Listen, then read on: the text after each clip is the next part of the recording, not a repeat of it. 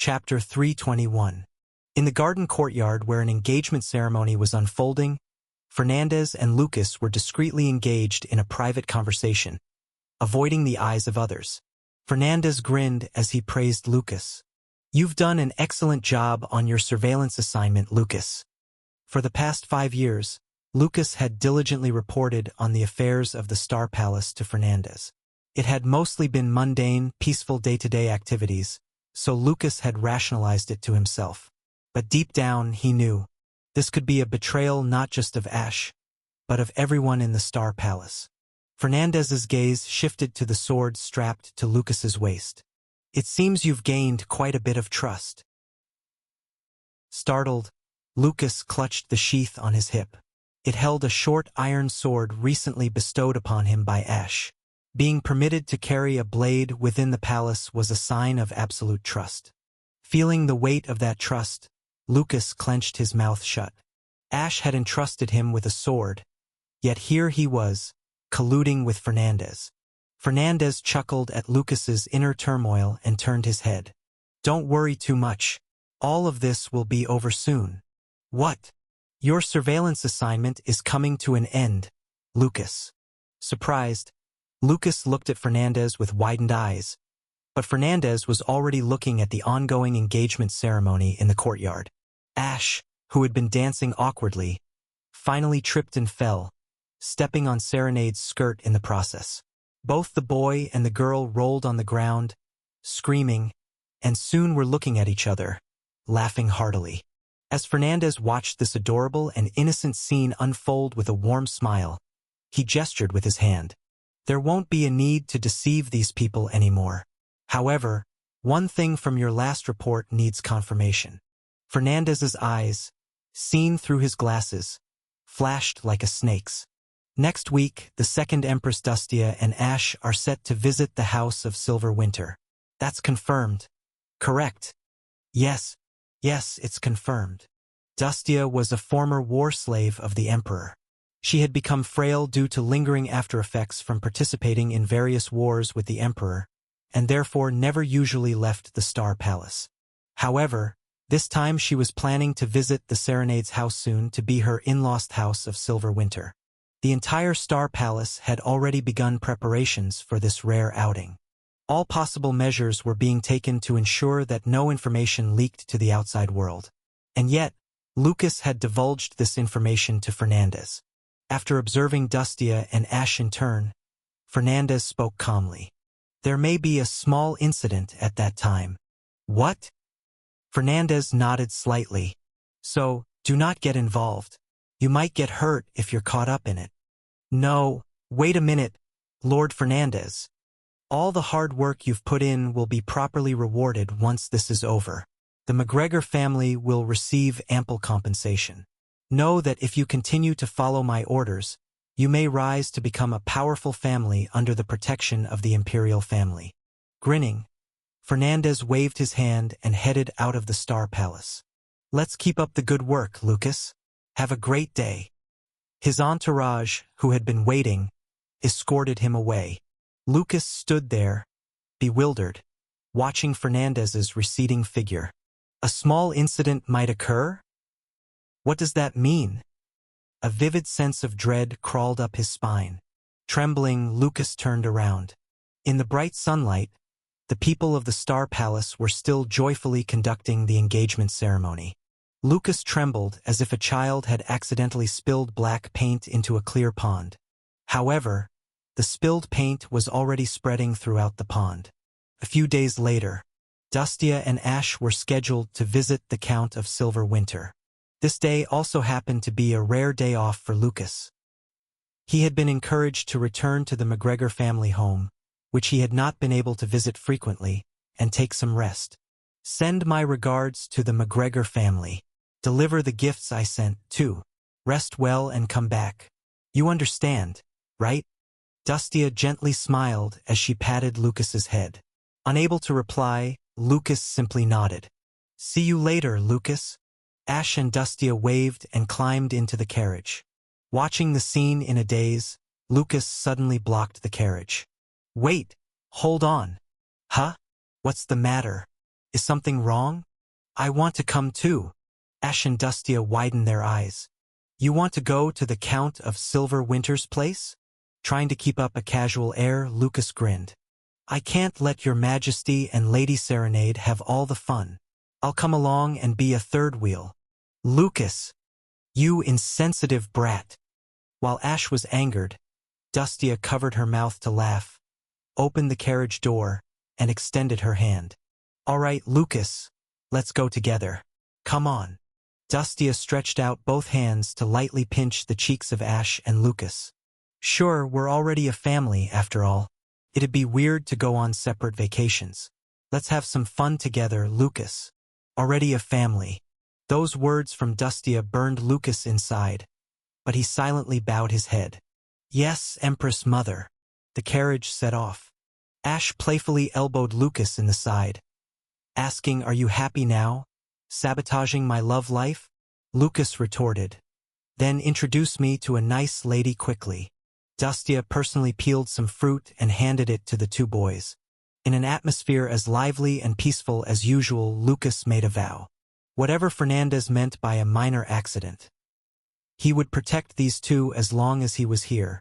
The shattered carriage rolled on the road. As soon as they left the imperial capital, they were attacked. The guards and coachmen fell to unidentified attackers' crossbow fire, and the pierced horses let out agonizing screams. Bang! Boom! Explosives had even been planted on the road. The wheels burst, and the carriage, flipping mid-air, crash-landed. Ugh! What? Inside the broken carriage, Lucas struggled to regain consciousness. Blood from a forehead wound soaked his face. Examining the blood on his hands, Lucas shivered. How could this be considered a minor accident? Inside the carriage, Ash also wobbled, holding his bloody forehead, and Dustia was motionless, possibly unconscious. Lucas clenched his teeth. Get it together, Lucas. You're the escort. You have to protect them. Wobbling, Lucas drew his sword from its sheath and stepped out of the destroyed carriage. Thud, thud, thud. Unidentified attackers in dark robes rode on war horses, rushing forward. A savage gleam of metal flashed in their hands. Grinding his teeth, Lucas swung his sword to meet them. Clash dash. Ugh! Even for a child born into a knight's family and trained all his life, fending off the powerful attack of a mounted assailant at just 12 years old was impossible. Lucas was sent flying back. Clang! Clang! The attackers surrounding the carriage had suddenly drawn their crossbows and loaded them. Then, whoosh! Whoosh dash! Without a moment's hesitation, they fired their crossbows at the carriage. There was no chance to dodge. Lucas blankly stared at the incoming arrows. Just then, swish! Someone grabbed Lucas's shoulder and yanked him back before lunging forward. It was Ash, a member of the Imperial family, who was a year older than Lucas but smaller in stature. Lucas's eyes widened. Thump! Thump! A volley of crossbow bolts struck Ash, who had stepped in front of Lucas. The bolts easily tore through the frail young body, piercing his chest and exiting through his back. Ash's blood splattered generously onto Lucas, who was standing right behind him. Your Highness! Staggering, Ash collapsed backward. Lucas hurriedly caught him. Arrows had penetrated vital points all over Ash's small body. With trembling eyes, Lucas looked down at Ash, not knowing what to do. Your Highness, are you? Ah, quick, we need a doctor. Your Highness. Hey. With a blood-soaked face, Ash mumbled. I told you to just call me bro. How many times have I said, please don't speak, Your Highness. I'll go get a doctor right away. Haha. Stubborn till the end. Not listening. The life drained from Ash's dark eyes. Ah, I want to see Sister Serenade. Thud. Ash's arm fell to the ground. Lucas blankly stared at Ash's lifeless face. The boy who had been happy at his engagement ceremony just a few days ago and was joking around moments ago was now lifeless. Lucas couldn't bring himself to believe this reality, and no tears came. It's all my fault, it's because he had colluded with Fernandez and given him information. Everyone had died. That's when it happened. A gentle touch landed on Lucas's shoulder. Startled, he turned to see it was Dustia. The second Empress gave a composed smile and nodded her head slightly. "It's okay, Lucas. It's okay." And then she extended her hand and snapped her fingers. Click. A sound he'd heard before, the activation of magic power. Then, something unbelievable happened. Gray magic power burst from her body, spiraling around the area like winding clock springs. And time began to rewind. The shattered carriage twisted back into shape mid-air, its broken parts fusing back together. The dead horses, the coachman, the guards' wounds healed. They staggered back to their feet in the state they were before the ambush. And Ash too. The arrows lodged in his body reversed out. The splattered blood was drawn back in, and even his torn clothes restored, returning to the moment just before he was shot. "Ha!" Breathing normally again, Ash blinked his eyes in dismay. It was as if time around the carriage had rewound. Cough! Cough! Then Dustia collapsed, coughing up blood. The gray magic power that had filled the area couldn't return to her and dispersed like fog. Empress Mother! Lucas hurriedly checked Dustia's condition. The attackers were just as confused by the situation. Clearly flustered, they hastily readied themselves for battle again, while the resurrected guards scrambled to prepare their defense. Just at that moment, clop, clop, clop, a line of knights could be seen galloping from the direction of the king's castle. TSK. With a hiss of their tongues, the attackers exchanged signals and quickly mounted their horses to flee the scene. Watching the retreating figures of the attackers, Lucas blurted out in a daze. Did we survive? Thump, thump, thump. That's when it happened. A man leading knights arrived at the scene of the ambush and gave a grim command. "Everyone, chase after them. We obey your highness' command.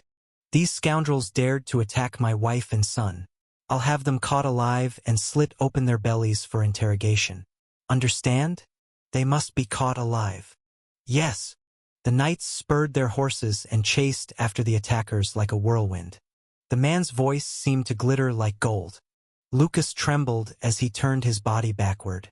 All the others around him had already bowed their heads to the ground, shaking with fear. Swoosh! With a light move, the man dismounted from his white horse and came up to Dustia, Ash, and Lucas. "You were warned not to misuse the art of time regression." The man, the emperor who ruled the empire and controlled half the world. "That magic is not a blessing, but a heavenly punishment imposed upon your tribe." Traha Peacemaker Everblack whispered, unexpectedly in a gentle voice. "My beloved Dustia." Chapter 322. Ash seemed to be disoriented from the aftermath of coming back to life. He had fallen asleep in Dustia's arms inside the carriage. Gently stroking her son's smooth forehead, Dustia asked, "How did you know to come and save us?" Standing outside the carriage and looking in at his wife and son was the Emperor Traha, who replied, "The prophet informed me. 500 years ago, when Everblack was just a small kingdom, a mage had suddenly appeared and contributed to its revival. This mage had transformed a mere thorn bush into a magical lighthouse that foresaw the future, and thanks to that, Everblack grew into a powerful nation. Ever since, it had declared itself an empire. And even now, 500 years later, the immortal who advised the emperor on future matters was still alive. In the imperial family, this elderly figure was called the prophet. He warned me that you would be attacked and advised me to go save you immediately. So, I promptly took knights with me and came. Turns out that scammers' prophecies are occasionally accurate. Watch your language. He is a benefactor of Everblack." Traha casually spoke, noticing the displeasure on Dustia's face. "Your regression magic always seems to be used to save others' lives. All your life you've protected me, and now our son. Did you use up all the remaining power in this recent use of regression magic?" "Yes." "Then you won't hold out much longer. Is that what you say to a dying wife?"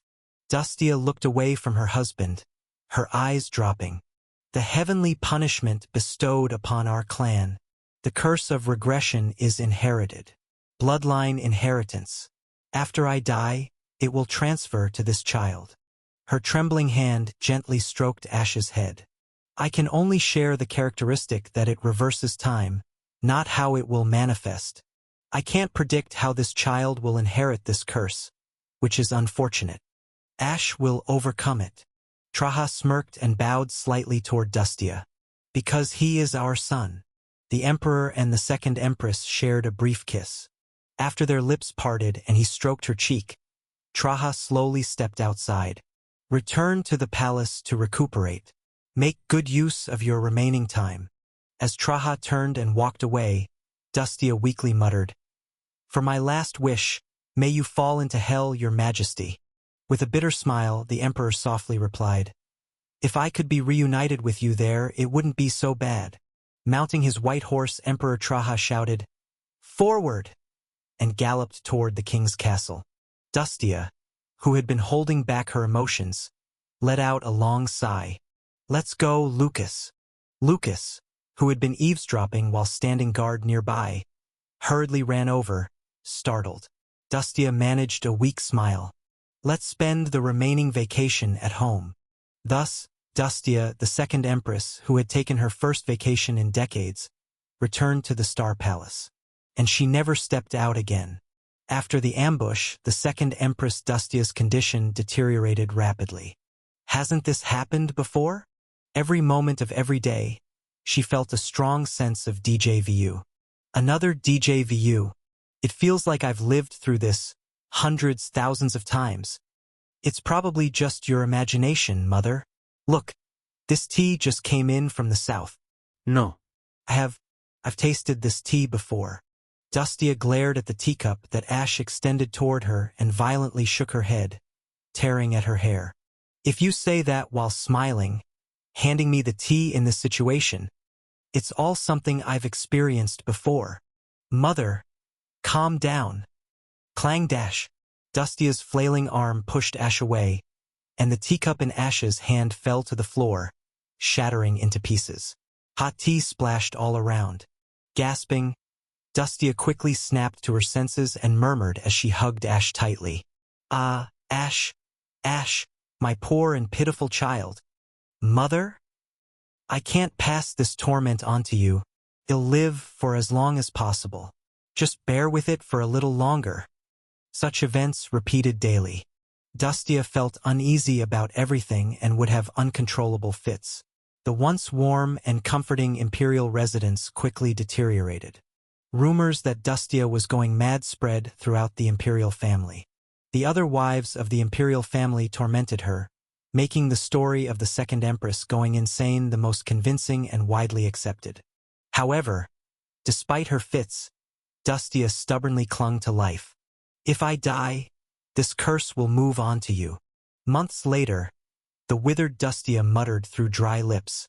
So, ill live. Ash, who had been taking care of her mother without giving up, tried hard to hold back tears and smiled. Yes, Mother, please live. Let's survive this.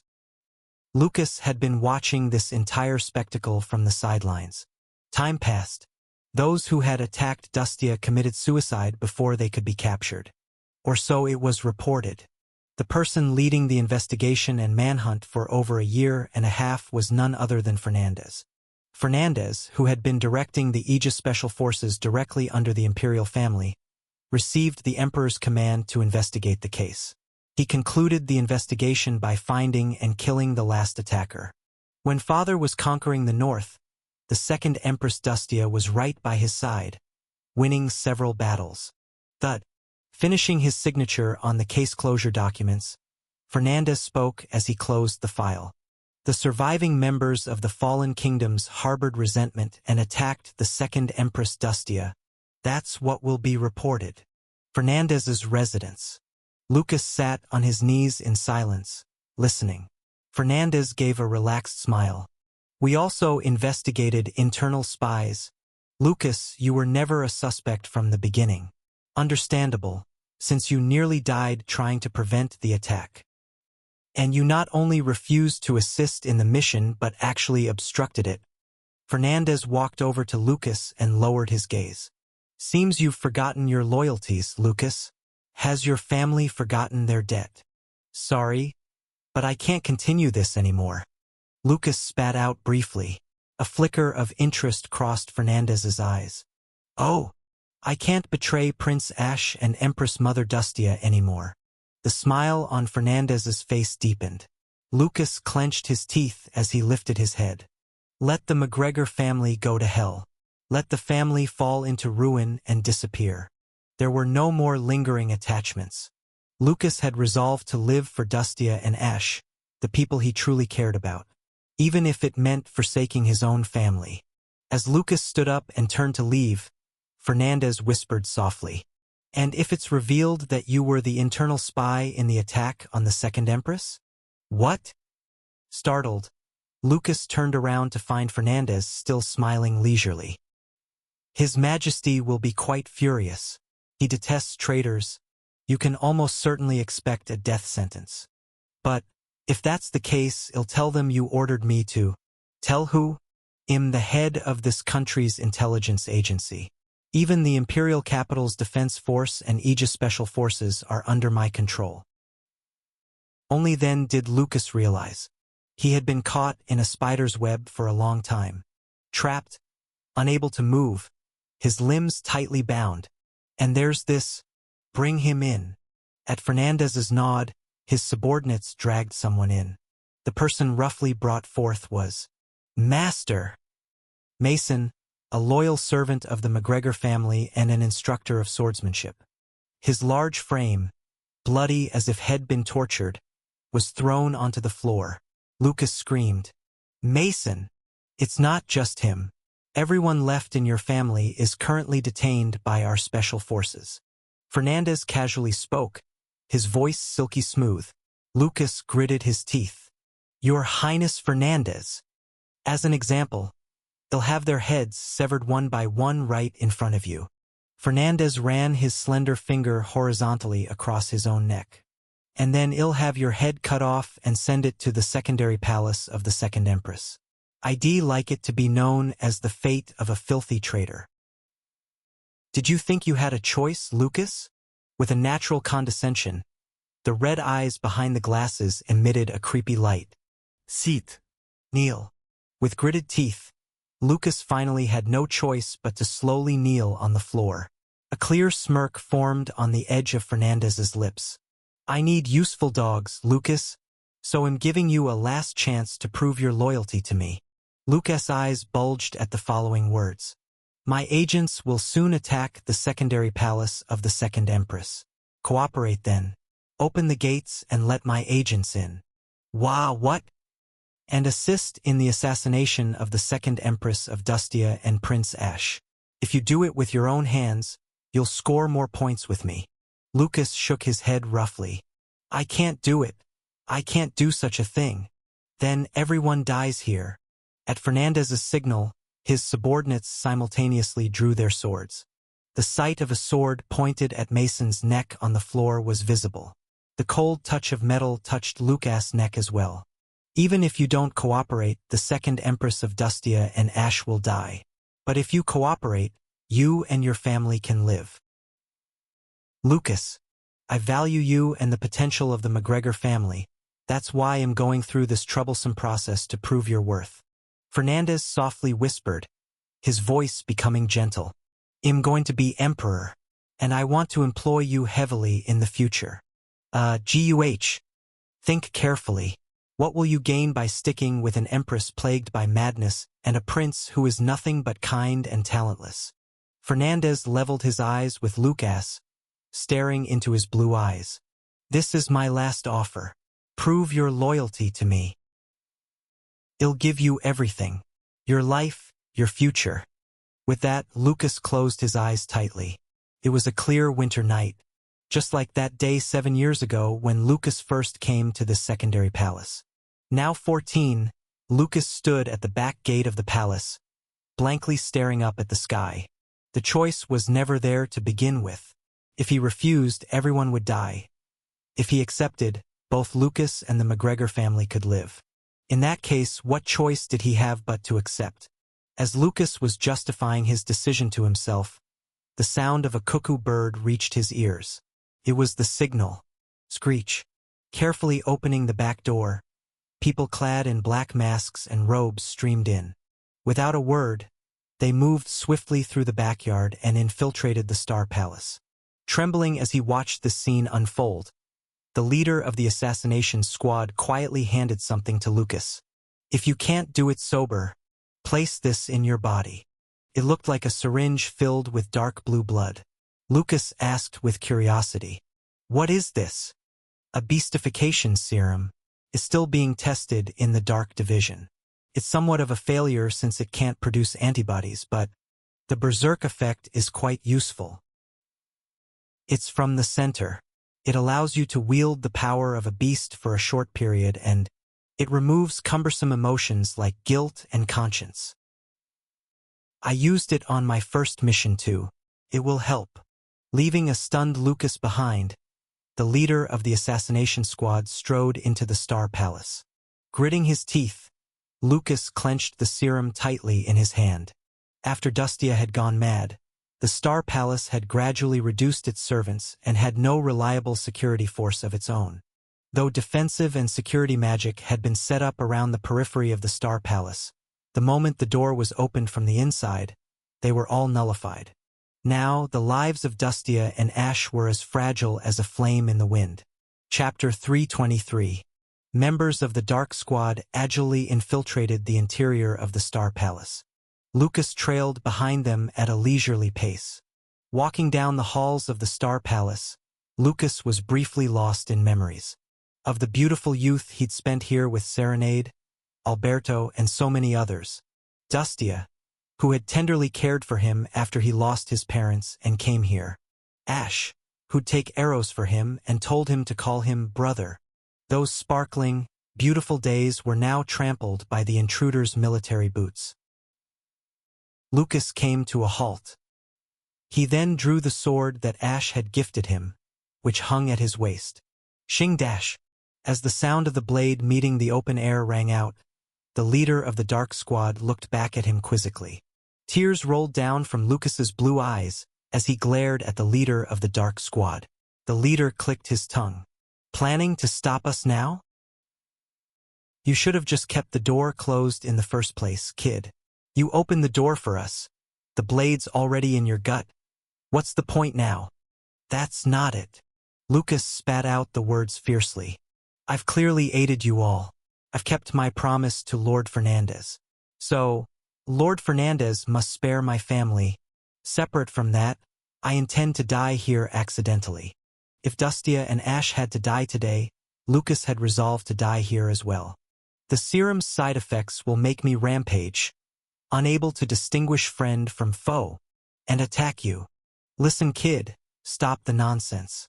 Just put that sword away, and we'll let bygones be by dash." But before the leader could finish, Lucas stabbed a syringe containing the serum into his own neck.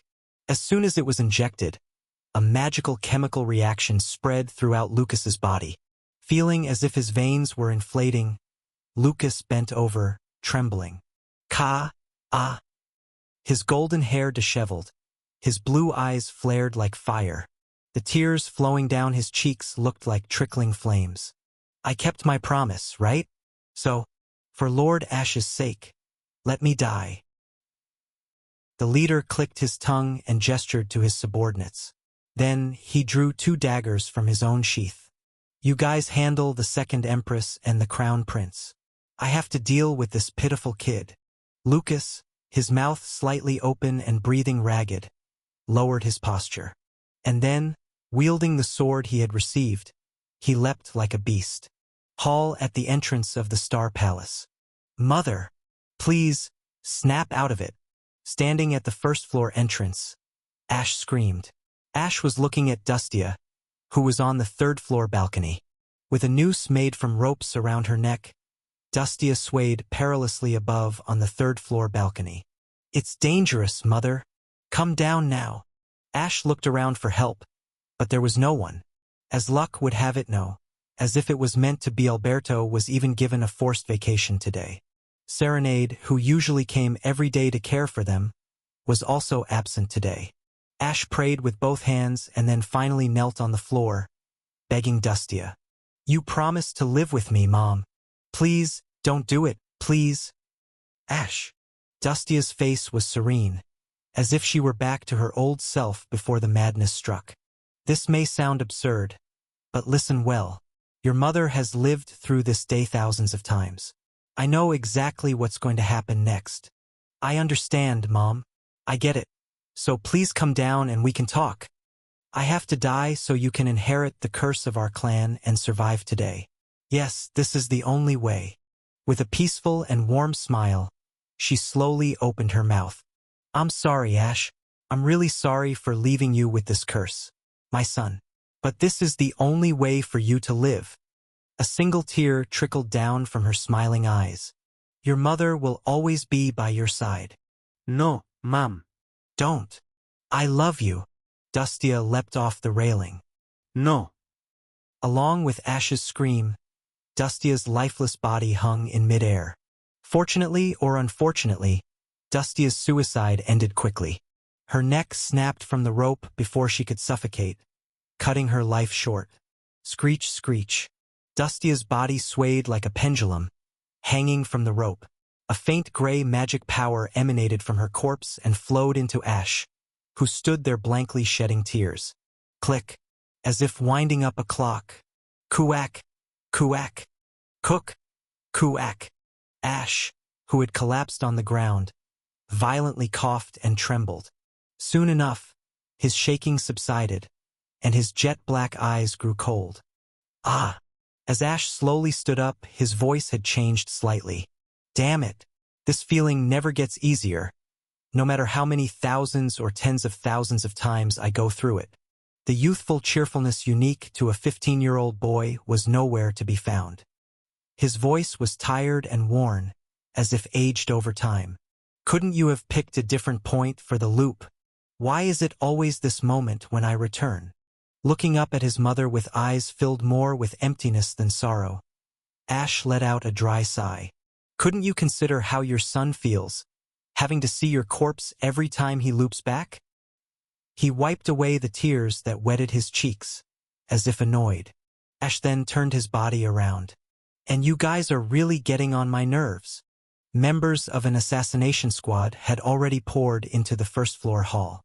There were about 20 of them. Each one, specialized in killing, slowly surrounded Ash. "Sigh." Ash extended his arm forward after flicking his hair back. "Come at me, you bastard." A sardonic smile hung on the boy's lips. "I'm in a shitty mood. I'll vent a little." The assassination squad members were the ones confused. A young prince with no combat abilities, and unarmed at that, was provoking them. The only explanation was that he had lost his mind. But what did it matter? He was fated to die here anyway. The agents simultaneously drew their knives and charged at Ash from all directions. The two daggers swung by the assassination squad leader had both impaled Lucas. One in the shoulder, the other in the side. Lucas's sword, in turn, was lodged in the assassination squad leader's body. In the left chest, in the heart. The leader had tried to subdue Lucas rather than kill him. Lucas noticed this and took advantage of it. He intentionally took hits in non-lethal areas, and in that moment drove his killing strike into the leader. The leader was a strong man, but he had failed to fully grasp the boy's concentrated will and determination, so he allowed a fatal wound. "Kuak, kuak. Well, looks like you got me good." The leader coughed up blood and laughed as he collapsed. "So you're a McGregor after all." Thud. The leader's body fell lifelessly to the side. After confirming the leader's death with his blazing eyes, Lucas, swaying, headed towards the Star Palace. Lucas had taken multiple hits, not just to his shoulders and sides. Blood oozed from his entire body, and it felt as though he would lose consciousness at any moment. But he kept walking. He had intended to die next to Dustia and Ash. If nothing else, let me die with them. Leaving behind footsteps stained with blood, Lucas gritted his teeth. From the garden to the entrance of the Star Palace, there was no place untouched by memories. With his face distorted like a beast's due to his feral state, Lucas choked up. I want to go back. To those days.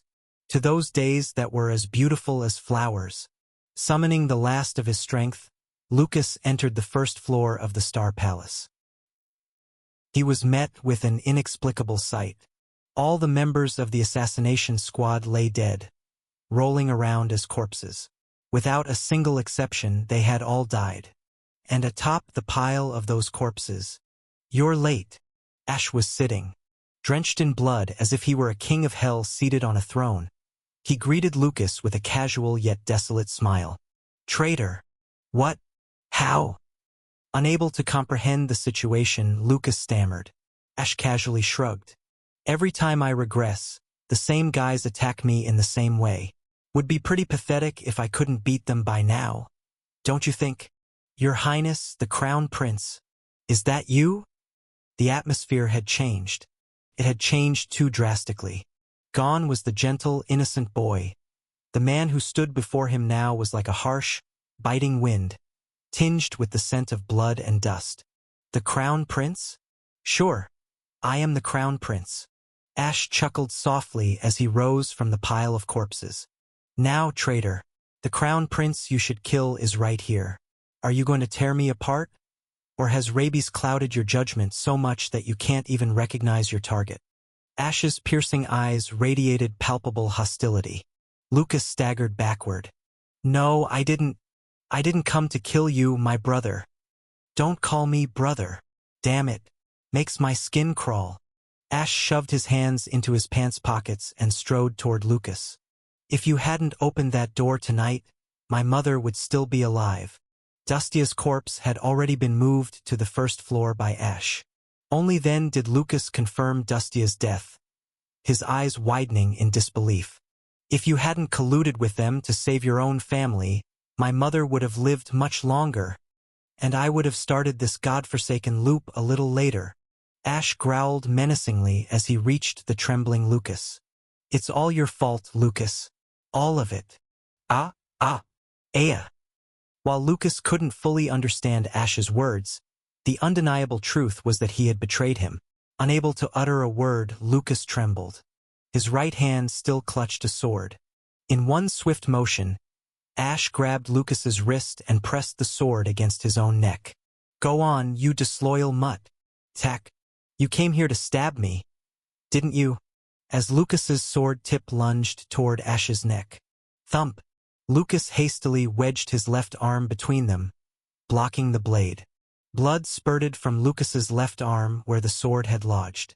Ash glanced at him irritably, then shoved him aside. Thud! Lucas's body rolled limply onto the floor. Clang dash! And his already damaged sword shattered into pieces.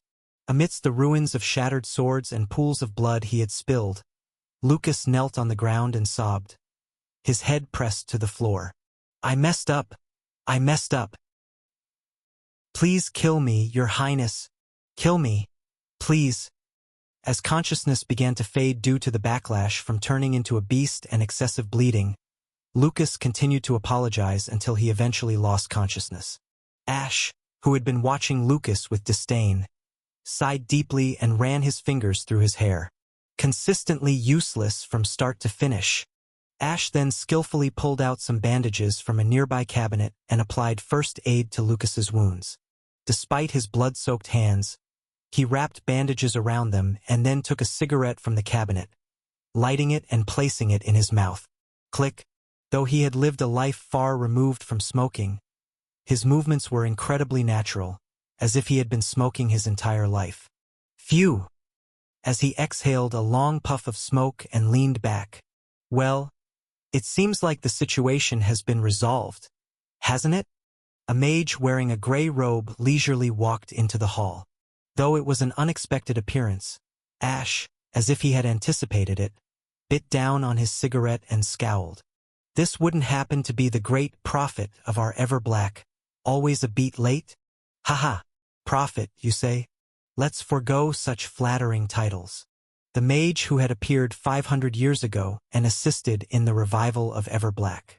The prophet who had transformed the black thorn tree into a magical lighthouse and led the construction of the empire. As he slowly removed the hood of his robe, the face of a man with disheveled gray hair and thick glasses, through which his eyes were not visible, was revealed. Glaring at him, Ash spat out the smoke. "Nice to see you again, you damn director." The Prophetator then responded with his characteristic, elongated voice. "Did you enjoy your short vacation, save slot? Now, let's begin this round of the game."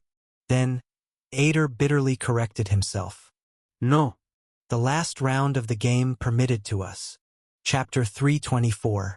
Lucas regained consciousness several days later. The towering physician who had been nursing Lucas exclaimed with choked emotion, "Sir, you're awake." "Mason, uncle." Struggling, Lucas lifted his body wrapped in bandages. He was in the McGregor family mansion. Although it felt unfamiliar, having not been home for so long, he couldn't make sense of his current situation. How did I get here? His memory was fuzzy due to the aftermath of transforming into a beast. He had failed his mission, exposed his betrayal to Ash, and should have been executed. How was he still alive, and back in his childhood home? "Prince Ash sent someone to bring you here. Your injuries have mostly healed, but you were unconscious for days. We were so worried." Mason sobbed, his large frame ill-fitting for such emotion. Lucas, blinking vacantly, hastily inquired, "Was there any other message?" "Ah, yes. There is a letter from Prince Ash here." Lucas hastily read the letter Mason handed him. The message was simple: "Get lost. Forever." Lucas tightly closed his eyes, carefully folding the letter and tucking it into his pocket. Taking a deep breath to steady himself, he turned his head toward Mason. "How did you, Uncle Mason?" He had failed to assassinate Ash. It wouldn't have been surprising if Fernandez had killed off everyone from the McGregor family who had been held hostage. "Prince Fernandez has released all of us, even though I failed?" "Here, this is a letter from Prince Fernandez. Please read it." As Lucas unfolded the letter, it read, "Your years of loyalty have become meaningless with this mission's failure.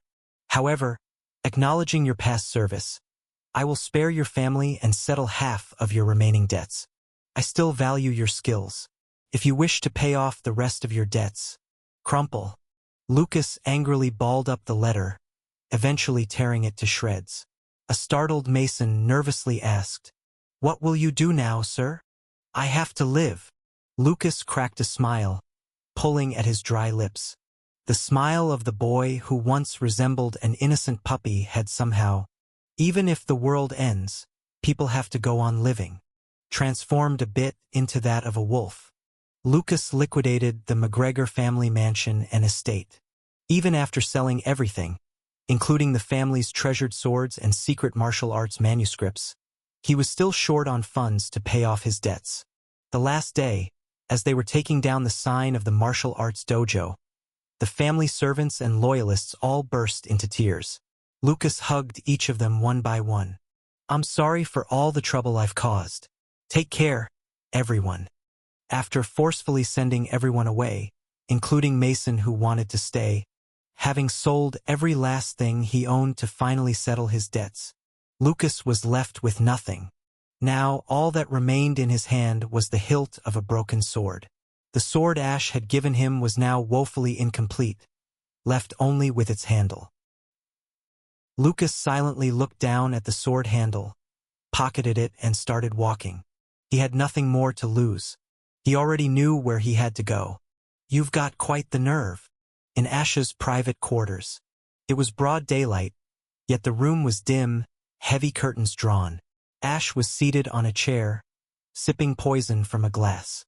The ashtray next to him was filled with crushed cigarette butts. "How do you dare to show your face in front of me again, you traitor?" Ash looked at Lucas with eyes that were too jaded for a 15-year-old. As though he were an old man whose soul had aged to its very core. Thud. Lucas quietly knelt before him. "Give me a chance to atone."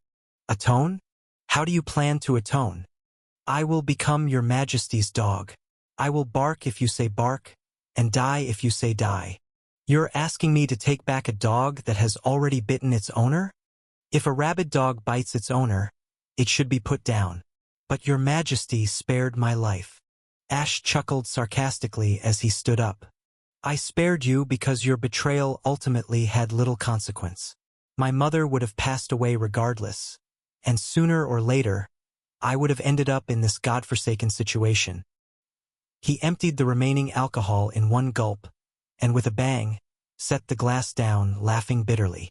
And kicking you out now wouldn't make a difference. You would find a way to be part of this accursed journey of mine anyway. Ah, here we are again. So, you're taking me back? I gave you a chance to run, but you're the one who came back. So serve me until the day you die. Although Lucas could not entirely grasp what Ash was saying, he listened quietly. Be a dog that follows my commands precisely. If you mess up, you'll get your wish and be put down. That is all I ask for. I am a dog. Dogs do not question their master's words. I'm warning you in advance. I'm falling apart. Ash pushed back his disheveled hair. My soul is so worn that it's cracked all over. Right now, it's still maintaining its shape since it's right after my reset, but it will crumble as time goes on. I will forget people's names, forget what I was doing, and eventually even my purpose. So, my guard, remember this well. Lucas didn't try to understand. He just remembered the next words. When I turn 23, I need to go to the crossroad, to start my final game. 8 years from now. He remembered his master's words, that they needed to head to the world's southernmost tip. On the table next to Ash was a chessboard. Only a white and black king were on it. On that barren chessboard Ash picked up another fallen piece from the floor. Bang! Knight. The white knight was positioned in front of the king. If I forget, you lead me. Can I trust you? In that moment, a single question surfaced in Lucas' mind. He tried not to harbor questions, but he felt certain he needed to ask this one now. Not for his own curiosity, but for Ash. May I ask just one question? You bite the hand that feeds you, then start asking questions? You really are an impudent mutt. Despite clicking his tongue, Ash nodded. Lucas asked slowly, what is the reason you want to start this game? Then, Ash's eyes widened. His eyes, which had been clouded and dim, suddenly lit up clearly. Ah, the reason is simple. In that moment, Lucas saw it, like a downpour on a parched earth. The weariness of time melting away from Ash's smile, transforming into a boyish grin. Lucas saw it stretch across Ash's lips. And then Lucas was sure. This person is, no matter how much he changes, he is still the man he served. With a bright smile Ash spoke. To save this world. Ash went out, taking Lucas with him. The carriage was headed for the Silver Winter's residence. Serenade dashed out barefoot upon Ash's arrival. My lord! Serenade ran at full speed and tightly embraced Ash. Ash stood still. I've been worried about you, as you've been reclusive ever since the funeral of Empress Dustia. Are you feeling better? Serenade looked at Ash's gaunt face through her teary eyes, and then she sensed the smell of alcohol and tobacco emanating from him. Unsure of what to say, Serenade cautiously spoke. My lord, I completely understand your sorrow, but alcohol and tobacco are harmful to your health. Sorry, Serenade, but I didn't come here to listen to your nagging. Please come inside. I will make some warm tea. If there's anything I can do to comfort you. I don't need your comfort. Ash coldly spat out the words and gave a slight nod. Give me money. I need it. Money. You say. You're the heir of a merchant family. You should have some funds. Hand it over. Ash arrogantly gestured, a malicious smile ill-suited to his petite face. And bring me a bottle of good liquor if you have any. Serenade looked crestfallen. Nonetheless, she went back into her house and returned a few minutes later carrying a small chest and a bottle of alcohol. In this chest are treasures that I've collected since childhood. I had been saving them for our marriage, and this alcohol is Ash snatched the chest and bottle from Serenade's hands without hearing her out. He briefly opened the chest to confirm it was full of jewels, then turned around. Thanks.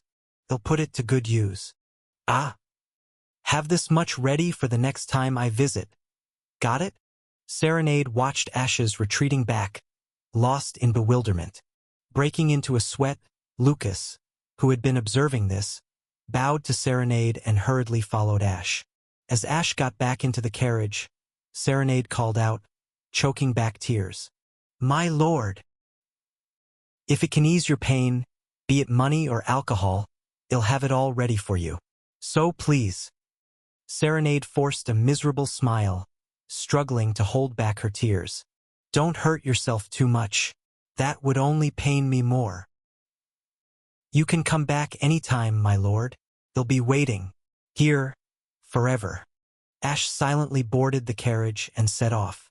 The Silver Winter's residence quickly receded into the distance. Serenade stood there, barefoot, gently waving her hand. Once Serenade was out of sight, Ash finally spoke. Isn't it incredible? What? First love. You'd think I'd have gotten used to it by now, but it still wrenches my heart. Ash opened the chest that Serenade had given him. Each jewel had been lovingly collected in preparation for their marriage, glittering brilliantly. I should have gotten used to this sort of thing by now, but damn.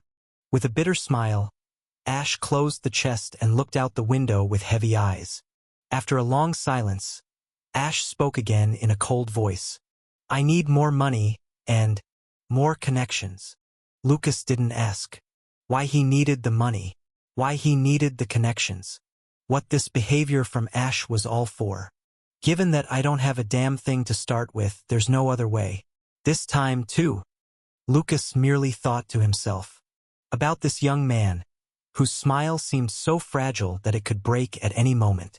Shall I become the Empire's biggest good-for-nothing rascal? Even enveloped in darkness, it seemed to still emit light, just like a backlight. 8 years had passed. Ash and Lucas had reached the crossroad. And so the final game began. Chapter 325. Ugh! I let out a groan. Ugh! As I continued to groan and squirm, Evangeline, who was sitting with me in the Lord's mansion dining room for a late dinner, furrowed her brows. What's wrong, Senior? Is your stomach hurting? Want to go to the restroom? No, it's not that. You don't have to be shy. You can go without worrying about me. We've known each other long enough, haven't we? Just go and take care of business. No, really, it's not that. Do I look like a school kid too embarrassed to use the restroom because he's afraid of getting teased by his friends?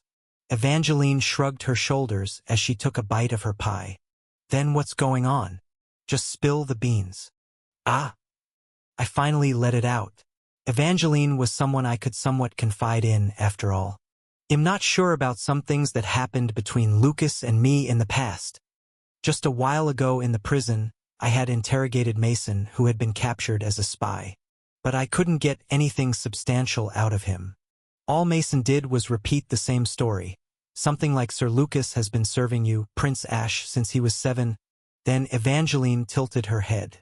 If it's something between the two of you, why can't you remember it? Oh, is it one of those things? The one who delivers the blow doesn't remember? That kind of incident? No, it's not like that. Or is it? I couldn't say that I'm not actually Ash but a soul who has possessed him. It's a dilemma that could drive one mad. So I beat around the bush. I had a wild phase where I drank a lot, you know. So my memory is a bit fuzzy. You're 23 this year, right? Yes, why? So you're already getting dementia? Wow. Being in your 20s is no joke. Huh. Evangeline let out a scoffing sound. This cheeky teenager. Mocking me again. I'm still in my prime, you know? If you can't remember, isn't the fastest way to just ask Lucas? Evangeline suddenly made a solid point. I clamped my mouth shut. You did the same thing during your last fight, too. Trying to go around in circles. Why not just confront the issue head-on? I can officiate for you. It's not about a fight this time. The issue was some unresolved debt between the original Ash and Lucas. Lucas seemed remorseful about something, but I had no clue what it was. He's down in the dumps over there, and am not even asking for an apology. Maybe it would just pass if left alone for a few days, but Lucas must be carrying a heavy emotional burden about this issue. If possible, I'd like to resolve it this time. Clearing up a subordinate's lingering doubts is also a part of a commander's job. Fine. Nodding my head, I declared resolutely. I'll just go ask him directly. Thanks, Evangeline. You're smarter than I thought. Thank you for the compliment, Senior. Sometimes even I surprise myself. Perhaps I learned it from you. Ha ha ha. You sure know how to sweet-talk, my junior. I learned that from you too. He he he. We burst into laughter and clinked our glasses. I hope this sense that we're turning into a pair of fools is just in my head. You both look so happy laughing. Would you like me to bring more food? Just then, Ader appeared, beaming as he offered to refill our plates. Evangeline immediately raised her empty meat pie plate and yelled, "Refill, refill. Aren't you getting a bit rounder? Eat in moderation, will you?" Ader came over to me after placing sliced meat pie on Evangeline's plate. He gestured to me with a cup, and I poured him some fresh water. By the way, are you curious about your past with Lucas? Yeah, I don't know much about that bastard Ash's past. I scratched my chin and grunted. Ader seemed eager to talk, his face lighting up, but I didn't pay much attention and continued my thought. However, third-party inquiries are done for now. I'd rather ask Lucas directly. It's a better path for mutual communication. Ah, I see. Somehow, Ader's shoulders slumped, but I had no reason to care about this director's mood. More importantly, Ader, there's something I need to discuss. Yes. To Ader, who opened his gray eyes wide behind his thick glasses, I spoke with a heavy sigh. It's about the Dark event. This defensive battle was stage 14. And once again, a message popped up in the system window. A is passing their turn. No Dark event will be activated in this stage. From stage 11 up to this stage 14. For a staggering 4 stages in a row, consecutive Dark event skips had occurred. What the hell are they planning? Why would they voluntarily forego using their own advantage? After dinner in the Lord's office, once it was just Ader and me, I pressed him for answers. It's certainly easier without Dark events.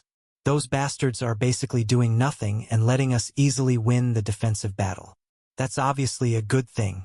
But in this god-awful game, there's no way my enemies would kindly make it easy and fun for me, right?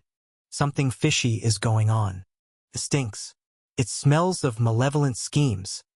Sure enough, Ader slowly began to explain with a rather serious face. Dark events can accumulate. Accumulate. Should I say it's like accruing?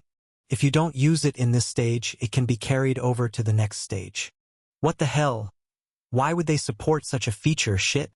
I unwittingly stood up and grabbed Ader by the collar. Ader frantically flailed his arms. Whoa, calm down. They're also taking a huge risk to do this. What do you mean, taking a risk? What I mean is, let's say the Dark event points for one stage are 100.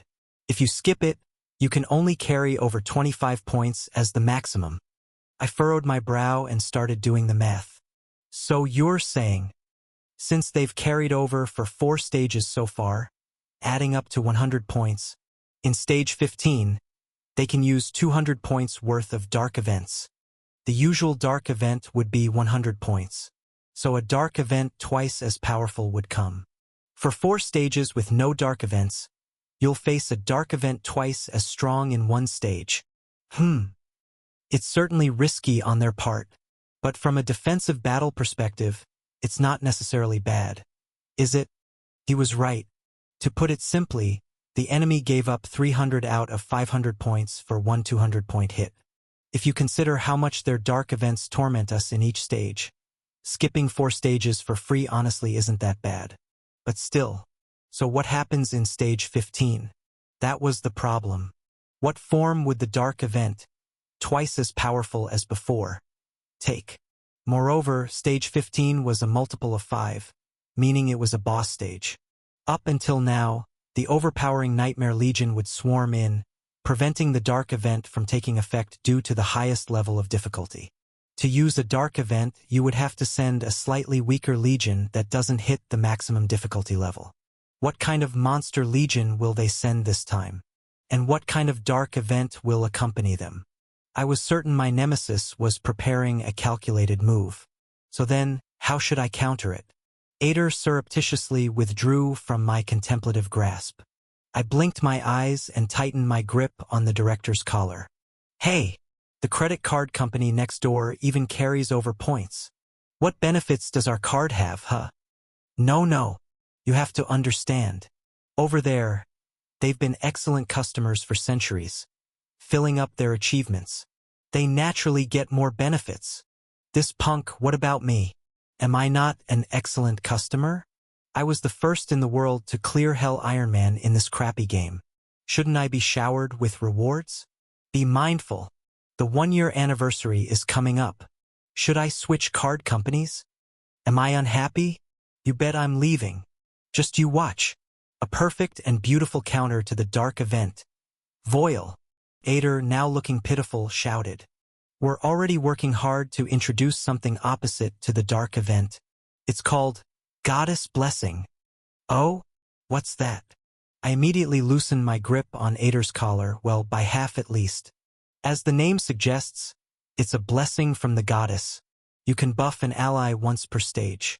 You can use your achievement points to activate it. Finally, I can use these decorative achievement points. Additional features are also in the final stages of development, so you'll be able to use them soon.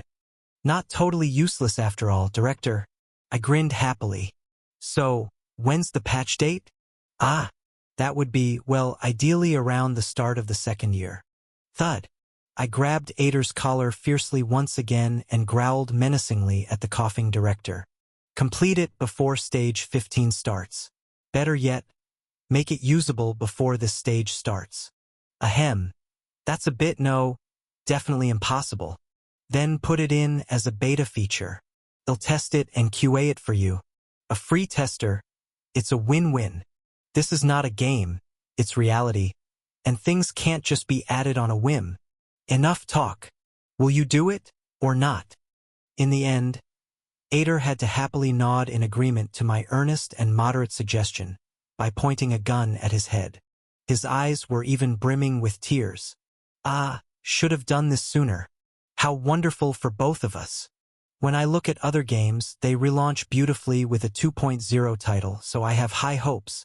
Let's turn this into a legendary game. As I energetically shook Ader's arm up and down, he wiped his eyes and managed a strained smile.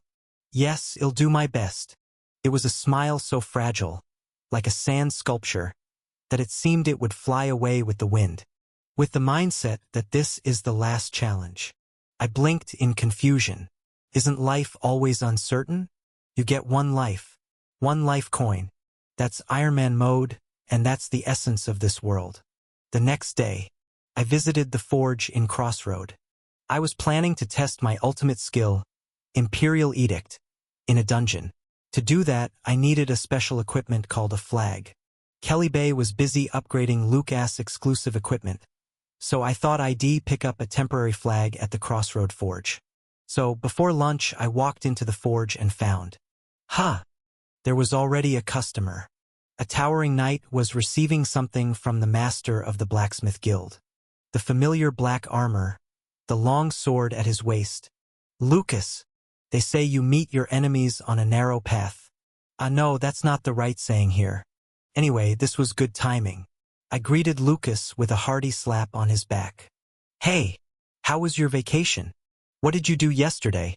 I tried to make the atmosphere as natural and light as possible to make it easy for Lucas to rejoin. That was my plan, but seeing Lucas' face as he slowly turned around, I was taken aback. Lucas was, well, he was wearing what appeared to be a newly custom-made helmet. A cylindrical helmet that completely covered his face, as if it were made of scrap metal A moment of silence passed. It didn't suit him. It really didn't suit him. He was decked out in shining SSR-grade armor from the neck down, but had slapped a trash can lid that didn't even look N-grade on his head. The imbalance was ridiculous. For a moment, I stared at Lucas' mouth agape. Then, trembling, I pointed at his head. What? Why are you wearing that? Lucas tilted his head, or rather, his tin can, and replied in a low voice. Because I don't have a face to show you. What? I'm too ashamed to face you, my lord. So, Lucas tapped his tin can with his hand. I've decided to cover my face. What the hell are you talking about, you idiot? Unable to contain myself, I smacked the back of Lucas' tin can-covered head. Chapter 326. Wearing a bizarre can on his head and visibly hunched, Lucas had returned nonetheless. I decided not to ask any questions for the moment. Once he was more settled or took off that can I'd have a detailed chat with him. Today, we're going for a free exploration of the dungeon. I plan to go to the dungeon for a practical test of my ultimate skill, Imperial Edict. To use Imperial Edict, a flagpole and a flag were necessary. I didn't pay any attention to stats and simply picked up a standard Imperial Army flagpole from the Forge's storage. Since I didn't have any spare Imperial flags, I took out a random festival banner that was stored in the warehouse. It was just for a skill test, so it didn't really matter what the flag was. It's heavy, but it weighed quite a bit. I swayed when I picked it up without thinking. The flagpole combined with the flag was heavier than I'd thought. The flag bearers in each unit must have insane arm muscles. But I'll carry it for you, my lord. Oh, thanks. Lucas volunteered to be the porter, so I gladly delegated the task to him. What else would I use his spare stamina and strength stats for? Knight, carry my stuff. Great. Let's call the rest of the party members while we're at it. Evangeline could join us last since she was staying in the manor. First, let's stop by the temple and the inn to pick up Damien and Junior. Exiting the forge, I headed towards the temple. Damien happened to be sweeping the front yard. Yo. Damien, did you sleep well? We're gathering. Grab your gear. Ah, your highness. Yes. When I called him, Damien looked back at me with a bright face. Then his eyes widened. Following his gaze, I found he was looking at Lucas standing behind me. A towering knight with a can on his head, waving a flag from a festival that had already ended. It did look a bit strange. Ah! Aha! Damien suddenly let out strange noises and clapped his hands. Got it! Got it! Just a moment! Ha! He dashed into the temple. What was going on? A moment later, Damien came running out, a mace strapped to his back and something in his hands, a small flag representing the Church of the Goddess. Damien excitedly waved the small flag back and forth. Let's go! I mean, it's not a flag parade, but seeing Damien's innocent smile, I couldn't muster the courage to tell him the harsh truth. Reluctantly nodding, I took the lead. Next, we arrived at the inn. Sitting on the terrace, sipping coffee and jotting something down on paper, Junior saw us and furrowed her brow. Your Highness? And everyone else? A knight in a can helmet lifting a festival flag high, and Damien, who seemed delighted for some reason, flapping a small church flag. Observing this scene, Junior clicked her fingers. I get it. Then she went into her room and came back out with a kite shaped like an eagle. What was that about? Like this and... Yup. Junior tied the string of the kite to her staff and cast a wind spell, sending the kite soaring into the sky. The kite shot up and fluttered its long tail in the sky. It sort of resembled a flag too. It's a magic kite for high-altitude scouting. This should do, right? Do what? What's fine? You mean that kite works as a flag? No, I mean it's not a flag parade. How did it end up like this? But what could I do? I'm not so tactless as to rain on the parade of my mysteriously jubilant party members. The four of us cheerfully headed back to the manor. Seeing our spectacle, the citizens of Crossroad were puzzled. Some went back into their houses, returned with whatever flags they had, and started waving them while singing marching songs. What was going on? Hey, what is this? Why are you guys having fun without me? As we got closer to the Lord's mansion, Evangeline burst out, holding the banner of Crossroad. Let me join in. In front of the Lord's mansion, the 4 members of my party were laughing and waving their own flags. Seeing this, I clenched my throbbing forehead. No, I mean, what the? Never mind. It's fine. If you're happy, then so be it. Sigh. All right, guys. Enough of this. Let's get into the dungeon. With the sentiment of a student teacher on a high school practicum, I spoke and my party members obediently gathered around me. At least they listen well. Today, I was leading only my main party of 5. It's been a while since I've had such a simple formation, and it felt somewhat nostalgic. Lately, I've been leading multiple parties on expeditions. Damien, who was getting tired from waving the flag, put it down and asked me, "Which dungeon are we heading to today, Your Highness? Zone 7?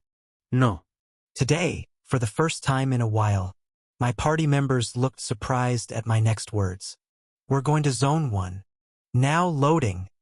Tip: if your character's level is significantly higher than the monsters, the experience gained decreases. Farm in an appropriate level dungeon. Flash. With the brilliance of the teleport gate, we entered the safe zone. As I looked up, I saw a damp corridor with a maze of interlocking drains. Zone 1. The dried sewer. It was the first dungeon we entered when we first came to the Lake Kingdom.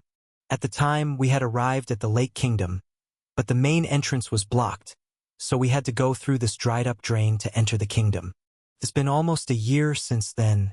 Time really flies, but we've all grown so much since those early days. I briefly looked at my party members. Junior, who used to puke blood, had somewhat become a healthy girl. Evangeline, who used to bristle like a porcupine, had gotten plump like a chubby hamster. Seriously, she's gained some weight. Damien, who always had a gloomy look, had overcome his darkness and brightened up a lot. And Lucas was becoming a tin can knight. No, everyone else evolved in a positive direction. Why do you seem to be the only one on a dark evolution path? Where did you go wrong? I believe Lucas will improve eventually, too. Anyway, we were in the dungeon now. Time to prepare for battle. Each party member began checking their equipment. Evangeline approached Lucas, who was adjusting his helmet, and tilted her head. Why are you wearing that thing anyway? So people can't see my face. What are you talking about? Tilting her head the other way, Evangeline leapt up and playfully hit Lucas' helmet. Clang. A refreshing sound echoed. It was like striking a gong. Whoa, that sound is awesome, an excited Evangeline exclaimed, and although we couldn't see Lucas' face, he seemed annoyed as his shoulders trembled. But as this helmet sound served as a signal for all party members to gather, he couldn't really get angry and just took deep breaths instead. Well done, Evangeline. I secretly cheered for Evangeline. Keep pestering him like that until Lucas takes off that helmet himself. All right, we're here in Zone 1 today to test out my new skill. I spoke as I looked over my party members, who had just finished gearing up. My new skill has the potential to influence the state of the dungeon, so I deliberately chose the weakest one. Well, quickly clear out the monsters and then proceed with testing my skill. Got it. All right, let's go. My party members took the lead and entered the dungeon. We still had flags we brought from Crossroad, but it's a Zone 1 dungeon. At our level, it wouldn't be an exaggeration to say we could clear it with our bare hands. What monsters do we have this season? I exclaimed as I stepped out of the safe zone and into the dungeon. What kind of scum will we face this time? Crack dash. The moment we entered the dungeon room, monsters let out a grotesque scream and feathers scattered as they fell from the sky. Huge bird-like bodies with faces similar to humans and thick, shovel-like beaks. Junior, who first noticed the type of monster, shouted, "It's harpies." I clicked my tongue. Well, it was about time for flying-type monsters to appear. Compared to other flying monsters, harpies are pretty average, except for one extremely annoying aspect. Crack dash. They're loud. Not just that, they actually used their screams as a sonic attack. A wrong move and you could end up dizzy or disoriented, a real nuisance of a status inducer. A flock of about 10 harpies swarmed in, filling the air with a cacophony. Caught off guard by this attack, my head instantly felt dizzy. I covered my ears and staggered. "Hey, can someone shut these birds up?" Before my words even finished, my party members were already sending the harpies crashing down. Bang! Bang! Damien casually fired his magic pistol, Cerberus, and zap! Junior released a small chain lightning, burning the rest of the harpies. In a matter of seconds, about 10 harpies fell to the ground, feathers spewing everywhere. Evangeline, who had been about to throw her spear, and Lucas, who had been gathering energy at the tip of his sword, awkwardly halted their attacks. Having such weak monsters all of a sudden is a bit disorienting, Junior muttered. Looking over the harpies, he had scorched black with his lightning. Fair enough. Going from high-level zones back to a beginner dungeon is like going from fighting tigers to squirrels. I complained as I pressed my hands against my throbbing ears. Even if they're weak, it's an issue that they're loud. Heroes like us can probably withstand their sonic attacks, but regular soldiers might suffer hearing damage. They'll have to prepare some earplugs for this season. But apart from the discomfort in my ears, the dungeon was easily conquered. The monsters in Zone 1 had become so weak that they were falling to our basic attacks, so it didn't even take us 30 minutes to fully clear the dungeon. Once the cleanup was complete, I received a flag from Lucas. It was finally time to test my ultimate skill. Imperial Edict. Imperial Edict. Special equipment. Flag required. Declares a specific area as territory belonging to the user's faction and exercises control. Allied units inside territory. Applies all beneficial effects the user possesses. Enemy units inside territory. Applies all harmful effects the user possesses. Within the territory, the summon limit is removed. If the declared area is an enemy zone, it will enter a conquest war, and winning will allow the capture of that zone's control. Everything about the skill's effects seemed clear except for the last line. Use in hostile territory to initiate a conquest war. Winning the battle will seize control of the area. So, if I use this skill in this dungeon, does it mean I can snatch it away from the monsters? There's no way to know for sure except to test it out in the field. I took a deep breath and raised the flag high. All right, let's do this. I paused my flag raising, sensing something odd, and turned around. There, I locked eyes with my party members, each raising their own flags and banners. "What are you doing?" "It looked fun," Evangeline answered while scratching the back of her head. I shook my head, flabbergasted. "Do as you please, then." I hoisted the flag up high once more. "This land," and, chanting the ultimate skills incantation, I drove it into the ground. "I declare as territory of the Empire." The flag was planted. Flash! With a blinding burst of light, magic power flowed from my body, covering the entire area, expanding outward in a wide circle. The party members who had imitated me by planting their own flags recoiled in surprise. Their flags couldn't stay planted in the ground. Instead, they were repelled by an invisible force. Whoosh! As my far-reaching magic power settled and the atmosphere calmed down, there it was. A fortress, constructed out of gray magic power, stood in a circle. Chapter 327. A fortress made of gray magic power. It wasn't particularly large, and the height of its walls was low. It looked more like a small base than a fortress. However, it clearly had walls extending all around. Confused, I glanced around. There was nothing like this mentioned in the skill description. Perhaps these walls indicate the range of my skill. Would the fortress expand as I grow stronger and improve my skill mastery? I wanted to examine the fortress more closely, but I didn't have the time. The conquest war will begin soon. Time until start, 5 minutes. A system notification popped up in front of me for that reason. Just as the description of my ultimate skill, Imperial Edict, stated, activating it in enemy territory had triggered a conquest war. If I won this battle, the surrounding territory would be completely transferred to my control. Ding! Additional details about the Conquest War appeared at that moment. Conquest War Zone 1. Dried Up Drain. Defeat 3 waves of monsters to win. Monster waves will consist of any 3 groups chosen from the nearest monster legions. Each wave includes a boss-level monster. What? Did I read that wrong? 3 waves, each with a boss-level monster? A wave was already worrisome, but including boss-level monsters was insane. I bit my lip. If I'd known this would happen, I would have brought more parties. My lord! Senior, what's wrong? At that moment, Lucas and Evangeline asked in concerned voices. Snapping back to reality, I looked at my party members. Standing in front of me were 2 stalwart knights, a sniper, and a mage, all scrutinizing the fortress with curiosity. My thoughts instantly cooled. The main party of 5 deployed here consisted of my elite of elites. Each had completed their awakening and was, in essence, among the strongest assets I had. The total monster kill count among my main party members had already reached 4 digits. Worrying about numbers while having such a squad was absurd. It's sufficient. Actually, this is a good opportunity to test the limits of my ultimate skill. Conduct the battle with just the main party. Any shortcomings would be covered by my ultimate skill. Quickly forming a rough tactic in my head, I nodded at my party members. All right, everyone, gather around. Hey Race, what's happening?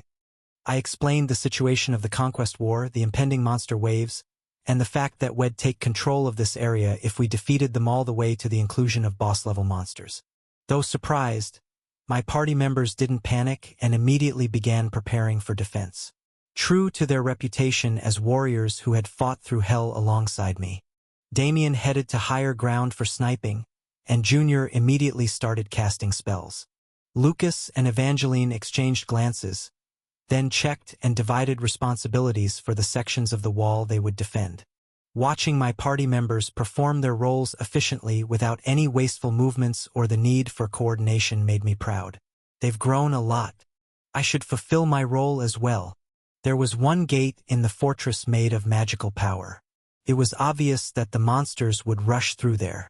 Standing atop the wall above the gate, I pulled magic cores from my inventory and scattered them around, shouting, "Summon!" Within the boundaries of my ultimate skill, the limit on the number of summoned creatures vanished. In other words, if I had magic cores and building materials, I could infinitely summon defense towers. As I activated the summoning magic, the system window displayed the entire fortress wall like a 3D blueprint, marking the spots where turrets could be placed. Alright, first things first. Shield turret. A taunting aggro tank tower that would draw the monster's attention and absorb their attacks. The shield turret. I summoned 4 in total, 2 on the left and 2 on the right of the main gate.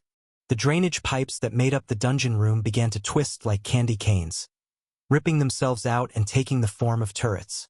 Soon, a giant rectangular defense tower adorned with shield-shaped plating revealed itself with a thud. Thud! Seeing the 4 shield turrets lined up, I felt as reassured as if I had 4 bowls of piping hot rice soup set before me. A feeling of security as if one could eat 1 bowl for dinner and still have enough for breakfast, lunch, and dinner the next day. Next, auto defense turret. Another set of turrets, these designed for automatic defense. Again, I installed 4, this time on the fortress walls that flanked the main gate. They took on a design reminiscent of naval cannons from Earth's World War II era. Large and bulky cannon platforms and barrels revealed themselves. 8 magic cores vanished in an instant, but this was not the time to be stingy.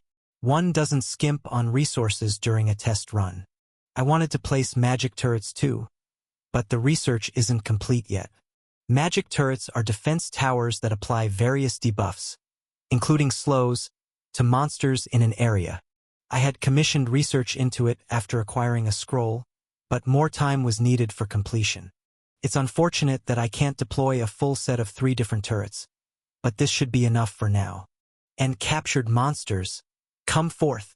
I summoned all 3 of the captured monsters that I had stored in my personal space. each one captured during dungeon explorations with my second skill. Become mine. Summoned captured monster. LV.30 Skeleton Knight. R. Summoned captured monster. LV.35 Scorpion Warrior. R. Summoned captured monster. LV.40 Troll Royal Guard, SR. A skeleton, a scorpion, and a troll emerged one by one from my personal space and promptly bowed their heads before me. What's with them? Their loyalty seems unusually high. For some reason, they all seemed more loyal than usual. Especially the Troll Royal Guard, an elite monster whose loyalty was initially below 20. Now it was over 70. I soon found the reason. It was the effect of Imperial Edict. First skill, Gaze of Command success rate increased. Second skill, Become Mine. Effect addition and adjustment. Inside the area of my ultimate skill, their loyalty received an additional boost. With a loyalty of 70, I don't have to worry about getting stabbed in the back. Alright, it's hard to call you all out one by one, so I pointed to the skeleton, scorpion, and troll each in turn, nodding my head.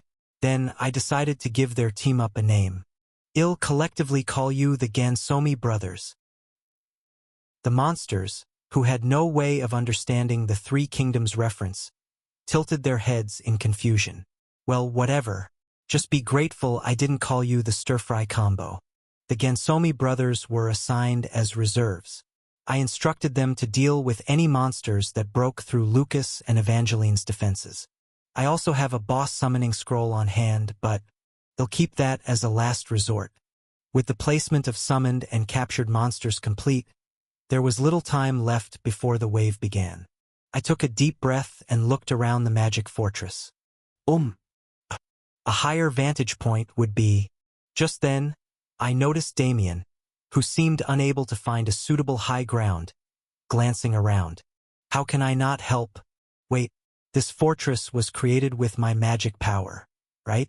Doesn't that mean I can alter the fortress structure according to my will? Hold on, Damien. Stay still for a moment. As I focused my consciousness, a cluster of gray magical energy gathered a small turret abruptly sprang up from the ground. Whoa! Damien, who was also lifted upward by the rising turret, looked startled at first but soon regained his posture. He waved at me with a satisfied smile. Thank you, Your Highness. This seems sufficient. I mimicked drawing a circle with my hand in response and then climbed atop the fortress wall near the gate. The conquest war will begin. And then, from all directions of this small, cramped Zone 1 dungeon. Caw-wow! Squeak! Monsters began to flood in. The first wave was a Harpy Legion. Fortunately, not all enemies that would rush towards the crossroad in this stage had arrived here. It seemed like just a portion of them. The numbers were a little over 100. And with those numbers, pew pew pew, they were not even a match for us. The 4 automated defense turrets simultaneously unleashed fire from their barrels, turning the rushing harpies into feathered plummeting corpses. Just like a bullet hell game, the harpies were mercilessly obliterated in front of our torrential magic bullets. Occasionally, some resilient specimens broke through this overwhelming barrage and somehow infiltrated inside. Bang! Bang! Damien was seemingly waiting for them, sniping. In the end, not a single harpy managed to breach our anti-aircraft net and all were annihilated. Evangeline looked up at the falling feathers and snorted. That was anticlimactic, considering how much tension there was. You shouldn't raise flags like that. And sure enough, caw-wow, as if waiting for Evangeline to say that, a colossal harpy made its appearance. We all shot glares at Evangeline. She scratched her head awkwardly. I didn't know it'd actually show up like this. The gigantic harpy spread its wings wide open, and, sweeping the ground, commenced a low-altitude flight straight toward us. Right behind it were 4 other harpies, although smaller in size. That enormous body, those vivid feathers, and above all, caw-wow, that high-pitched, ear-splitting scream. Without a doubt, it was the most powerful being in the Harpy Legion. Harpy Coloratura. In other words, the Harpy Legion's commander. What the hell? Isn't this guy the stage boss? Is it even okay for it to show up this early? The reason for questioning its early appearance was not due to the game's unreasonable difficulty. They're giving us a chance to kill the boss even before the defensive battle?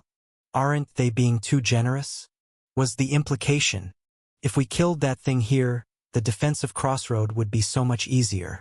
In an instant, the swooping harpy coloratura opened its massive beak. It inflated its chest like a balloon after sucking in air. It was about to unleash a terrifying sonic attack. HRH-. But before it could, my knights charged at it.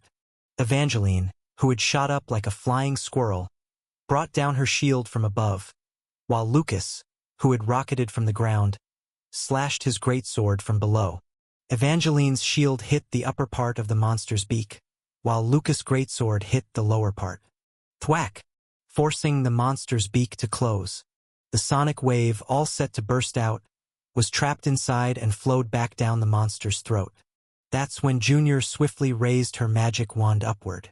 Vroom, vroom!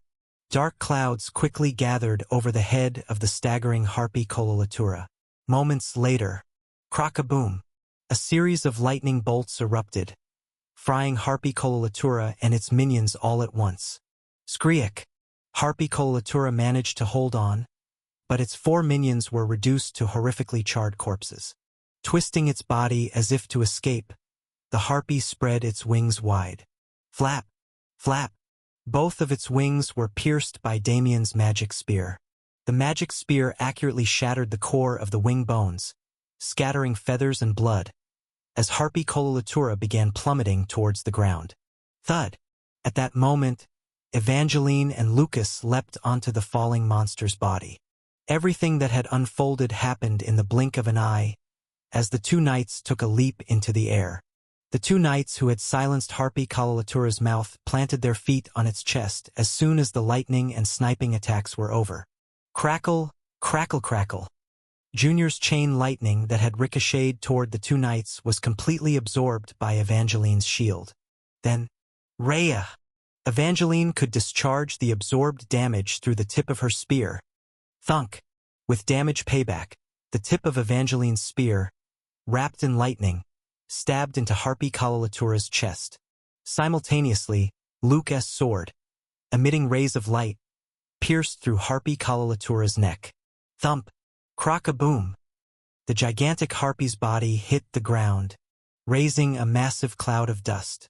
Evangeline and Lucas, who had surfed down on the fallen monster's corpse, landed gracefully on the ground. Wave 1 cleared. I watched the 2 knights as they loosened up their shoulders and came back toward me, and I found myself thinking, did I overlevel them? No, seriously, isn't this a bit too much? Chapter 328. I feel like I'm in better condition than usual? Evangeline spoke as she hopped up from her seat. The other party members also nodded their heads with bright expressions, seeming to feel the same way. Come to think of it, all the buff skills and traits I have are fully activated within this fortress. Lately, I hadn't been able to apply traits like Attack Totem or Defense Totem due to lack of free slots, but now they were active. Maybe my buffs had some effect, considering everyone was spry and flying around? I informed my party members that various buffs were active in this fortress area, and we briefly prepared for the next wave. Thump! Thump! Thump! From a distance, the sound of the ground shaking reverberated. Without a doubt, it was the next monster wave. All right, next round, let's go. Just then, the cheerful Evangeline raised her hand and, clang, swatted Lucas's tin helmet lightly. Timed with the cheerful clang, the second wave of monsters began to flood in. Lucas's eyes flashed menacingly from within his now dented helmet. See you later. Even if I wanted to see you, I couldn't because of this helmet, you know? Spear and shield in hand, Evangeline gave a sly smile as she adjusted her stance. Lucas clenched his teeth and turned his body toward the outside of the fortress. Watching the cheerful pair of knights, I leaned back and laughed softly. They work well together. Thump! Thump! Thump! Monsters poured in front of the squabbling knights, giant beasts with the heads of birds of prey and the bodies of bears. Hawkbear, a monster with a name that straightforwardly described its appearance. In a fantasy world, it's common sense that a fusion of animals usually results in something stronger. These creatures boasted both the bear's brute strength and the raptor's agility. Wait, bears are already agile enough, and birds of prey are also plenty powerful. Anyway, that's the monster's profile. And true to the description, they were disgustingly fast and robust. Krua. Dozens of charging hawk bears poured toward the fortress. They split into 3 main groups, targeting the center, left, and right sides of the fortress to begin their assault. I'll take the right. I will defend the left. Evangeline rushed to defend the right side of the fortress, while Lucas took the left. The hawk bears charging from both sides were effectively stopped by the knights. Hawk bears have valuable ingredients for magic potions. Try to capture them intact. Junior, who was in charge of the right side defense, released a bolt of lightning magic. Pachichik. The hawk bears were pierced all at once by the lightning. It's electrifying. Standing in the middle of it all, Evangeline held up her shield, either enjoying or enduring the lightning storm, letting out an ambiguous scream. Naturally, Damien, who was assisting in the defense of the left wall, broke into a cold sweat. Won't the lightning damage ruin the chances of capturing them intact? Bang! Thud dash! Damien's sniping precisely pierced the hearts and heads of the hawk bears. Lucas also gracefully sliced through the monsters' necks with his sword. The hawk bears were indeed fast and sturdy, but our party was even better. We had the leisure to hold casual conversations while fending them off. And for those charging from the front, thwack dash! The shield turrets blocked them, and the automated defense turrets showered them with magical bullets. I, standing on the ramparts, also repeatedly swung my magic staff Maestro, sending blades of magical energy flying. Krua! Krua! One by one, the hawk bears fell.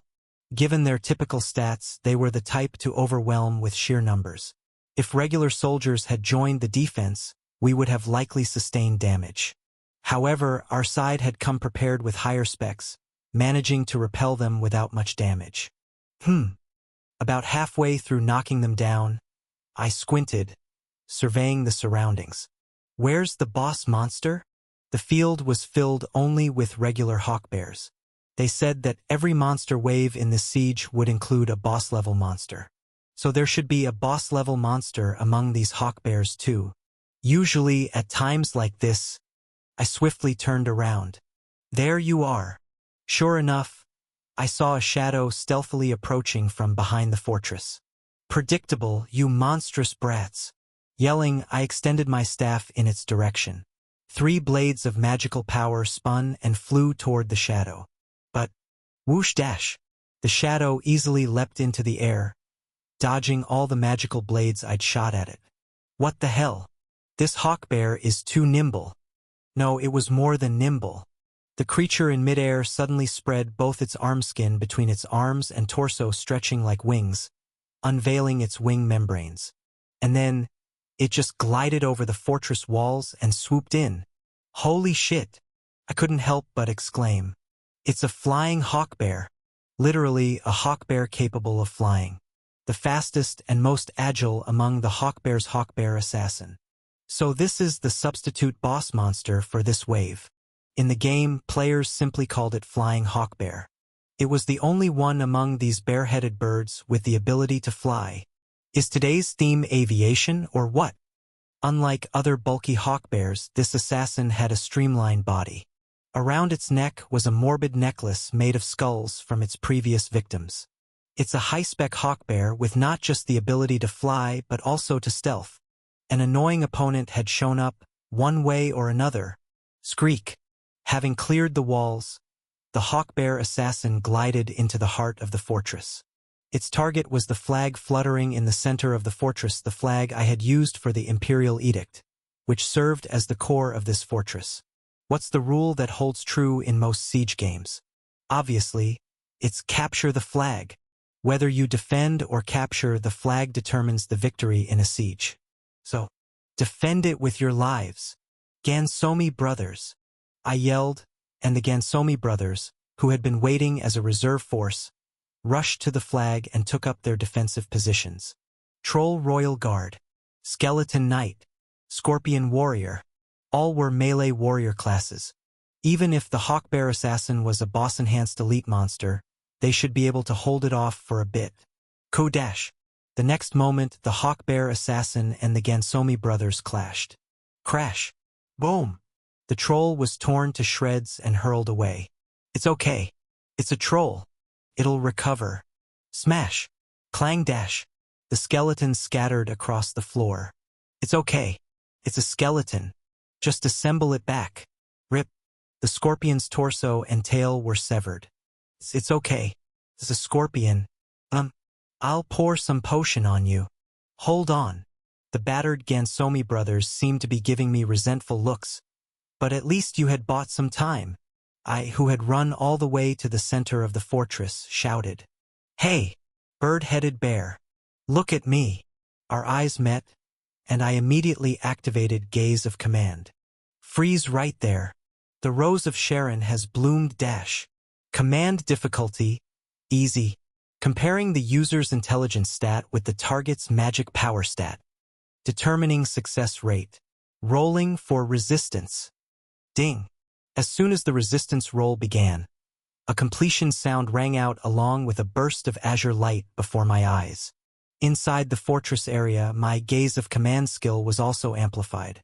So, of course, evaluation complete. Success, 1 target. Executing forced command. Naturally, it's a success. Quo? Immediately, the Hawkbear Assassin stopped in its tracks. Its posture, frozen mid-charge, looked rather amusing. Hawkbear Assassin.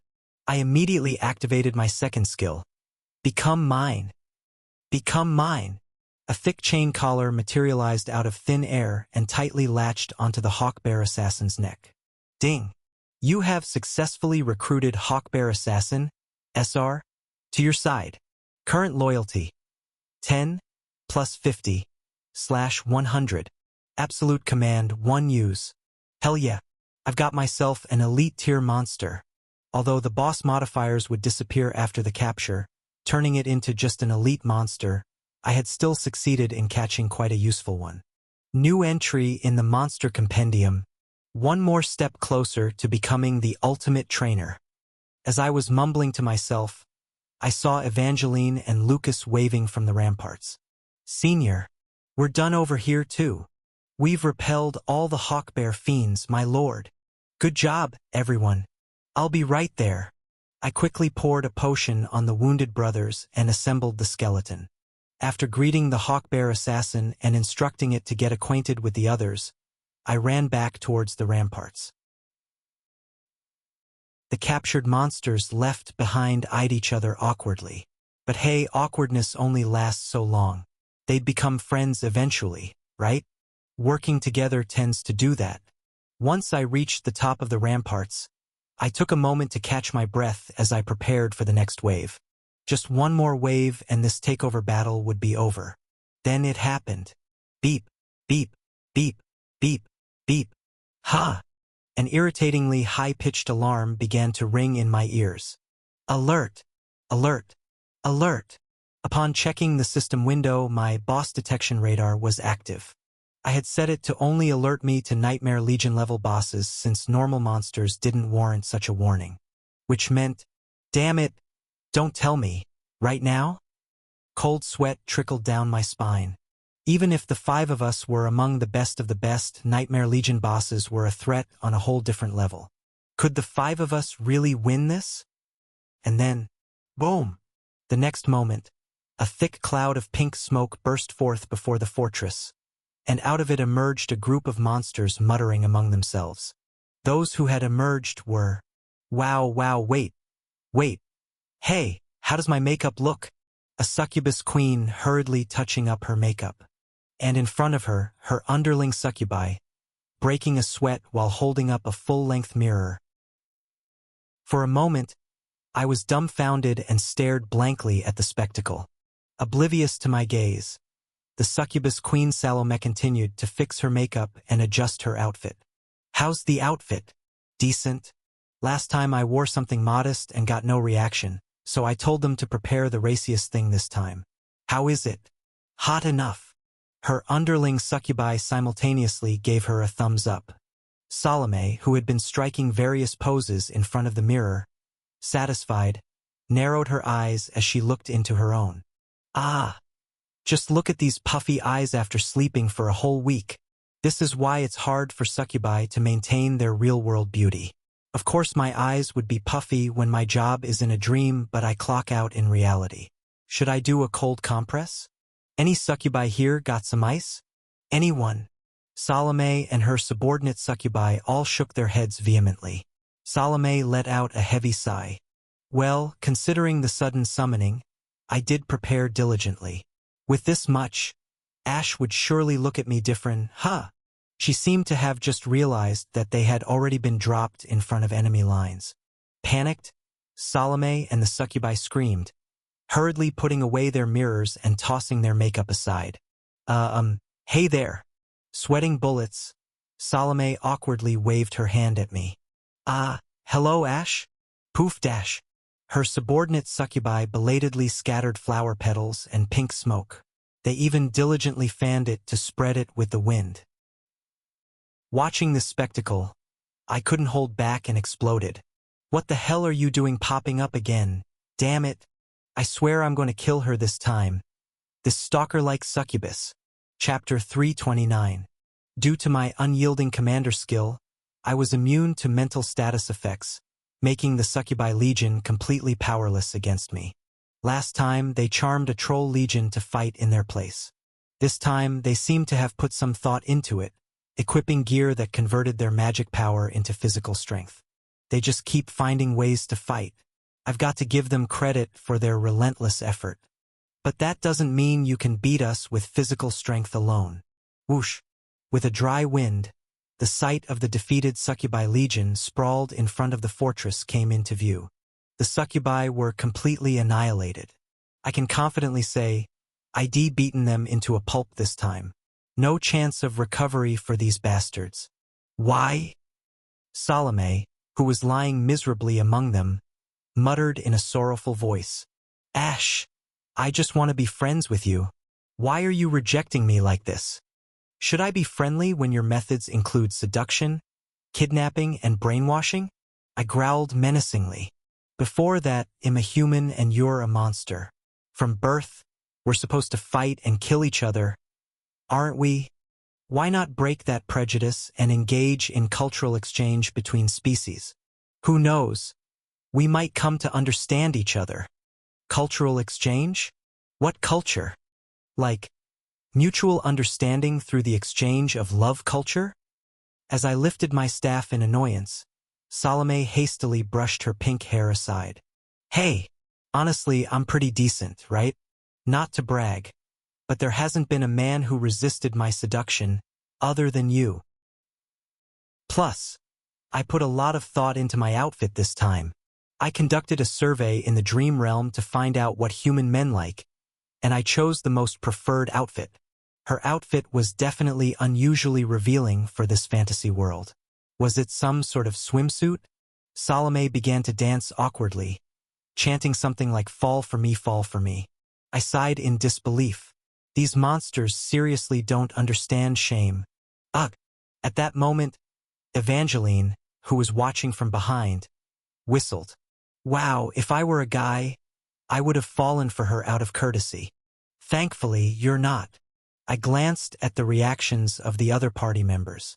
Damien covered his eyes with both hands, while Lucas twisted his helmet 180 degrees to obscure his vision. Boys. Junior was scrutinizing Salome with a dead serious face.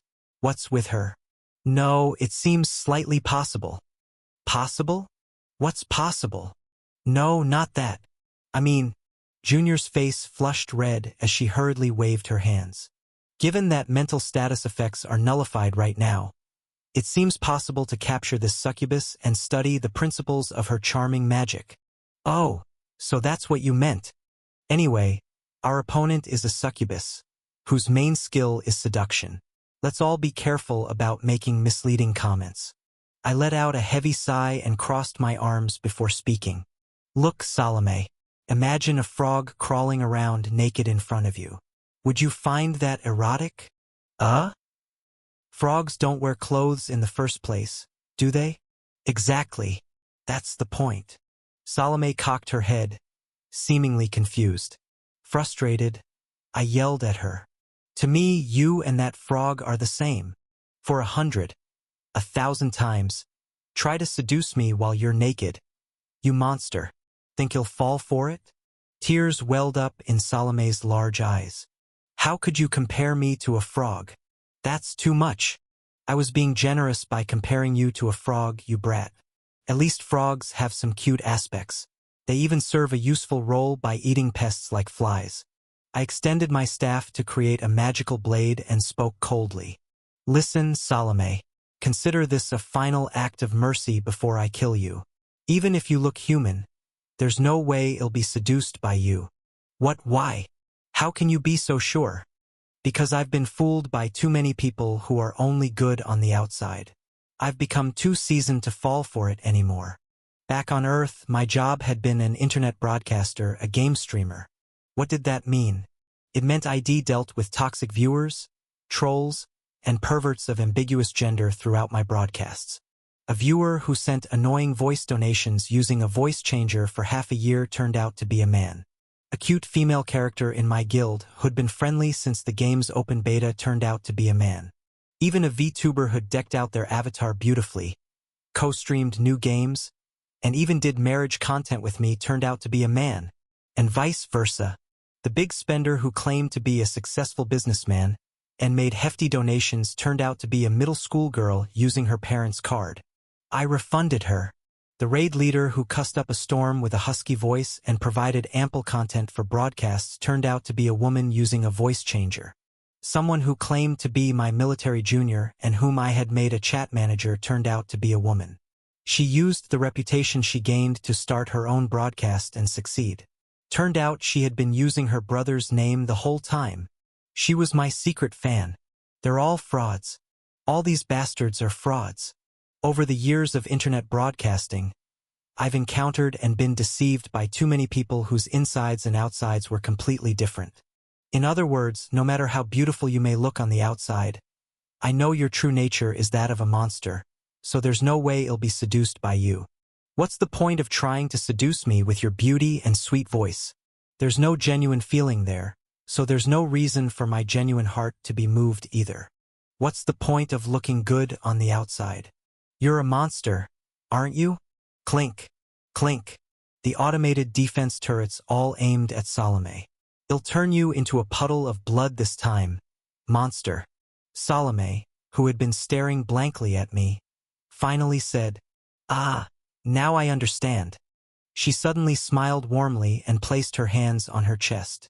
All this time, what I've easily seduced with my charm magic wasn't real emotion. That's why I felt so empty inside. Things I long for but can't have are what I'm really passionate about. They're genuine feelings. What's she rambling about? Assuming these were her last words, I activated the automated defense turrets. Fire! Thudududum! Beams of light flashed from the turrets, followed by dozens of magical bullets firing toward the succubus queen. Ash! Standing before the hail of magical bullets, Salome smiled broadly. Watch! No matter how much you push me away, I won't give up on you. Because... Quagwagwang dash! The magical bullets swept the area, and a heavy explosion occurred. When the smoke cleared moments later, the spot where Salome had stood was empty. Lucas, who had turned his bucket helmet 540 degrees to readjust it, asked in puzzlement. Did we get her? No, just like last time. It seems she used the Succubi Legion's exclusive escape skill, Reality Escape. TL note. Don't remember if I mentioned this, but I changed Unholy Legion to Succubi Legion. This is one of the most effective escape skills in the game. She managed to run away using this method last time too. However, Salome didn't escape unscathed. Reality Escape has a high cost in terms of resource consumption. Each monster legion has something called Legion Resources. These are resources generated for each legion, managed by the legion commander. These resources can be used to replenish lost soldiers or to upgrade them. The reality escape that Salome used is a high-cost skill that drains these legion resources. She's met with me multiple times, her underling succubi got slaughtered, and she used this costly escape skill twice. She must be running low on resources by now. Given that both her underlings and resources are depleted, the succubi legion is essentially incapacitated. How did she manage to run away when I had 3 kill chances? This is frustrating. Should I attribute this to the succubus queen's high survivability? I rubbed my aching forehead. Well, let's look on the bright side. I gained quite a bit from this free exploration.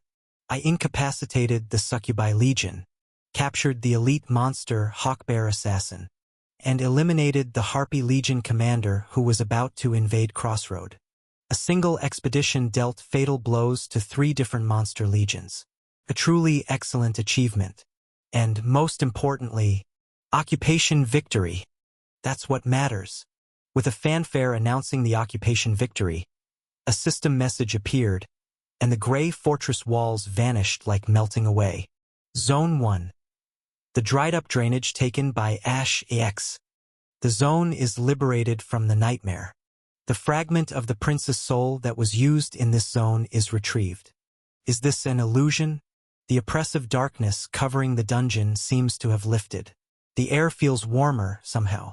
As I looked around, my brows furrowed upon seeing the system message. What is this? A fragment of the prince's soul was retrieved? What the heck does that mean? Then it happened. Wobble. Suddenly, my vision began to spin. This felt similar to the overwork symptoms from a few days ago. Wobbling, I collapsed forward. Senior. Evangeline quickly caught me, and the rest of the party members rushed over in alarm. Junior, who rushed in front of me, examined my eyes and rummaged through her bag. This is mana exhaustion. Mana exhaustion? What's that? When you use more magic power than your limit, this happens. Quick! Get a mana potion. As I tasted the harshness of the mana potion poured into my mouth, I slowly thought. Of course.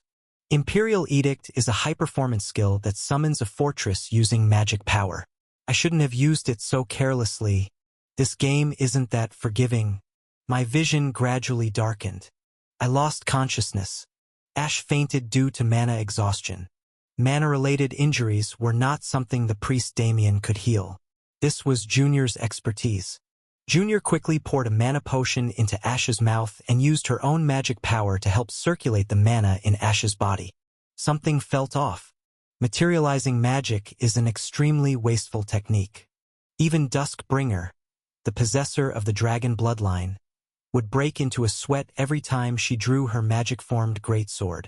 And it wasn't just the size of a greatsword. Ash had summoned a fortress, albeit a small one. Ash's magical power was woefully insufficient, even after draining every last drop. Summoning and maintaining the magic in the first place had been a near-impossible task.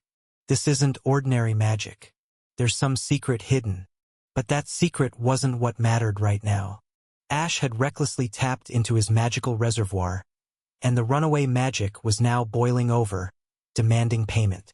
At this rate, all of his magical energy would burn up, just like what had happened to Jupiter who had suffered from a magical overload. The mana potions I have now won't be enough. How can I stabilize it? In his desperation, Junior poured his own magical energy into Ash and racked his brain for solutions, but no viable options came to mind. Should I use the teleport gate to get more mana potions? But how many potions would even be in the Lord's mansion? And by the time I get back, it'll be too late. Ash's magical reservoir greedily devoured the incoming mana. Junior sensed that his own reserves were rapidly depleting as well. That's when Lucas rushed forward, rolling up his sleeve. Extract my life force and give it to the Lord. What? Are you nuts? Doesn't the Lord need a mana transfusion? Then this is our only option. Don't be ridiculous. You'll risk killing yourself too, Captain Lucas. Transferring magical energy to someone else required an extremely intricate control over magic flow, a method available only to those of the mage class. Being a knight, Lucas intended to transfer his own life force directly to Ash. Junior, however, vehemently refused. This method might refill Ash's mana, but it would almost certainly kill or incapacitate Lucas. It's better than letting the Lord die. Hurry! Lucas didn't back down. He took another step closer and shouted. Behind him, Evangeline and Damien also rolled up their sleeves with resolute faces. Every member of the party was prepared to die for Ash. Despair painted Junior's face as he looked around at everyone. Finally, he firmed up his resolve and nodded. Just then, "There's no need for such sacrifices. Everyone, step aside." A brusque female voice echoed. Question mark. Everyone turned in surprise to find a white-haired woman standing nearby, her face obscured by a tattered robe. She was the guardian and watcher of the Lake Kingdom dungeon. She was nameless. "Ash helped me find a piece of myself." In her hand shimmered a white object that looked like a puzzle piece. Gazing intently at that piece, Nameless offered a faint smile. "Shouldn't I return the favor?" Chapter 330. As I opened my eyes, Nameless was in front of me. "Ha!" I quickly sat up to find myself still in Zone 1 dungeon, the dried sewer. The party members around me looked relieved. Did I black out? What happened? Confused, I looked around and asked. Nameless offered a faint smile. "You pushed yourself too hard, Ash. How are you feeling?" "Huh? Oh." Only then did I remember. Imperial Edict was a much more powerful skill than I had anticipated, and I had fainted from the backlash as soon as the skill deactivated. But why do I feel so fine? It wasn't just fine. I felt even more energetic than before I lost consciousness. It was as if I had consumed some high-grade elixir. As I looked down at myself and pondered, the party members all turned their eyes toward Nameless. I too looked at her apprehensively. "Nameless, did you heal me?" "Healing, let's just say that's close enough. You were drained of your magic power, so I had you consume a few items I had. You should feel better now." "Hey, thanks a lot. That was really close. I could have been in real danger. I owe you one." "Don't mention it. I should be the one thanking you, Ash." Nameless looked around carefully. For a long time, every inch of my kingdom was covered in the darkness of nightmares. Her dirt-streaked fingers slowly swept across the surrounding drainpipes. Because I couldn't rival the Demon King, I was unable to dispel that darkness. All I could do was tear a piece from my own soul, light it on fire, and bring some light to this place. I've been waiting for someone with the qualifications to confront the Demon King and drive out the darkness. All the while, I've been keeping the fire alive and cleaning up the monsters. Nameless, who had calmly narrated her story, looked at me slowly. "And today you completely drove out the darkness from this place. Though it's a small part, my kingdom is now free from the Demon King's rule." And then Nameless performed a slow, respectful bow. Her right arm crossed her chest while her left hand gripped the hem of her robe, which she slightly pushed aside. Simultaneously, she bent her waist and knees. It was a form of greeting completely different from what I'd seen from Everblack. Was this the traditional salutation of the Lake Kingdom? "Thank you, Ash. My 500-year wait was not in vain." Wrapped in tattered cloth and covered in dirt and ash, Nameless exuded a strange aura of dignity. Slowly straightening her back, Nameless looked up. "From now on, this place will cease to function as a dungeon." As she spoke, the lights in the safe zone slowly dimmed. SSSS. At the same time, the sticky darkness unique to the dungeon began to dissipate into the distance. The forces of the nightmare can no longer invade this place. Therefore, there's no more need for battles here. Ah, I see. Once I had taken the territory from the monsters, the area naturally ceased to function as a dungeon. As the sticky darkness disappeared and the artificial lighting vanished, all that was left was the peaceful hue of the night. And within that peaceful night, Nameless stood holding a small fragment of light, a tiny, but brilliant shard that seemed to encapsulate light. I smiled. Is that a piece of your soul? Yes. To prevent your kingdom from being completely consumed by darkness, you shattered your soul, ignited it, and scattered it across the entire kingdom? Yes.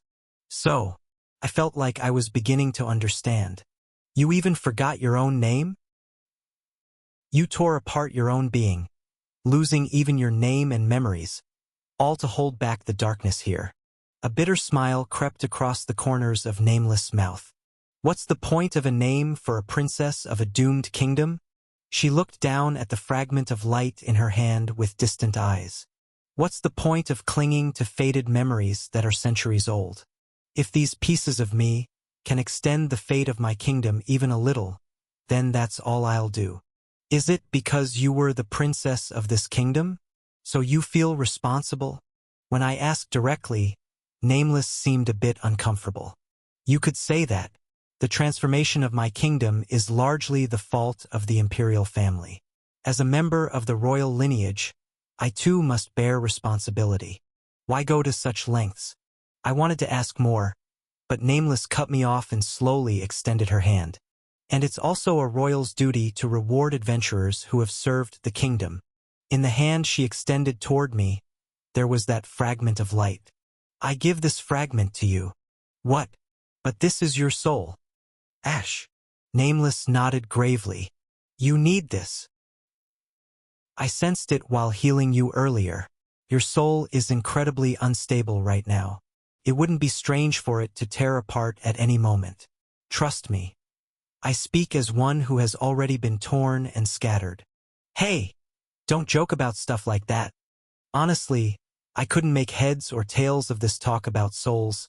Your soul is so worn out that it's hard to believe it's that of a mortal. And it's poorly patched up. It's like a broken vase that's been wrapped in the thinnest gauze. It barely maintains its shape, but who knows when it'll shatter. Although I couldn't understand everything that the princess of an ancient magical kingdom was saying, one thing was clear to me. My possession of this body and her words were connected. Depletion of magic power can be remedied with elixirs or potions, but the wounds to your soul are permanent.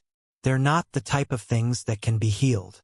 Once again, Nameless extended the fragment of light toward me. So, borrow my fragment. It will help maintain your soul. No, the gauze that wraps your soul. Then a smile flitted across her lips. Don't worry. There's no interest and no time limit. Not in the darkness of a nightmare, but in the peaceful light of night. That smile. I'm just a merchant, not a loan shark.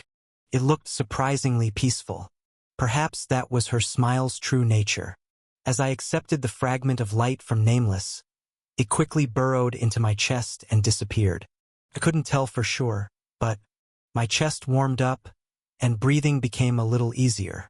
Today I administered various items to you, and I've also put in a piece of my soul. So, the next time you use that power, you should be in better condition. By that power, she probably meant Imperial Edict. So I won't faint like I did this time? Still, don't overdo it. That power is the prerogative of a great player. If you use it too often, your unstable soul might not be able to handle it. Even so, as long as my body can handle it, I'll keep using it. That's the only way to drive out all this darkness from your kingdom, right? As I shrugged and spoke carefree, Nameless faintly smiled. I regret that I have no way to repay your goodwill. No, I think you've more than repaid me already. Without a word, Nameless approached and quietly took my hand, and then subtly lowered her head. Her cold, dry lips briefly touched the back of my hand and then lifted away. Stunned, I blinked my eyes, and Nameless, seemingly amused, turned away. Until next time, then. Nameless' robe billowed as she moved further away. I stared blankly in her direction for a moment before turning to my party members. They were all blinking, looking dumbfounded. So, I pointed to my stomach. Did she feed me some item to restore my depleted magic power? I had to find out what I received in order to properly repay the favor later.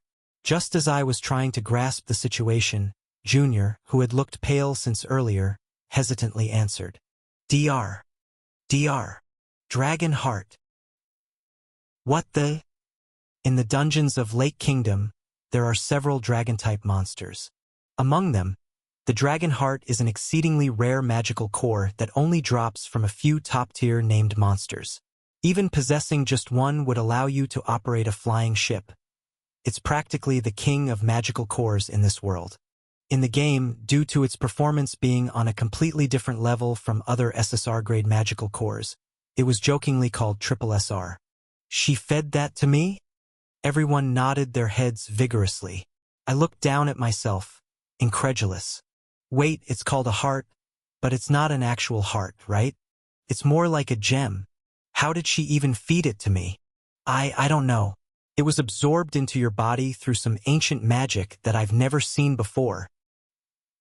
I get it. Is this like those martial arts novels where they brew some sort of ginseng soup for chi alignment or something? Woohoo! No wonder I feel like power is surging through my entire body. Am I joining the ranks of the world's strongest now?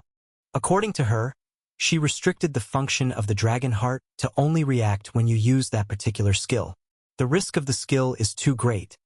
It's most efficient for the Dragon Heart to support only at that time. I awkwardly lowered my raised arms. Well, fine. At least I won't collapse right after using my skill like before.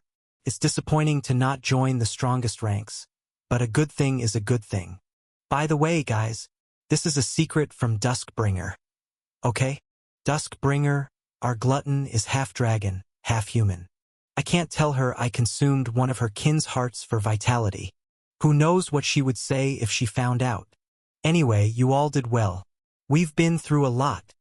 I looked at my worn-out party members and chuckled. Let's go back and rest. Free exploration completed. Leveled up characters. Main party. As, X, LV51, 1. Lucas, SSR, LV.53, 1. Evangeline, SSR, LV.53, 1. Damien, X, LV53, 1. Jupiter Jr., SSR, LV.59, 1. Dead or injured characters. None. Captured monsters. LV.45 Alquiar Assassin, SR. Acquired items. Harpy Legion Magic Stones, 52. Hawkberry Legion Magic Stones, 27. Succubi Legion Essence, 12. Harpy Coloratura Magical Core, SSR 1. Areas liberated. Zone 1, the dried sewer. New resources can now be produced in this area. After returning to Crossroad, we had dinner with the party members. It seemed like I had really had a close brush with death. Everyone was fussing over me, which was a bit embarrassing. Evangeline cut up the food on my behalf.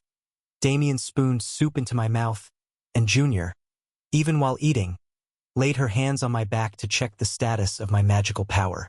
Take it easy. The Emperor is completely solid now. He even consumed a dragon heart, so he's a magic king, right? I don't really feel it, though. Having removed his tin pot helmet to eat, Lucas sat at a distance, simply watching us. I appreciate that he's not fussing over me, but that actually makes it more awkward considering his personality. After the meal was over, I sent Damien and Junior back to their respective temples and inns. I considered having some tea time with Lucas and Evangeline before bedtime, but Lucas declined. I apologize, my lord. I have somewhere to be today. Huh? Where are you going? It's nothing significant. I'll report back later. I see. Just when I was about to engage in a casual conversation, Lucas announced he had someplace to go.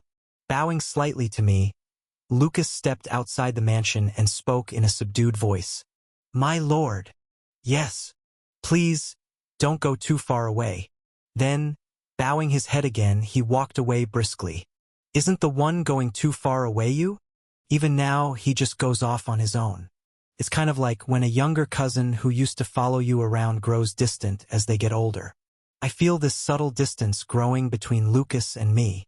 How do you reconnect with a cousin who's grown distant? Should I give him an allowance or something? Just then, Evangeline stood next to me, watching Lucas as he moved further away. With a serious face, She hummed and spoke. Senior, I've been thinking. Yeah. It's about Mr. Lucas, what if? Feeling Evangeline's serious face, I involuntarily tensed up. What if Lucas, what?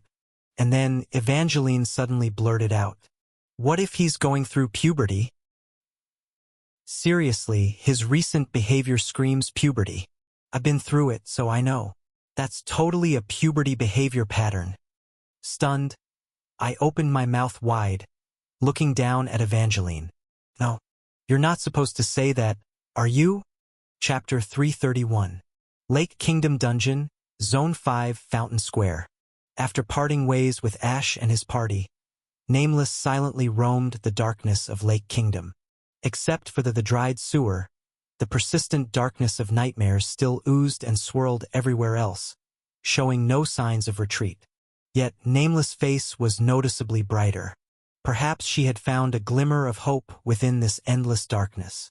You look happy, Nameless. However, her once bright face instantly hardened at the sudden voice. Out of all the faces I've seen over the last 500 years, yours is the brightest. Found something good. Nameless slowly turned her head toward the direction of the voice. She didn't draw her sword. She knew who it was. It's been a long time since we met here. Formal respect flowed from Nameless' mouth. Crown. Emerging from the dark alley was a man in jester attire wearing a smiling mask crown. After briefly staring at his masked face, Nameless slowly removed the hood of her robe and bowed respectfully. The revised honorific flowed from her lips. No. Brother. Brother. The resonance of that word was so unfamiliar and tender that Crown involuntarily shuddered. Brother. Suddenly, Crown's eyes caught a glimpse of the scenery from 500 years ago. A huge pond from which splendid fountains spouted streams of water upwards. Above it lay a beautiful marble walkway. When they met on this path, where the sunlight created small rainbows by striking water droplets, his younger sister greeted him with a respectful bow and then smiled like a petal. Closing his eyes briefly, the traces of that distant past had vanished. Above the stinking dried pond were shattered, grotesque stones that remained as debris. Instead of sunlight, compressed darkness was pouring down. Above that, his younger sister stood with a sword on her back, wearing a tattered robe, her hair having turned white, and her body soiled with dirt, ash, and blood, with an expressionless face, without a trace of that tender smile from those days. It's a distant, really distant memory. Now, it's so far away that he doubted whether it was a dream or a real memory. The princess and prince of a kingdom that fell into hell stood far apart and stared at each other for a moment. Call me Crown. Crown, readjusting his mask, whispered, like you offered your name and soul to the goddess to gain power. I too have given my name and soul to a demon for strength. There's no meaning in calling me by any other name. Despite becoming nameless by burning her own existence for power and losing her name, she had stubbornly held onto a few memories, one of which was the fact that Crown was her brother. That fact painfully disturbed Crown. This pathetic man, his younger sister, still treated him as her brother. All right, Crown. Nameless, adhering to Crown's request, looked around her surroundings. Were you wandering here today for some business? Or did you come to meet me? No. It's just a coincidence that our paths crossed. Crown shrugged. The King of Kings has convened a war council.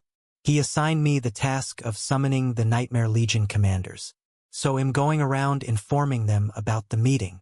Ho, a war council. Nameless eyes sharpened. A regular meeting convened by the Demon King and his monstrous subordinates, summoning the Nightmare Legion commanders up to rank 10. The War Council. In the past, Nameless had stormed into a meeting and disrupted it. Once again, her hand moved to the hilt of the sword on her back. Crown waved his hand in disapproval. Planning to cause another ruckus? Just stop. Last time you laid waste to the king's castle, but they recovered overnight, didn't they? No matter how many of them you kill, the King of Kings will revive them. Don't waste your energy for nothing. Since Crown's words were true, Nameless reluctantly pulled her hand away from her sword hilt. Still, her face seemed dissatisfied. Crown continued to speak. Why not stop your futile resistance? If you and I combine our efforts, we might be able to improve the situation here. You've fought long enough, haven't you? 500 years is more than enough. Improve the situation. How so? By allowing our people to have slightly more comfortable nightmares. Although Nameless was mocking, Crown nodded earnestly. If they're going to rule this kingdom and all of its citizens are trapped in nightmares anyway, then yes, perhaps it would be better to give them a more comfortable nightmare. Glancing back briefly, Nameless looked toward Zone 1, where the dried sewer was located. Why did you look so pleased earlier, Crown? Today, for the first time in 500 years, the Demon King's territory has diminished. Inside his mask, Crown's face hardened. Nameless continued. It was Ash who accomplished this. He's driven out the darkness of the nightmare from this kingdom, if only just a little. So, don't you see? The beacon for our counterattack has already been lit. Ash has proven his worth. Who knows, this time we might finally be able to defeat the Demon King. So you speak of hope just because we reclaimed a tiny piece of land from them? Crown shook his head in disbelief. You've become weak. Have you too grown weary from fighting for 500 years? Everything starts with a tiny spark. I will protect this spark until the very end, Crown. Nameless clenched her fist tightly. I may be nothing but ashes now, but even so, am willing to stake it on him. Crown tightly closed his lips. Why Ash was the final player. What outcomes this grand game had led to in the past. He knew but chose not to say. He didn't want to tarnish his sister's noble will, which shone even in the endless despair. You and I are on different paths. So he would go this way. Go down the path you believe is right. I will. With the heart of a betrayer fitting for the foul quagmire. With a quagmire fitting for the heart of a betrayer. I'll continue to atone in my own way. I see. Starting to walk again, Nameless passed by Crown and continued on her way. Crossing over the broken stone bridge, the prince and princess of the Lake Kingdom brushed past each other. As she walked past Crown, Nameless tried hard to remember what he originally looked like, what face lay beneath that mask, what smile he had, what stories he told. But all she could remember was that he was her older brother. The memories tied to him were utterly elusive, as if she had already burned them all to ash. Until next time, then. Muttering softly, Nameless walked forward without looking back. Whether it was residual affection or something else, Crown's eyes widened as he glanced back at his sister. Amid Nameless' unkempt white hair, a red hair tie that bound her hair from behind fluttered in the wind. Suddenly, the image from 500 years ago flitted through Crown's mind. His younger sister's long, neatly tied hair was always adorned with that same red ribbon. Ah! Crown chuckled softly before raising his voice. It's been a while since I've seen you tie your hair like that. Before the kingdom fell into this state, you used to tie your hair that way quite often. It's nice to see it. Reminds me of old times. Keep tying it that way. With that, Crown walked away. Nameless looked puzzled as she touched the back of her head. Unbeknownst to her, her hand grasped a neatly tied red ribbon. When did I tie this? She had no memories of grooming her hair during her 500 years here. Then it dawned on Nameless. Ah! When Jormungandr invaded the realm, she had briefly left to help repel the invasion.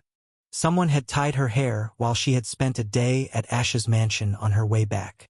So that person was... It was my pleasure. Who was it? Her memory was already hazy. Nameless shrugged and resumed walking. One lost memory among many. The next monster onslaught was coming soon. For Ash and the outside world, she needed to kill as many monsters as possible. She moved forward to fulfill her duty. Walking along the road, Crown looked down at the list in his hand. Nightmare Legion. Originally a term for all monster commanders, but it eventually became a designation for the top 10 monsters commanding the 10 highest-ranking legions. Crown raised his hand and scratched off several names on the list with his nail. Names of those he would need to summon for the War Council. Rank 10, Goblin God King. Rank 9, Slayer of the Full Moon. Rank 8, Ghost Strategist. Rank 7, Succubus. Rank 6, Black Spider Queen. Rank 5, Vampire King. Rank 4, Lord of Plague. Rank 3, Grand Sorcerer. Rank 2, Demon Guardian Commander.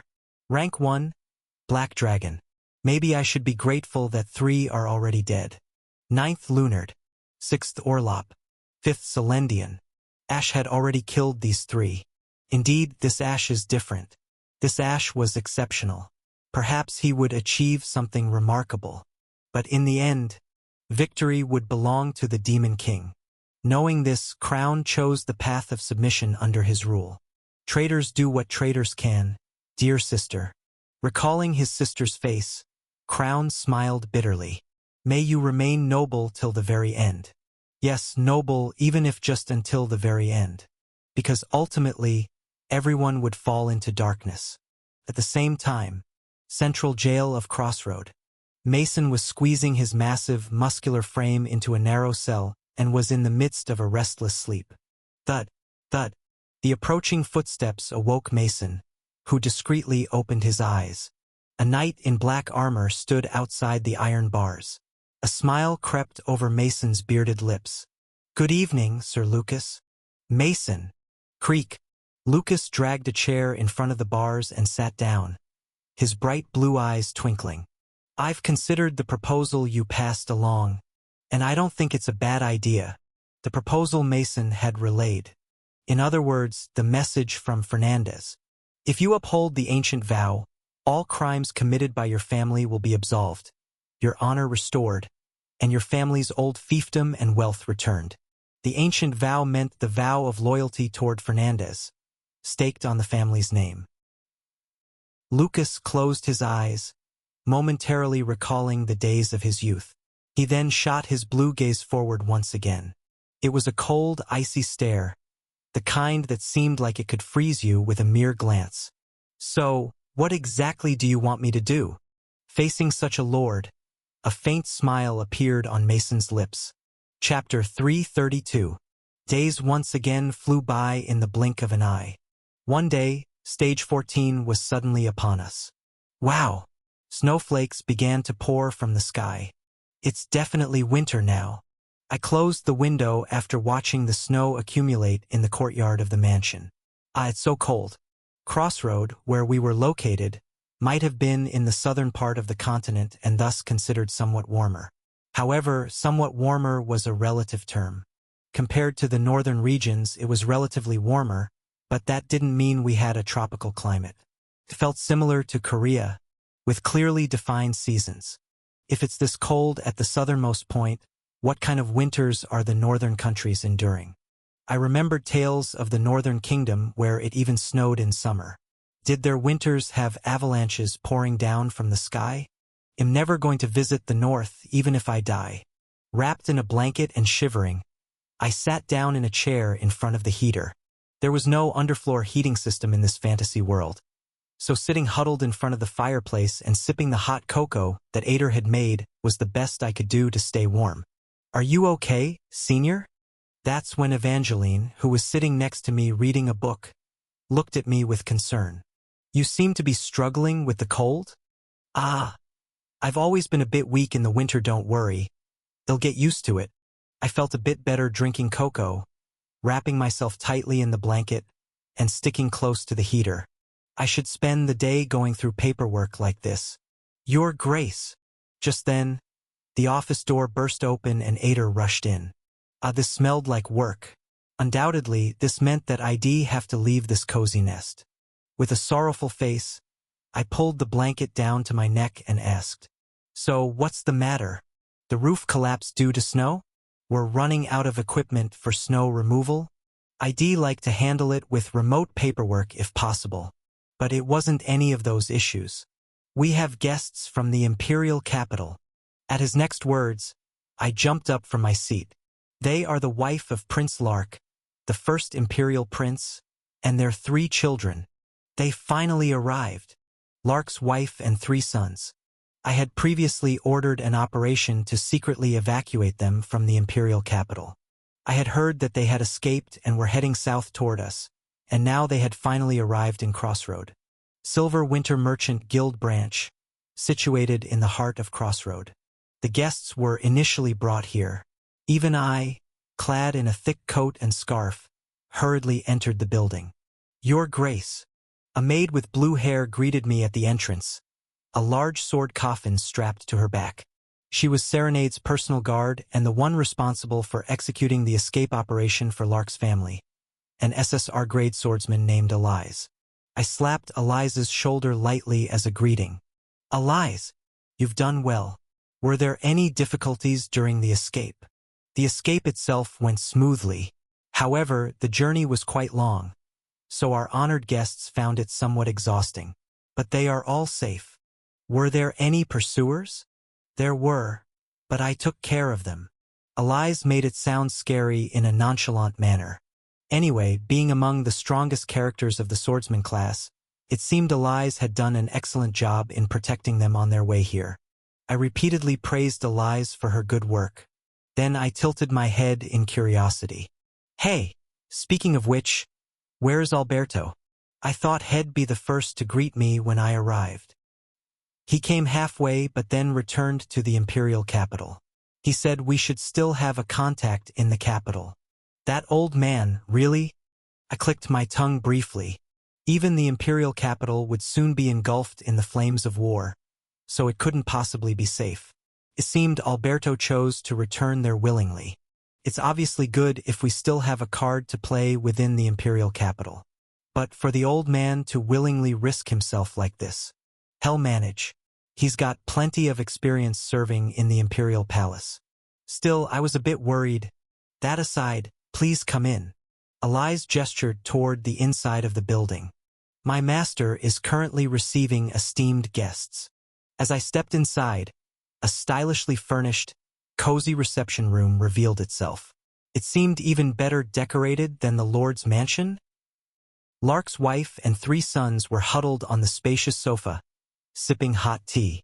Serenade was gracefully pouring tea for them and engaged in conversation. As I stepped in, I shouted, "Sister-in-law." I wasn't sure if this form of address was acceptable, but well, it's Ash. I just went ahead and called her that since I was utterly ignorant about the formalities of the imperial family. Oh my, Prince Ash. Fortunately, Lark's wife seemed to have no suspicions. Recognizing me, Lark's 3 sons sprang from their seats, clinging to me and shouting, "Uncle! Uncle! Ha, even if you stick to me cutely like this, you're not getting any allowance." After some brief small talk, Serenade handed me a warm cup of tea as I took a seat on the adjacent sofa. I expressed my gratitude with a glance and turned my mouth toward Lark's wife. Is everything chaotic up there? Currently, the First Corps led by Lark and the Imperial Capital Defense Force led by Fernandez had formed a front line around the Imperial Capital, constantly advancing and retreating. Surprisingly, the First Corps was struggling to break through, while the Imperial Capital Defense Force was holding strong. The situation had reached a stalemate, and news of the civil war between Everblack and me had already spread worldwide. What the hell is the Emperor doing in a situation like this? The Emperor had remained reclusive for several years, probably still dealing with the divine beings invading from the spiritual realm, but still. How could he remain so disinterested when his own country was falling into such chaos? Yes, we almost encountered several incidents on the way here. The entire nation is in great turmoil. Lark's wife smiled bravely. But I believe things will be sorted out soon. The man who is my husband is quite capable, after all. The voice conveyed an absolute trust in her husband. I reciprocated with a broad smile. Yes, I also trust my brother. All of this will be over soon.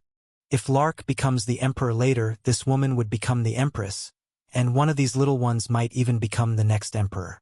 Better make a good impression. Maybe I should actually give them an allowance. Why did Prince Fernandez? At that moment, Lark's wife bowed her head and murmured softly, Why did he plan all this? Is it really for the throne? I did not answer. As I said before, I have no idea why Fernandez is doing this. I don't care either. I knew about the situation in advance and simply exploited it to my advantage. After a round of various discussions, considering they must be tired from the long journey, I stood up. Please make yourselves comfortable here until the situation stabilizes. As soon as things improve a bit, I'll get in touch with my brother so he can come for you. Thank you for your consideration, Prince Ash. And Lark's wife stared at me intently. I smiled awkwardly. Why are you looking at me like that? No, I was just thinking how much you've grown. You used to be so small and cute, and now you've become a dignified adult. Come to think of it, Lark had often played with me when I was a child. I must have interacted with his wife a few times as well. I grinned and pointed at the little ones. These kids will grow up in the blink of an eye just like me, or rather like Lark. Heh. My husband is indeed a splendid knight, but he lacks the adorable factor. Jokingly, Lark's wife hugged her sons tightly to her chest. I wish my kids could stay this cute forever. That's not going to happen.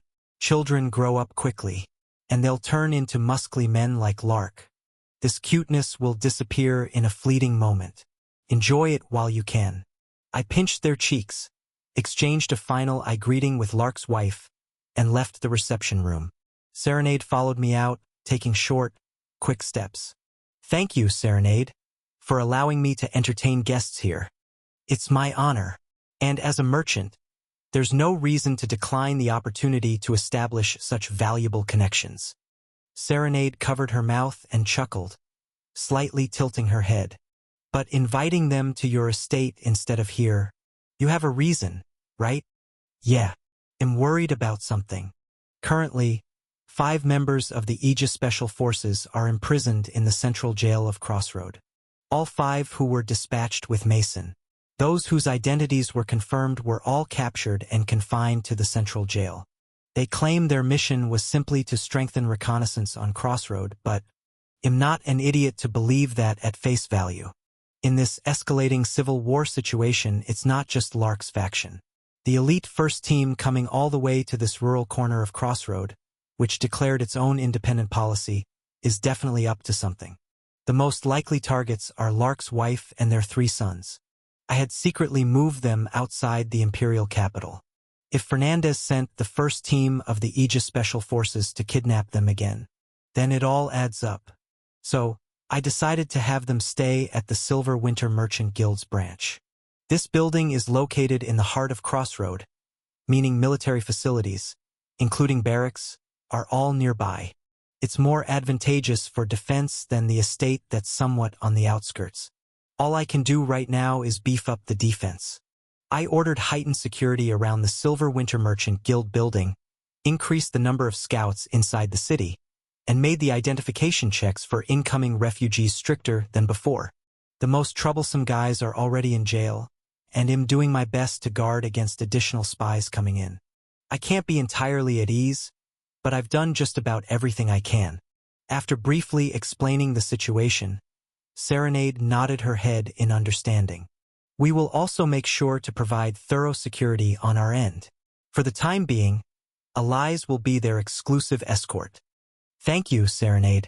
I really appreciate it. I exhaled deeply.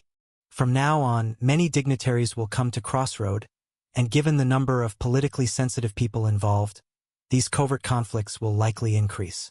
I need to establish a solid counter-espionage system, and I should also quickly build that hotel. Guests coming over was always a hassle, and it wasn't an ordinary feat to disperse them here and there. One hotel would have solved everything. While pondering this, Serenade subtly mumbled, looking towards the reception room. By the way, you two look good together as a couple. Huh? Yeah?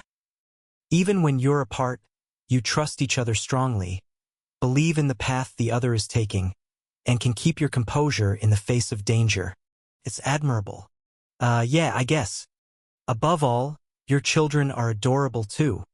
Having said that much, Serenade gently cast her silver eyes my way. My heart sank. What the heck? What's the meaning of that? Your Majesty. Serenade quickly reached out towards me. Frozen, I couldn't move. Her slender finger touched my cheek. Then, you have a fever again. She moved her hand upwards to rest it on my forehead. Caught off guard, I stuttered before abruptly asking, "What? Fever? Really? I have a fever." "Yes, you were ill not too long ago, and I heard you collapsed once during this expedition as well. Are you overexerting yourself again?" "Who did you hear that from?" "I was keeping it a secret. I heard it from Miss Evangeline. She was quite forthcoming when I brought her some snacks." "Evangeline, how could you betray my trust for some snacks?" "Don't be too hard on Miss Evangeline. As you may recall, I'm a merchant, and I specialize in information handling. If snacks weren't enough, I would have used something else to find out about this." Serenade spoke indifferently and then smirked. "Please don't push yourself too hard, Your Majesty. Winter has just begun, and there are still battles to fight. I've noticed you've been overexerting yourself recently, and it worries me. Truth be told, my condition had been less than ideal since experiencing magic exhaustion in the dungeon. But I had consumed a dragon heart, for crying out loud, and there were still mountains of tasks to complete. I couldn't afford to be weak. Still, I couldn't say that in front of Serenade, who looked up at me with anxious eyes. I forced a smile and waved my hands. "All right, after this defense mission, it'll take a day to rest. Don't worry too much." 2 days later, on the morning when monsters stormed the forward base, I woke up at dawn, touched my burning forehead, checked the runny nose stretching down from my nostrils, and muttered softly, "Ah, shit. Can I stop being sick? At this rate, it'll be more of a wreck than coolin'." Chapter 333. Have you taken something like a miracle potion recently? Saintess Margarita asked me this as she performed the royal diagnosis. Huh. I was caught off guard by the sudden question. What the heck? Aren't you like half as good as Hyojun? TL note, Hyojun is basically Dr. House, but from the 14th century Korea. It's a famous Korean drama. How did you know?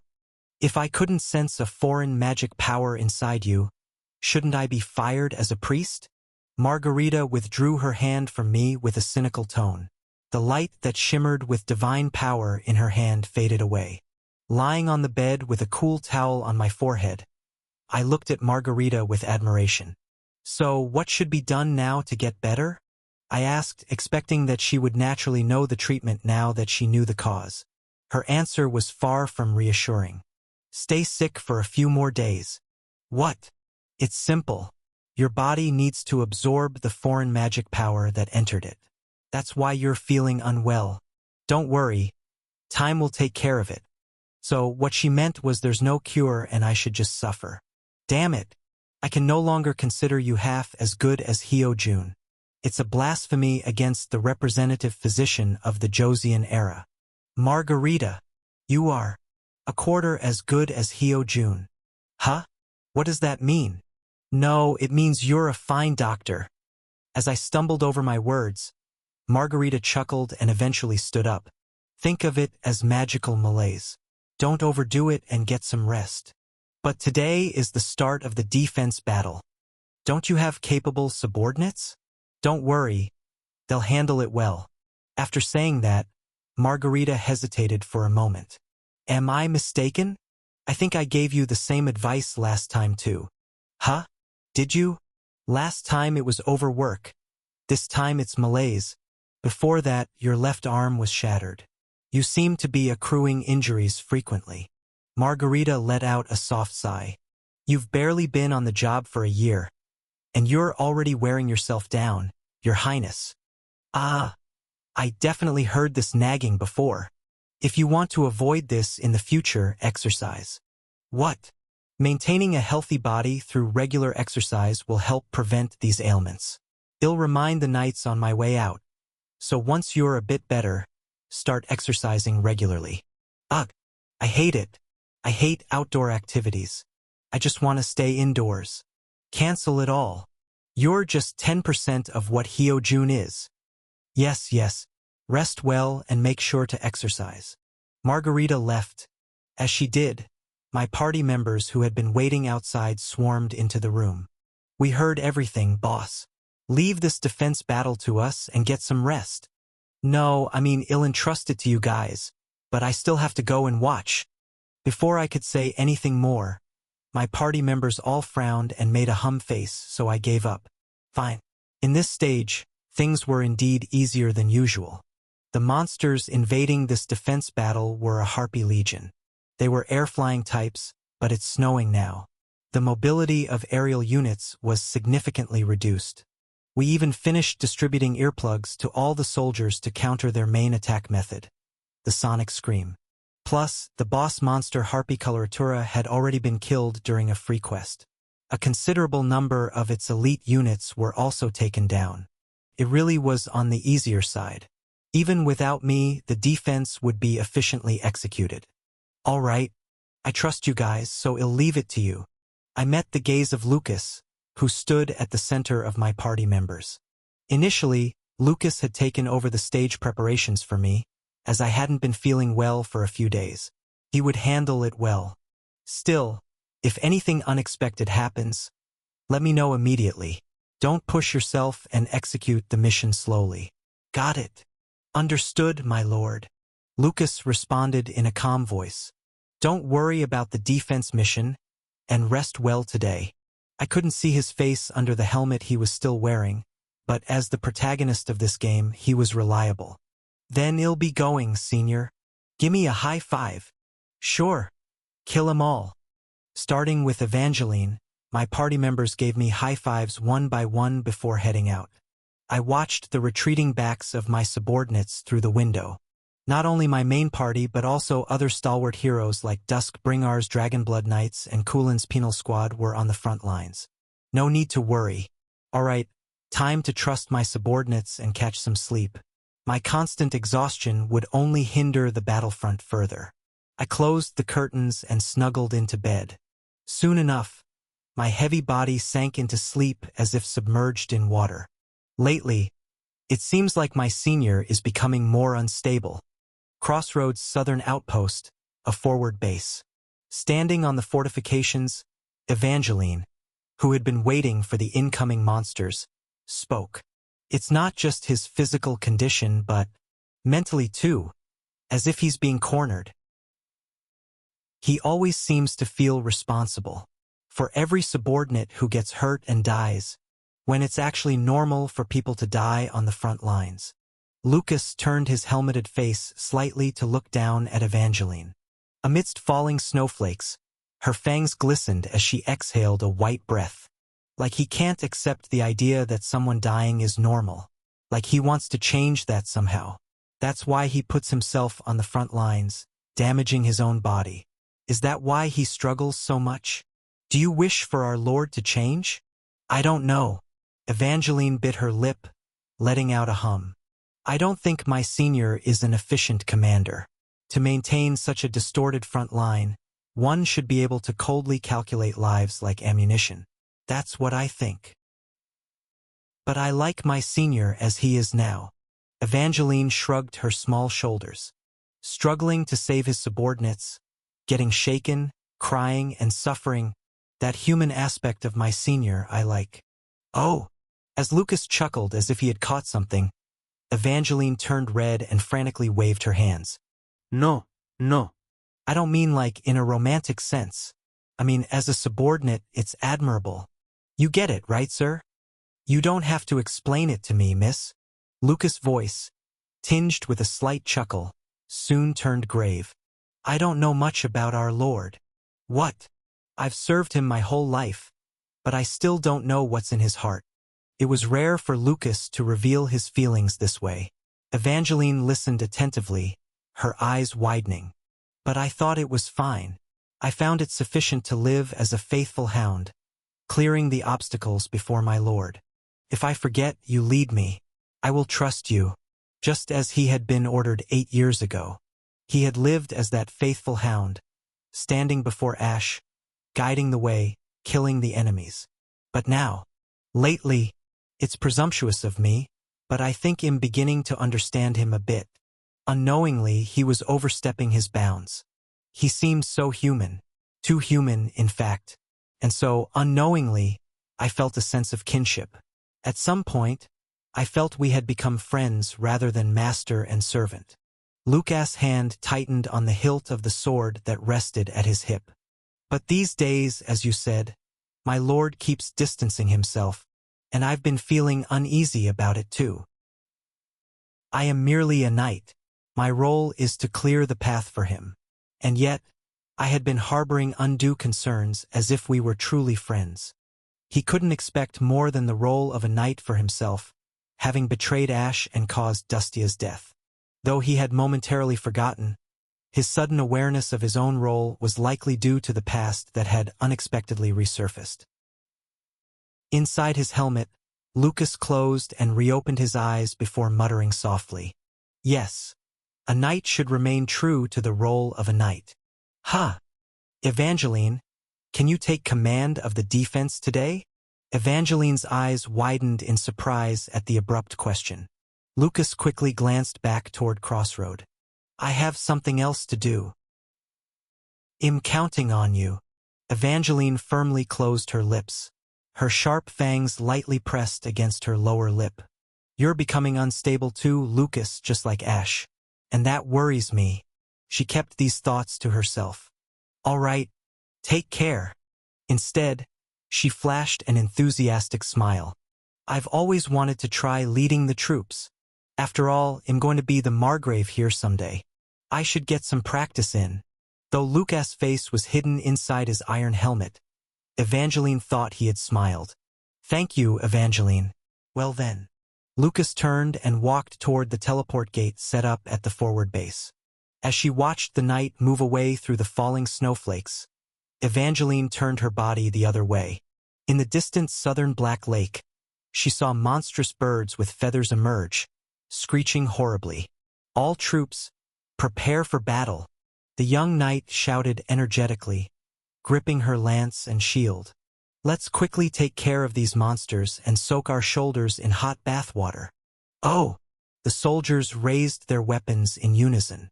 The troops were quite accustomed to Evangeline's command, having seen her take the reins of leadership in several battles. The heroes naturally prepared for battle, following Evangeline's orders. And so, toward the forward base guarded by humans, squawk! Hundreds of harpies began to descend from the sky. Crossroads Central Prison. "Oh, Captain Lucas? It's time for you to lead the defense." "Wah! Ha! Say, Captain Lucas, what are you doing?" "Arg! Thwack! Thump! Crash!" The guards were swiftly knocked out by the bare fists of Lucas, who then entered the prison. Inside his cell, Mason waited with a smile on his face. "Lord Lucas, you've come. Come out, Mason." Lucas quickly found the correct key among the bunch he had taken from the guard captain and unlocked Mason's cell. He also freed the other 4 agents captured along with Mason, gestured them to follow, and said, "Let's go. I'll guide you." "Wait, my lord. What about these handcuffs?" Mason and the agents requested their handcuffs be removed. "But more guards will be here soon. Our priority is to get out." Lucas coldly spat out the words and stubbornly took the lead. Mason and the agents had no choice but to follow Lucas in handcuffs. The streets were empty, swept by swirling snow. As they slipped into a back alley on the outskirts of the town, Mason smirked. "A wise decision you've made, Sir Lucas. Lord Fernandez will undoubtedly treat you well. Succeed in this mission, and the McGregor family will be restored. You'll also secure a high position in the imperial family." Listening to Mason's repetitive parroting, Lucas, who had been trudging through the snow-covered alley, suddenly halted. "But there's something I don't understand, Mr. Mason." Lucas turned around, tilting his helmeted head to one side. "Why did Lord Fernandez ask for that thing?" A few days ago, when Lucas visited Mason at night, he had heard what Fernandez had requested. He also knew precisely what mission Mason had been assigned here. But he couldn't understand it at all, because Fernandez had given Mason a truly bizarre task. Although he asked again, Mason only chuckled. We're just hounds that obey commands, aren't we? If told to bite, we bite. If told to fetch, we fetch. And if told to die, well, we die. The content of the mission isn't our concern. What matters is whether we can execute it or not. That's all. So, sir, can we proceed in that direction to complete our mission? No. Swoosh. Lucas slowly drew his long sword, Karma Eater, from his waist. The sleek blade glinted with an eerie metallic sheen as it met the cold air. You all will die here. The 4 agents behind Mason flinched and stepped back. Mason watched Lucas with a furrowed brow. Exhaling a white mist, Lucas muttered, I will never betray my liege again. So, Mr. Mason, even if you were once a loyal servant to my family, the vivid blue glare leaking from beneath Lucas' helmet was so intense, it looked almost like flames. If you're an enemy to my lord, I'll cut you down. I'll bear the disgrace of spilling tainted blood in the name of McGregor. Die quietly here. Listening to Lucas, Mason's lips slowly stretched into a broad grin. Ah! From within his unkempt beard, a savage smile as wild as raw meat curled up. As I thought you would do this, huh? His laughter sounded as if he was too delighted to contain himself. Chapter 334. Figures, I knew it would come to this. Muttering to himself, Mason put strength into his handcuffed arms. Humph! Muscles bulged on his thick arms as the tendons tightened. Crack! And he ripped the handcuffs apart in an instant. Grinning, Mason tossed the twisted iron cuffs to the ground. I knew you wouldn't easily return to Fernandez's side, sir. After all, you've already betrayed him once. Lucas furrowed his brow. You're saying I betrayed Fernandez? Didn't you? Mason pointed at Lucas with his thick fingers.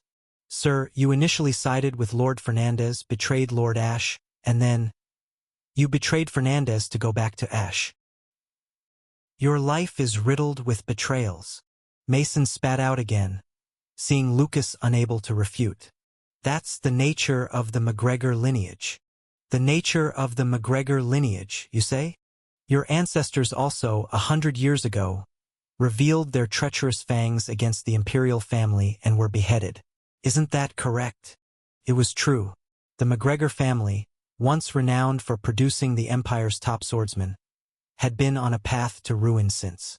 Unable to achieve much of anything, they got entangled in the power struggles of other nobles and were worn down in pointless conflicts until they reached this point. Yes, you're exactly right, Mason. The McGregor bloodline is filled with the uncontrollable nature of a rabid dog. As Lucas laughed sardonically, Mason reciprocated with a smile, pointing at himself. And I, who was taken in by the McGregor family, also learned that nature. So you're saying you also betrayed? Exactly, sir. Mason shrugged his broad shoulders. Who do you think encouraged the former head of the McGregor family, who knew nothing but the sword, to venture into unfamiliar business? Who do you think arranged for Lord Fernandez to lend money when the head's business became risky? Mason raised his hand and pointed at himself. Who do you think eliminated the head when he was unable to repay his debts and attempted to betray Fernandez by joining another family? Lucas clenched his teeth. In fact, he had vaguely suspected, but he had not expected Mason to admit it so openly. Mason, you? Whoa, don't be so quick to judge, sir. I've lived honestly, both as a swordsman and as a person. Mason chuckled. I just switched allegiances to whoever offered stronger power, more money. It's the nature of a dog to lie belly up and obey a stronger entity, isn't it? Lucas' grip on his sword tightened. Indeed, knights were essentially a group of people making a living off of killing, no matter how much they dressed it up. The McGregors, too, were nothing but a mad pack of hunting dogs. They were dogs. Controlled by higher powers, their only role was to bite and tear upon command. Like dogs.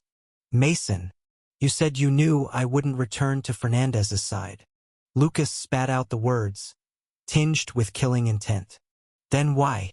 Why did you try to persuade me again? What do you think? While freeing his subordinates from their cuffs, Mason answered, "Don't you really know? Why would we deliberately reveal ourselves? We could have just operated from the shadows." One of the main reasons was to divert attention to us. As the Special Forces members were freed, they loosened up and faced Lucas. The plan was to pretend we were the only spies who had infiltrated, then launch a diversionary operation to seize the real objective. Inside his helmet, Lucas' eyes widened in shock. Impossible. "Sir, the current number of Aegis Special Forces deployed here at Crossroad is..." Mason revealed his teeth in a grin. 20 in total. "Excluding us, where do you think the others might be?" Lucas swiftly looked toward the side where Silver Winter's merchant guild was located. As Ash had suspected, were they targeting Lark's wife and children? No, sir. That's not it. Think carefully." Mason prattled on with a tone that was both playful and somehow delighted. "What is it that Lord Fernandez really wants? What is our mission? I told you, didn't I?" Only then did Lucas hastily turn his head toward the direction of the Lord's mansion. "Could it be, my lord? The currently injured Ash is in danger." As Lucas tried to rush toward the mansion, Mason and the Special Forces blocked his way. "You can't, sir." Thud, thud. Mason chuckled as he unclenched his massive fists. "Do you think we'd let go of this once-in-a-lifetime opportunity when you, who guards the heir to the Empire 24/7, are separate from him? Move, Mason." Whoosh dash. The sword in Lucas' hand, Karma Eater, blazed with energy. Lucas spat out menacingly. "Move now, and it'll make your death slightly less painful." "Ha ha ha. What to do?" Mason playfully patted his own belly. "Your shallow swordsmanship can't penetrate my thick skin. Don't act tough, Mason." Thump dash. Lucas charged forward. "Move out of my way dash."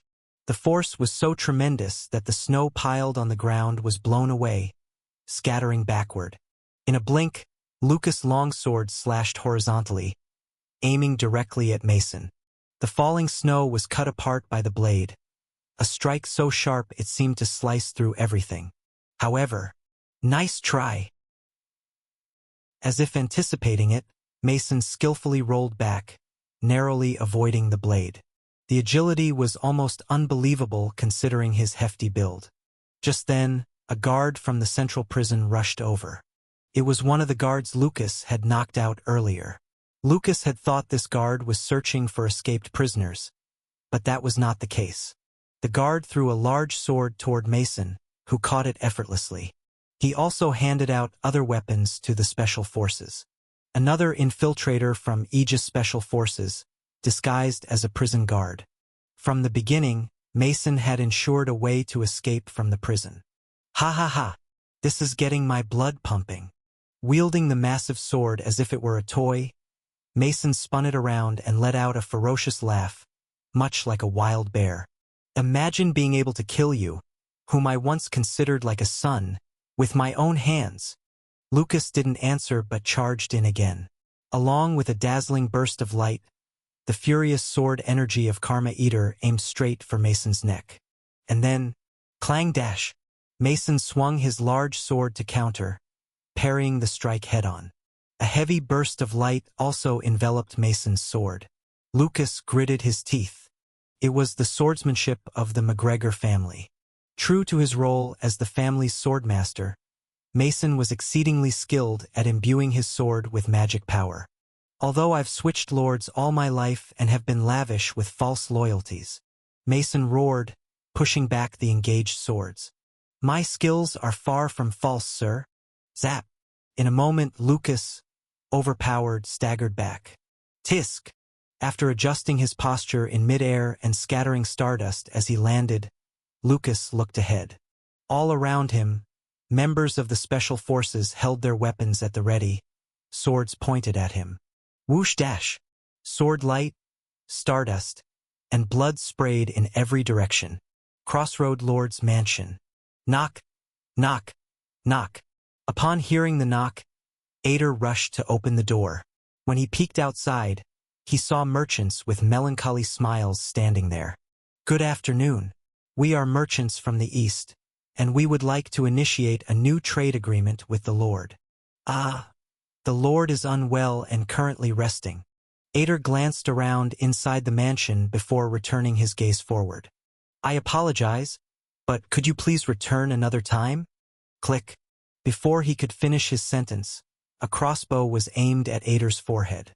Ader blinked in surprise at the weapon before smirking. "Interesting. This is a first for me." Thwack! An arrow fired from the crossbow lodged itself into Ader's forehead. His body rolled down the corridor of the mansion. Bang dash! The merchants, who were actually special forces in disguise, kicked down the door and stormed in, quickly aiming their crossbows in every direction. "Start the search. Find Prince Ash. Comb the first floor thoroughly."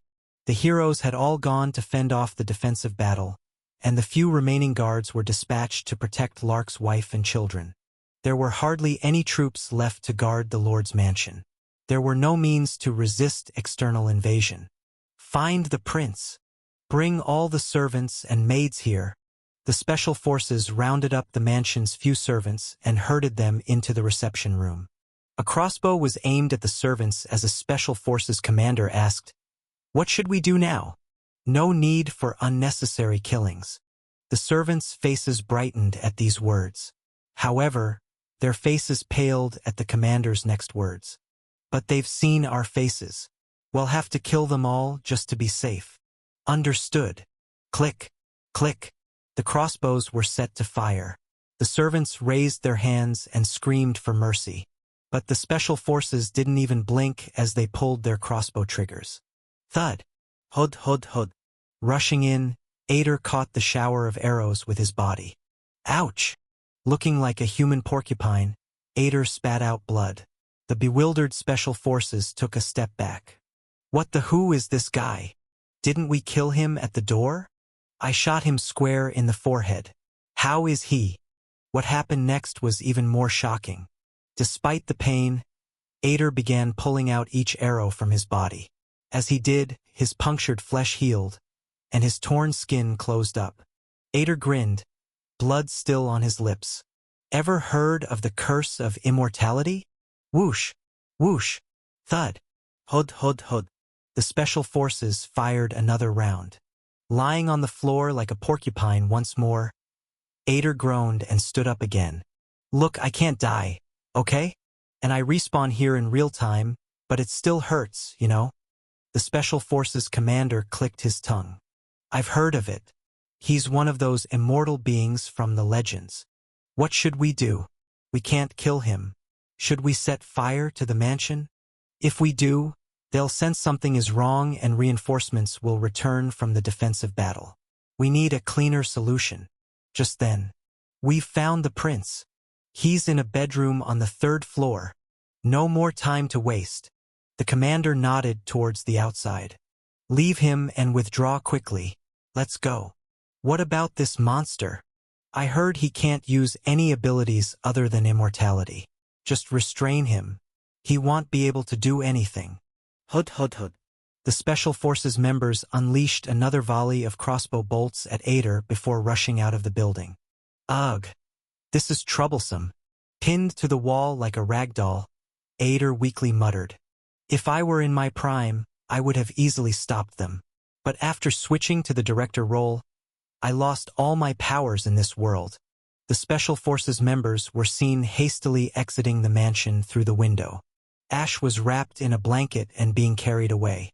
Even in this situation, Ash was soundly asleep, his face flushed with excitement. "I'm sorry, my representative, because I'm such a useless fool." With bloodied lips, Ader gave a bitter smile.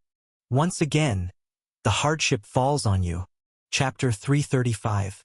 White snowflakes were splattered with drops of red blood. Hyuk! Hyuk! In a back alley of Crossroad, Lucas gasped for air as he tightened his grip on his sword. 5 members of the special forces lay defeated before him. Only Mason was barely holding on, leaning his greatsword against the ground. Despite their numerical advantage and strength, Lucas' talent and capability surpassed them all. Heh, as expected. A real McGregor is different.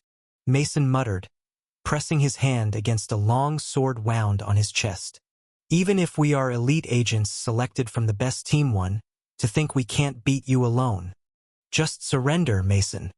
Compared to the fatally injured special forces, Lucas was mostly unscathed, save for a few minor injuries. Lucas menacingly lunged his sword forward. I'll finish this. Sorry, but that's not going to happen, Mason said and pulled something from his pocket. Lord Fernandez has given me power. What? Power that you can't even come close to with mere swordsmanship. Truly destructive power. In Mason's hand was a small syringe filled with a blue substance. Is that beastification serum? You've used it before, haven't you? Mason sneered as he put the needle tip to the side of his neck. It's a more refined version compared to those lowly experimental samples you used. A refined version, you say? Yes. A serum perfected by extracting only the pure animalistic traits from all kinds of beast men. Only the agents handpicked by Lord Fernandez were given this serum. The effect is a bit volatile, but it's plenty strong. Lucas gritted his teeth, his shoulders trembling. How many beast men did you have to sacrifice to create that serum? How would I know? With a sinister smile, Mason plunged the syringe into his neck. As long as it's effective. Thuck! The serum was sucked into Mason's body. Ah! Starting from his neck, his veins bulged and traveled throughout his body. His muscles expanded, and steam rose from his sword wounds as they healed. Mason grinned. His face veined and contorted like a beast. Pointy, animal-like fangs were visible. So, this is what it feels like to abandon humanity. The more you abandon, the stronger you get. Human decency is really laughable. Isn't it? Thud dash. Mason, who had stomped the ground, lunged at Lucas at an incomparable speed to before. Krong. Mason's greatsword tore through the air as it came crashing down. Lucas barely managed to parry the attack with his own sword, but he staggered, nearly falling. What insane power! The force of the sword strike was far greater than before. Mason, already a large figure, now resembled a medium-sized monster. He was wielding his massive greatsword as if it were a mere dagger. Lucas barely fended off Mason's sword strikes and regained his stance. Outmatched in both strength and speed. At this rate, Lucas had a straightforward way to turn the tables. Beastification. He just had to abandon his humanity and entrust his body to his animalistic instincts. Hadn't he overcome countless crises thanks to beastification before? Just a momentary release and he could easily kill this damn traitor and go rescue Ash. Didn't I tell you not to use beastification? Suddenly, Ash's voice brushed past his ear. Lucas clenched his teeth. Yes, I made a promise. I swore never to use beastification again. I didn't want to break my trust with Ash. I wanted to keep this promise, even if it cost me my life. Then, the only means to counter Mason right now is, there's one. Divine Descent. It was Lucas' ultimate skill, granting a massive stat buff and even enhancing existing skills. Golden aura erupted behind Lucas as he closed his eyes. Roar dash! The golden aura that stretched out from his back soon enveloped his entire body. In the pouring snow, Lucas shone like a lantern, emitting his own light. Phew! With a light exhale, Lucas shot forward like a bullet. Clang! Clink! Thwack dash! With Divine Descent activated, Lucas began to trade blows with Mason on equal footing. No, he started to dominate. Thud! Splash! Blood splattered from various parts of Mason's body as Lucas' sword grazed him. Hey? With his brows deeply furrowed, Mason let out a beast-like groan, clearly taken aback. I can end this. A cluster of light gathered on Lucas' sword. Strike of Will, executed under the state of Divine Descent, transformed into an area of effect attack. With a single slash, he could rip Mason to shreds. In the midst of their swordplay, Mason's lower defense momentarily faltered. Lucas' eyes widened. Now, with immense power, Lucas' long sword swung upward from below. Sensing that his defense was late, Mason clenched his teeth. That's when it happened. Something caught Lucas' eye.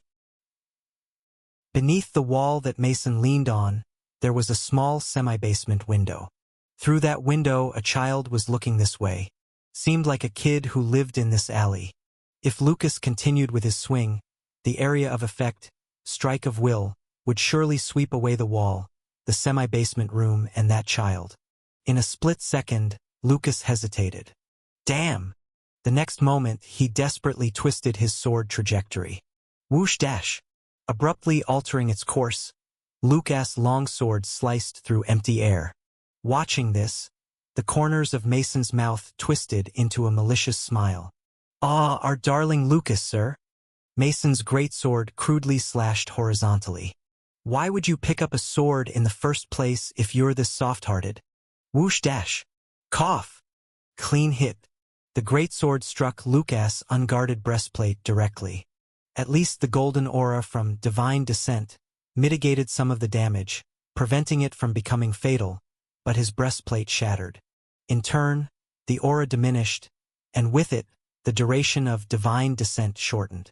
Feeling desperate, Lucas lunged forward with a reckless thrust. I've been waiting for this. Mason employed a secret technique head kept in reserve. Screech dash. Mason's greatsword had jagged edges like a saw on one side. Catching Lucas' thrust with that side, Mason snagged the blade, channeling magic power into his greatsword as he spun it in a spiral. Mason's innate brute strength, honed skills, the hefty weight and unique structure of his greatsword, and utilizing the opponent's force as a counter. It was Mason's ultimate technique, weapon break. A secret technique head never revealed during his time in the McGregor family. Lucas fell for it completely. Creak.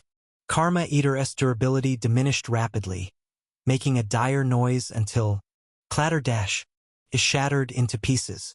From the moment he was snagged, Lucas had two options. Either let go of the sword or hold on and have it break. Either way, the outcome was inevitable. Mason had been waiting for the moment Lucas would make a thrust, and Lucas obligingly fell into the trap. Having lost the golden aura as the duration of divine descent ended, Lucas stared down at his empty hands. Broken shards of his blade were falling to the ground.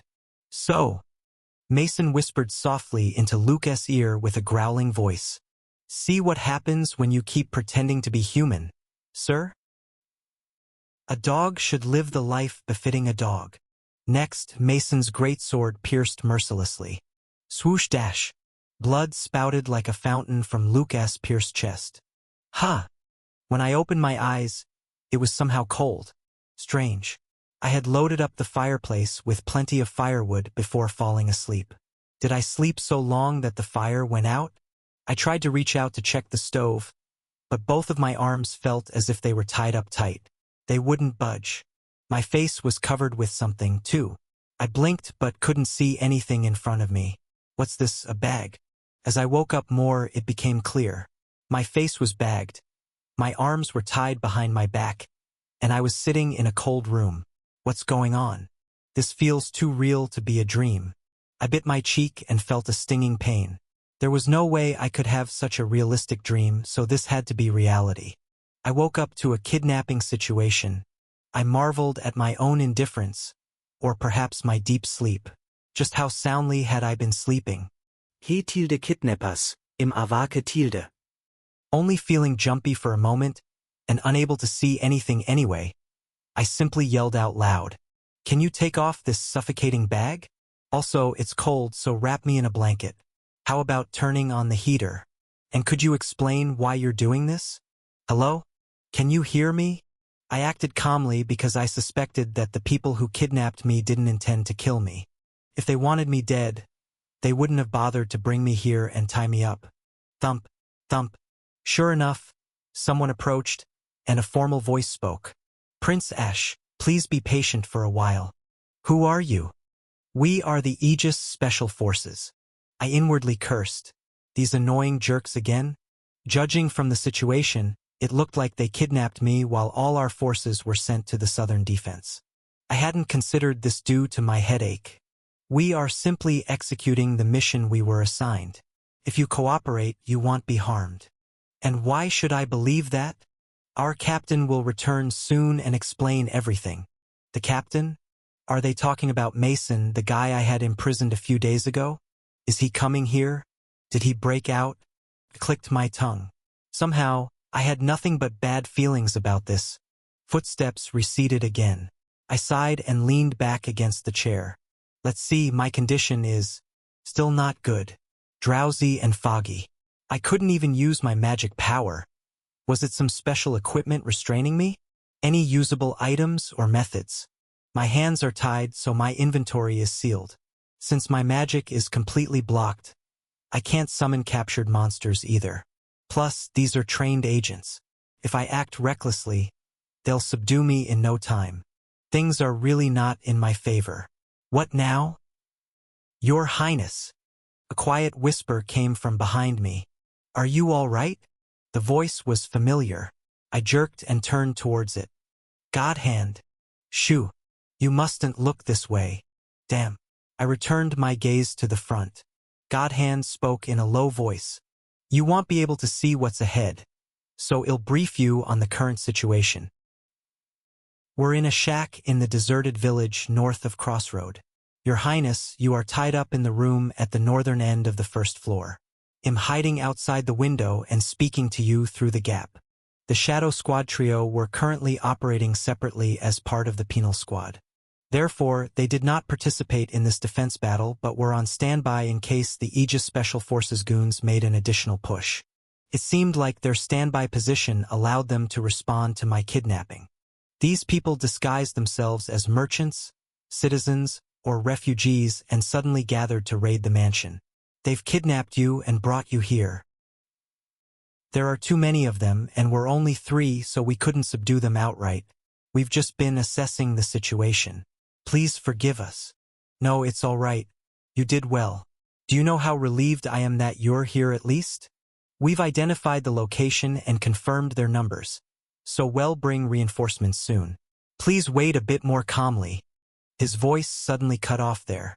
Ugh! Thud! Crash! With Godhand's brief cry of pain, the sound of weapons swinging, something breaking, and someone falling to the ground could be heard. Godhand! I whispered softly, but there was no answer. Hey, Godhand, are you okay? Still no answer. Godhand? You're all right, aren't you? Huh? Chapter 336. Godhand's voice faded away, and I was left on edge, my nerves tingling. Thud, thud, heavy footsteps, followed by screech, screech. The sound of something being dragged echoed. The heavy footsteps stopped in front of me, and the bag over my head was abruptly yanked off. What the? My vision was suddenly flooded with light, disorienting me. I squinted, waiting for my eyes to adjust. Good afternoon, Prince Ash. It was a voice I had heard a few days ago in prison. I could now see the person standing in front of me clearly. Mason! Of course, it was that spy bastard. Mason looked as though he'd been through an intense battle. He was covered in blood, and he appeared to be much larger than before. Was he in a growth spurt? Or did he take steroids? Mason curled his lips into a savage grin. His scruffy beard, as strange as it sounds, it seemed more like the bristles of a wild animal than a man's beard. Thanks to you, we caught the rats. With that, Mason tossed what had been dragging onto the ground. Gah! It was 2 elves from Shadow Squad. My teeth chattered. Godhand. Burnout. Are you okay? Mason placed his military boots on top of the fallen elves and shrugged. I've known for a while that these guys betrayed us. What? So I fed them false information, and sure enough, they took the bait. A few days ago, Mason and the Aegis Special Forces had entered Crossroad and immediately leaked that information to Godhand, who reported it to me. I had Mason arrested and thrown in jail as soon as I heard he had approached Lucas. Could it be that all of this was premeditated? Aegis Special Forces isn't so naive as to keep a double agent alive. Mason chuckled, putting his foot on Godhand's injured area. Do you not care about your brethren struggling to survive in the autonomous region? Elves? Acting so freely like this. Huh. Crunch. Mason's boot pressed down on the wound, making Godhand scream in pain. A harg. Enough. As I yelled, Mason glanced at me under his thick eyebrows. I spat out the words. I don't care about these elf slaves. Quit stalling and get to the point. The point? Yeah. There has to be a reason you came all the way to the southern end of this vast continent to raise hell like this. I clenched my teeth and asked, is your aim the wife and children of Crown Prince Lark? That's not our team's jurisdiction. Then, do you plan to kidnap and kill me? That's not it either, Your Highness. It seems you have some misconceptions about our special forces. We're not audacious enough to harm royalty. Despite kidnapping a royal, Mason spoke as if he'd done nothing wrong. I couldn't hold back my anger any longer. Then what the hell are you doing? This isn't a game and I don't have time for your riddles. Just say what you came for and get out of my city. My outburst seemed to catch Mason off guard for a moment, but then he chuckled. Don't get so worked up, Your Highness. You don't look too well. Mason gently stroked my forehead with his thick hand. The caring touch enraged me even more. I wanted to kill this bastard. Fine, I understand. In truth, we brought you here to ask for your assistance with our mission. They'll tell you everything. Mason pulled up a chair and set it down in front of me before seating his massive frame on it. Then he began to speak softly. Prince Ash, the truth is, we were deployed here a few months ago. What? A few months ago, when the intelligence network in Crossroad was destroyed, we came down to restore it and to carry out a specific special mission. I remembered when I had exposed that Godhand and Margarita were spies. At that time, I had also destroyed the shrine's communication line that was connected to Margarita. Was Mason saying he had been deployed here since that incident, which happened more than half a year ago? Restoring the intelligence line was easy. The problem was the special mission personally assigned to us by Lord Fernandez. Mason scratched his chin awkwardly. No matter how hard we tried, we couldn't accomplish that mission. We couldn't return empty-handed. So we eventually resorted to the extreme measure of kidnapping you, Prince Ash. We merely seek your cooperation to complete the mission we have been assigned. That's all there is to it. Baffled, I asked, what exactly is this mission? Hesitating for a moment, Mason finally blurted it out. Demon King subjugation. For a moment, my mind froze. Was this some kind of joke? My brain refused to process what I had just heard. What? What did you just say? Mason calmly explained once more. We were deployed here as human envoys sent by Lord Fernandez, who is set to be the next emperor of the Empire, to subjugate the ruler of the monsters, the Demon King. After a moment of stiffness, I finally managed to speak, imbued with nothing but unfiltered sincerity. What kind of bullshit is this, you maniacs? Mason spilled the beans about everything they had been up to in Crossroad for the past few months to subjugate the Demon King. It had been easy to establish themselves in Crossroad. The city was desperate for labor, and it didn't turn down anyone willing to work.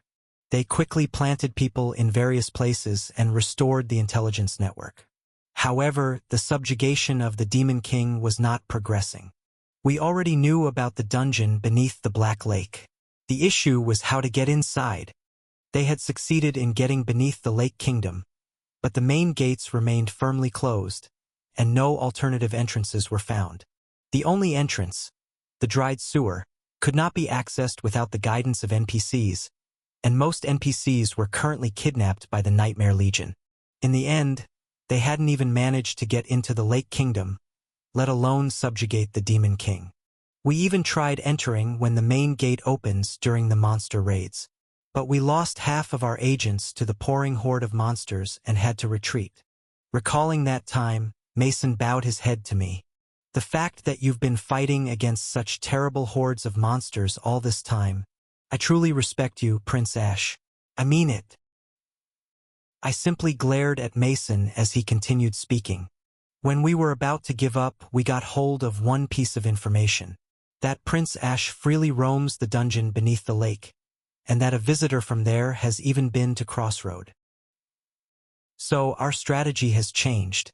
We seek your Highness' cooperation.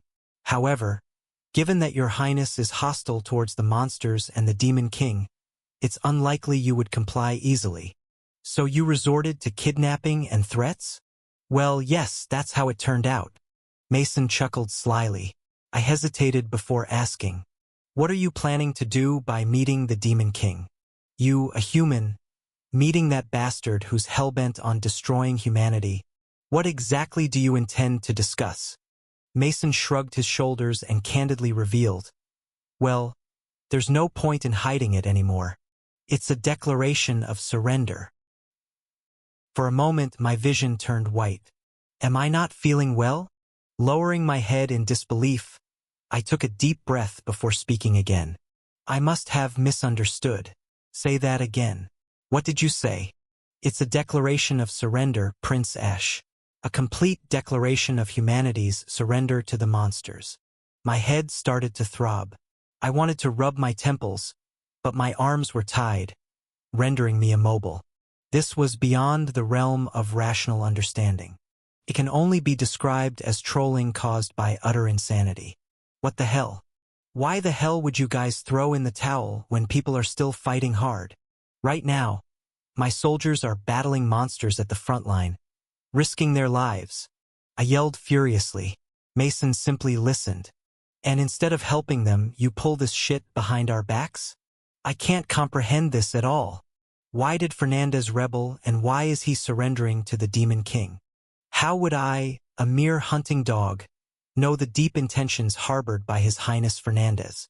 I am simply executing the mission assigned to me. Mason grimaced before continuing. However, His Highness Fernandez did say this. What? This is the only way to save the Empire. No one may understand, but this is the only way.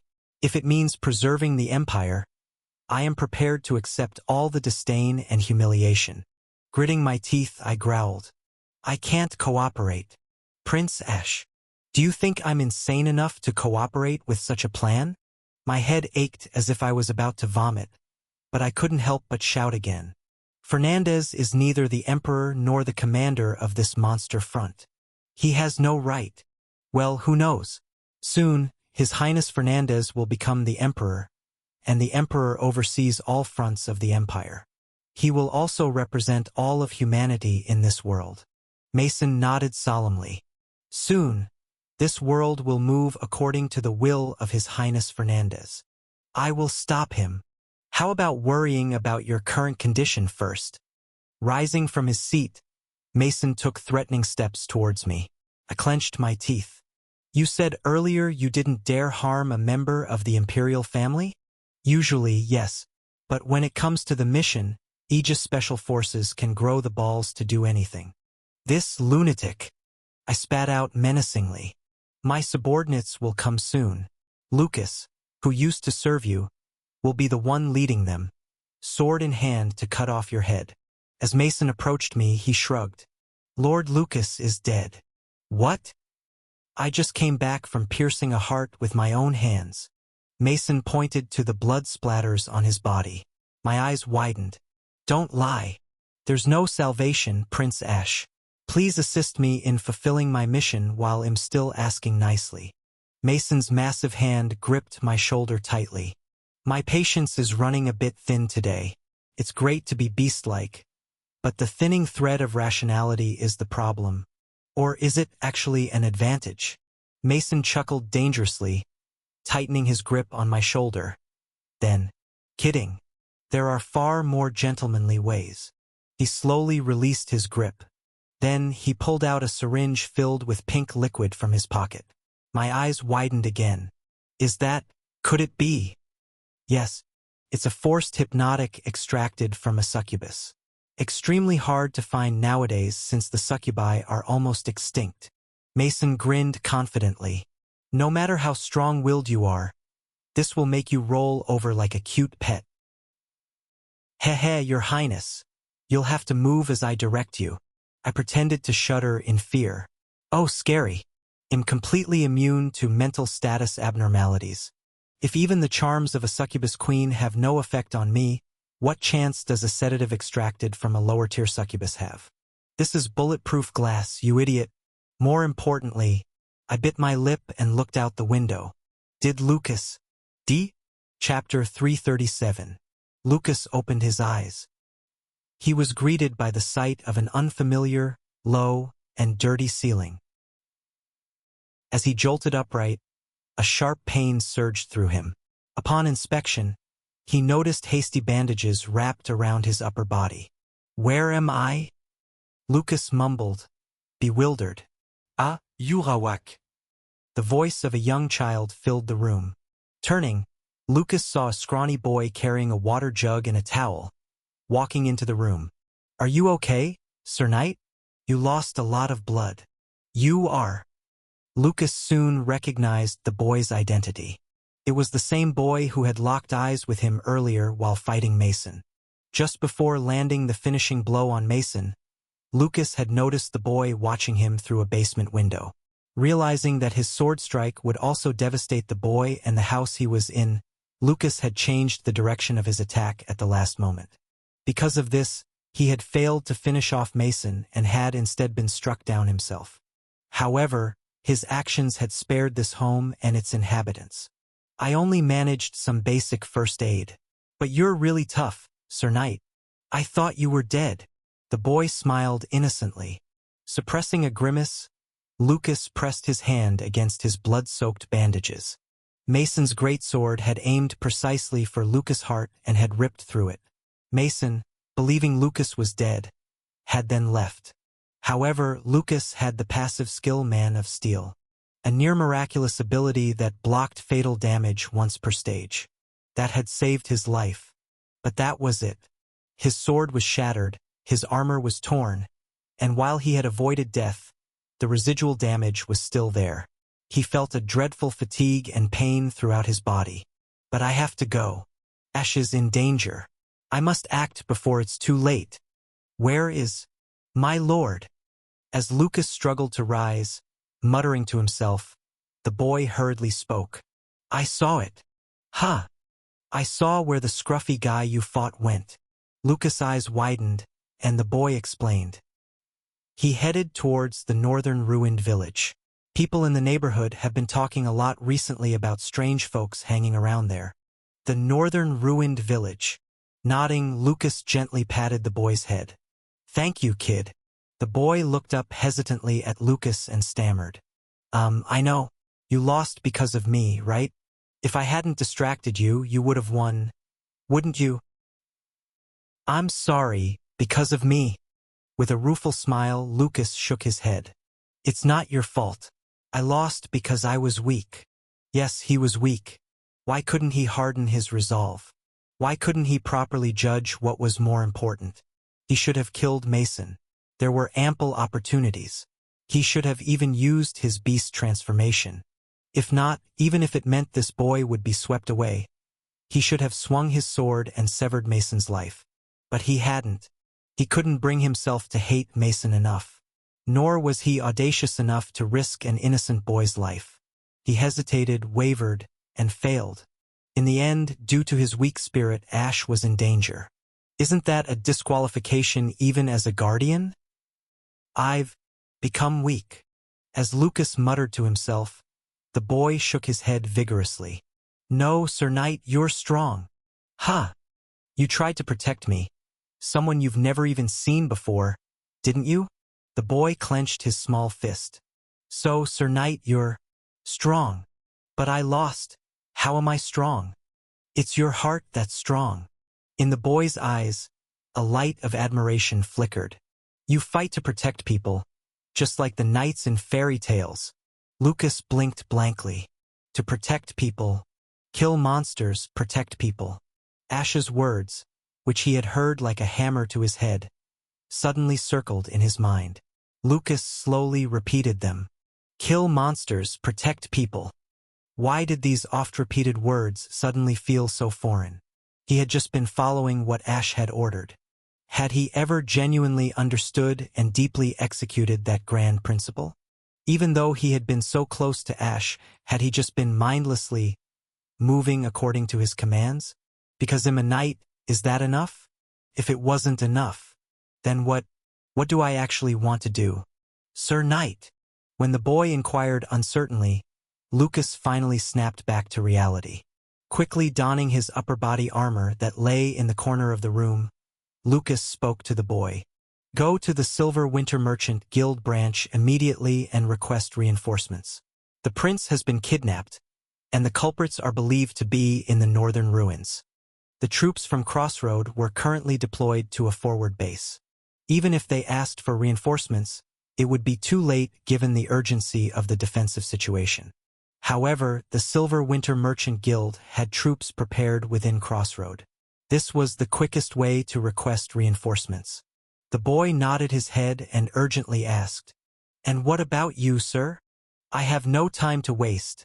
I'm heading to the ruins right now." But the boy glanced at Lucas' shattered sword. "You don't have a weapon, do you?"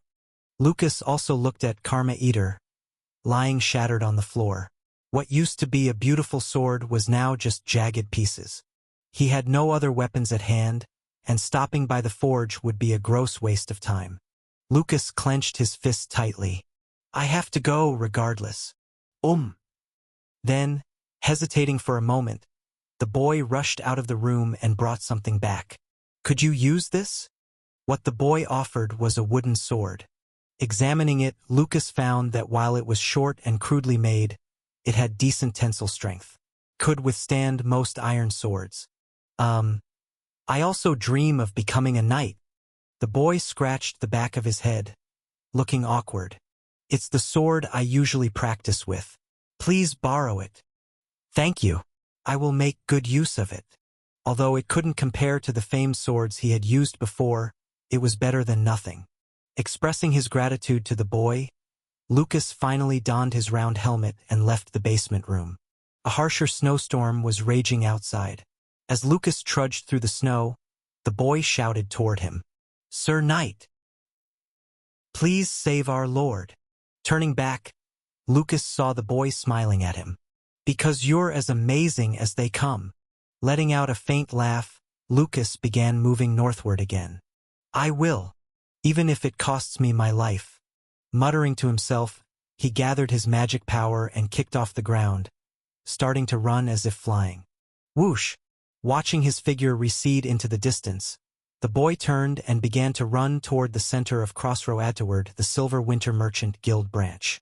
Mason, who had injected me with succubi hypnotic serum in my neck, carefully removed the syringe. My eyes opened hazily, my mouth slightly agape, drool dripping. The hypnotic serum test. "Can you hear me, Your Highness?"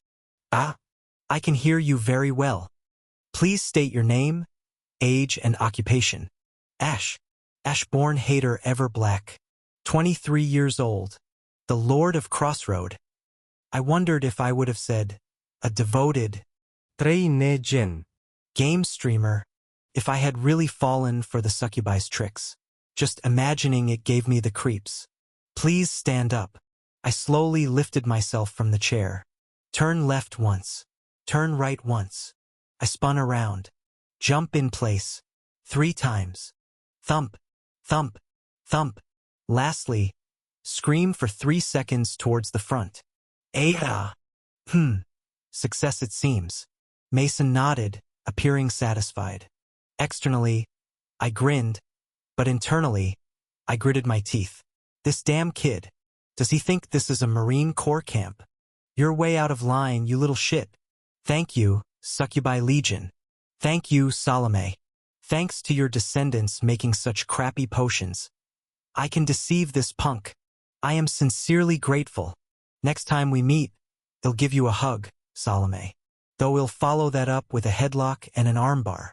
Feeling grateful for Salome and the Succubi Legion, Mason sat me back down in the chair and asked with a serious face, "From this moment on, please answer my questions truthfully. Of course, I will not tell a single lie." Just the thought of fooling him had me salivating. "Firstly, how does one enter the Lake Kingdom?" "You must purchase an entry ticket, 60,000 Adele for adults, 48,000 Adele for children.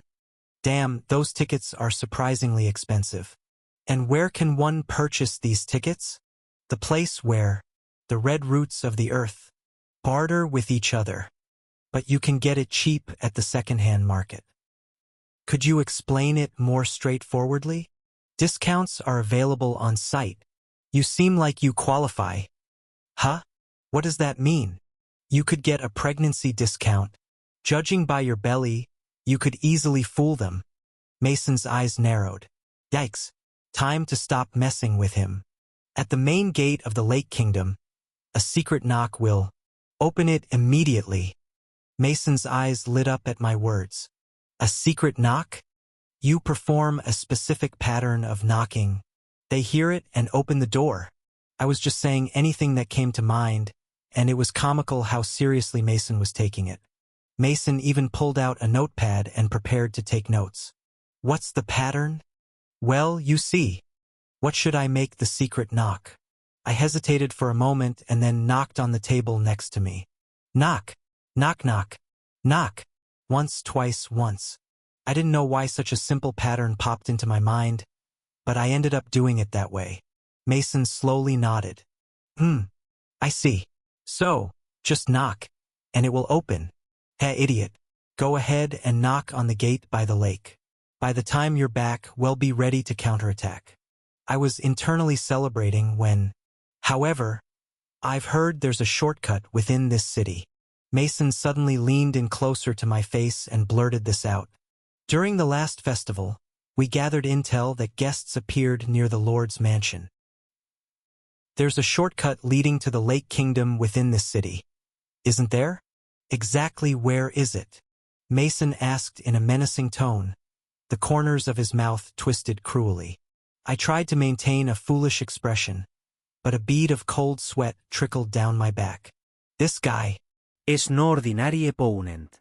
What's the matter? Why are you hesitating? Meeting my trembling gaze, Mason's eyes narrowed like a predator. Could it be that the hypnosis didn't work? Chapter 338. The place I had told Mason about was behind the communal tombstone outside the western gate. I had lied, saying that there was a passage here that connected to the Lake Kingdom. The area was seldom visited by people, so there was little risk of civilians getting caught up with these guys. Plus, it was a distinctive location that I frequented. Hiding a passage behind a tombstone? Huh? It was a blatant lie, but I acted as if I was under some kind of hypnosis. Mason seemed somewhat convinced. The officer from the Aegis Special Forces standing next to Mason whispered something into his ear. The succubi extracted hypnotic directly interferes with the mind. It can even break down the psychic barriers of the Ivory Tower's Archmage. There's no way the prince could resist it. It's highly likely to be true. I still have my reservations. They'll scout the passage alone for now. Mason gestured with his chin towards me as he stepped outside. Keep a strict watch on the prince. Mason left the room. Quickly, I scanned the remaining members of the Aegis Special Forces. 4 men in the room, 1 at each wall.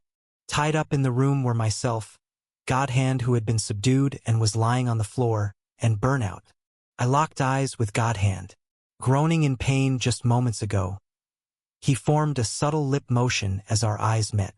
Body bag. Of course. The current Shadow Squad consisted of 3 members. Metal Manipulator Godhand, Explosive Archer Burnout, and Telekinetic Bodybag. Godhand and Burnout had been captured, but Bodybag wasn't here, meaning she wasn't captured and was observing the situation from outside. There's a chance. I took a deep breath and waited for a few moments, until Mason had left the house and was far enough away.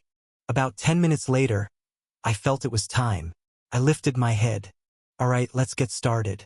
Hey, can you loosen these restraints a bit? I whined, looking at the Aegis Special Forces members who were keeping watch over me. They're too tight. It hurts this prince's arms. If you take this off, I can use my magic power, and it will be more comfortable. I was practically talking to Godhand, signaling for him to handle the restraints. The squad members exchanged uneasy glances. Captain, it seems like the hostage is trying to wake up from the hypnosis.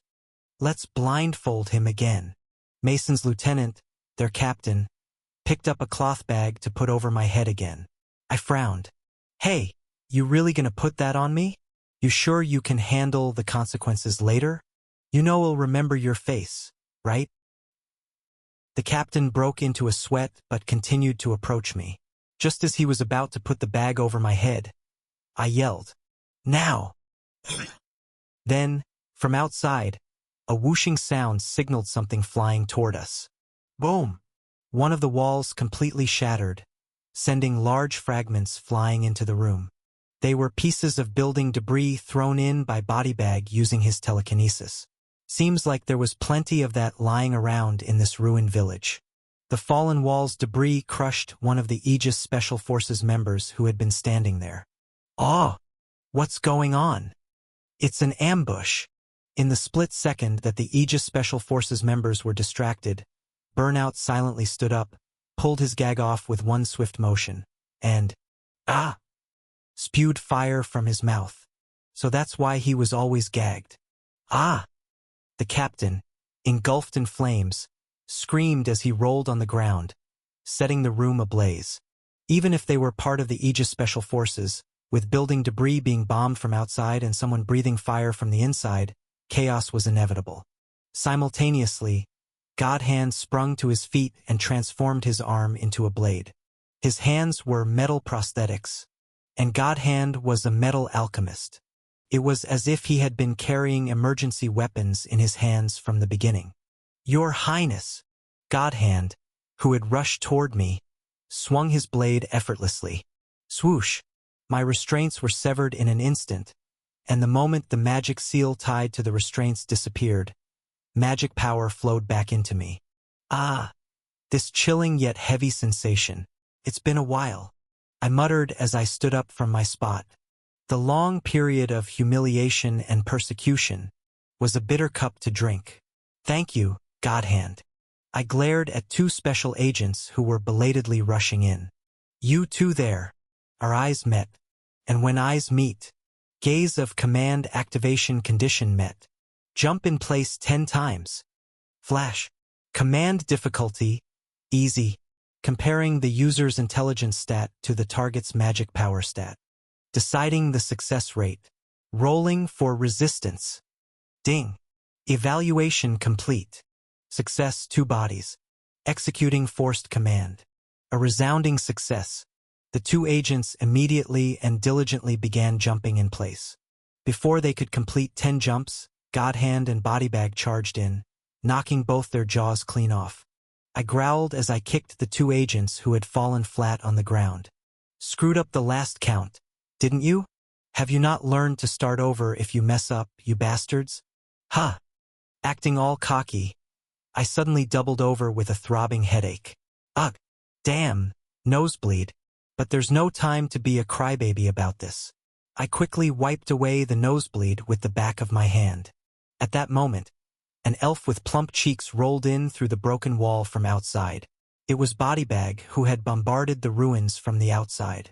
I apologize for being late. I survived thanks to you, Bodybag. Your Highness, be careful. There are more agents outside. Thud, thud, thud. Before Bodybag could finish her sentence, arrows rained down through the broken wall.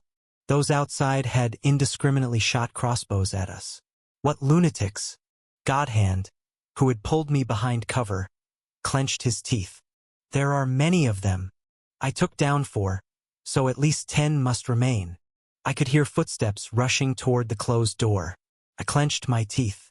We were completely surrounded. Any means of escape? Godhand and Burnout were injured. Bodybag had just used her telekinesis, and it would take time for her cooldown to reset. And me, I'm in terrible shape after foolishly overusing my magic power. My head throbbed so much it was hard to keep my eyes open. My consciousness was fading. Big bro, you're really amazing. How did you manage to do this? Mom will always be by your side. Floated up in my mind, clouding it. Grit. I clenched my teeth and tried to regain my focus. Get a grip. Retro addict. Should have exercised more. Ash. The situation's a mess, but it's still okay. I still have some useful items in my inventory. Gasping for breath, I reached into my pocket and, beep, the player's existence is currently uncertain. System use is not possible. What the hell is this now? Shit. Why all of a sudden? A bright red message box appeared before my eyes, displaying that absurd message. What's this about an uncertain existence? No matter how much I fumbled around, my hand only skimmed an empty pocket. I couldn't open my inventory. Damn it. This is why you should always carry cash as well. Thud, thud, thud. Your Highness. Ugh. Another volley of arrows rained down through the broken wall, and this time Godhand, who had shielded me, took arrows in his back and shoulder. Bodybag desperately fought back with telekinesis, and Burnout continued to return fire with the stolen crossbow even with a burnt mouth. Everyone was putting up a fight, but the disparity in numbers and firepower was glaring. A heavy thudding noise began emanating from the door we had barricaded. If that door opened, and the enemies stormed in, that's when it happened. Ha! What the? Arg! Enemy reinforcements, ah! Crunch! Thump! A dull bursting noise echoed from outside the door, and the special forces aiming to enter went silent. We looked at each other, puzzled. What just happened? Crash! The next moment, the door shattered into pieces and, my lord! A knight with a tin helmet burst in, his aura as overwhelming as a tank. Are you unharmed, my lord? Lucas! Our faces brightened at the appearance of our reinforcements. Classic Lucas! You came to rescue us. Lucas then awkwardly scratched the back of his tin helmet. No, I've reached my limit too. Through the cracks in his damaged armor, we saw Lucas' chest soaked in blood and poorly bandaged. Fresh wounds were scattered all over his body, and the wooden sword he held was snapped in half. I managed to crack the heads of about 3 of them while making my way in, but that's it. Lucas calmly stated his condition. Each and every one of them is formidable. It will be tough to hold them off any longer. Moreover, all the outside security forces are converging here, and Mason has probably sensed something is off and is on his way. I gritted my teeth quietly. If Lucas was saying this, then were we really out of options? That's when Lucas picked up something from the floor. However, my lord, there is one way. It was the bag they tried to put over my head. Holding the bag, Lucas softly said, "Do you trust me and leave it to me?" Was it my imagination? Although obscured by the tin helmet, through the gaps, it seemed like Lucas' eyes were faintly smiling. What the hell happened? A short while later, Mason, who hurried back, growled at his subordinates. I told you to handle everything as quietly as possible. If we cause this much commotion, the troops from Crossroad might even come rushing. One of the special agents standing guard outside reported. A knight and a mage broke in from outside, attempting to rescue the prince. What happened then? For guarding the room were killed, and 3 outside were severely wounded. The squad leader is also dead. Among the neatly laid corpses, Mason saw his scorched Special Forces squad leader. He was the only guy with some brains among the dumb muscle in the Special Forces Team 1. Mason clenched his teeth as the agent continued the explanation. As you can see, one wall of the hideout has completely collapsed and is no longer functional. Skip that, you idiot. What about the prince? Mason yelled, and the agent pointed inside the room. He's in there. What? The prince is still there while the others escaped.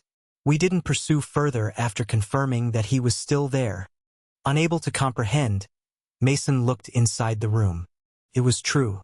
Ash was still there. Bound to the chair, slumped over with a bag over his head, he was sitting quietly. The agent added, "He might not have been able to move because the hypnosis hasn't fully worn off yet?"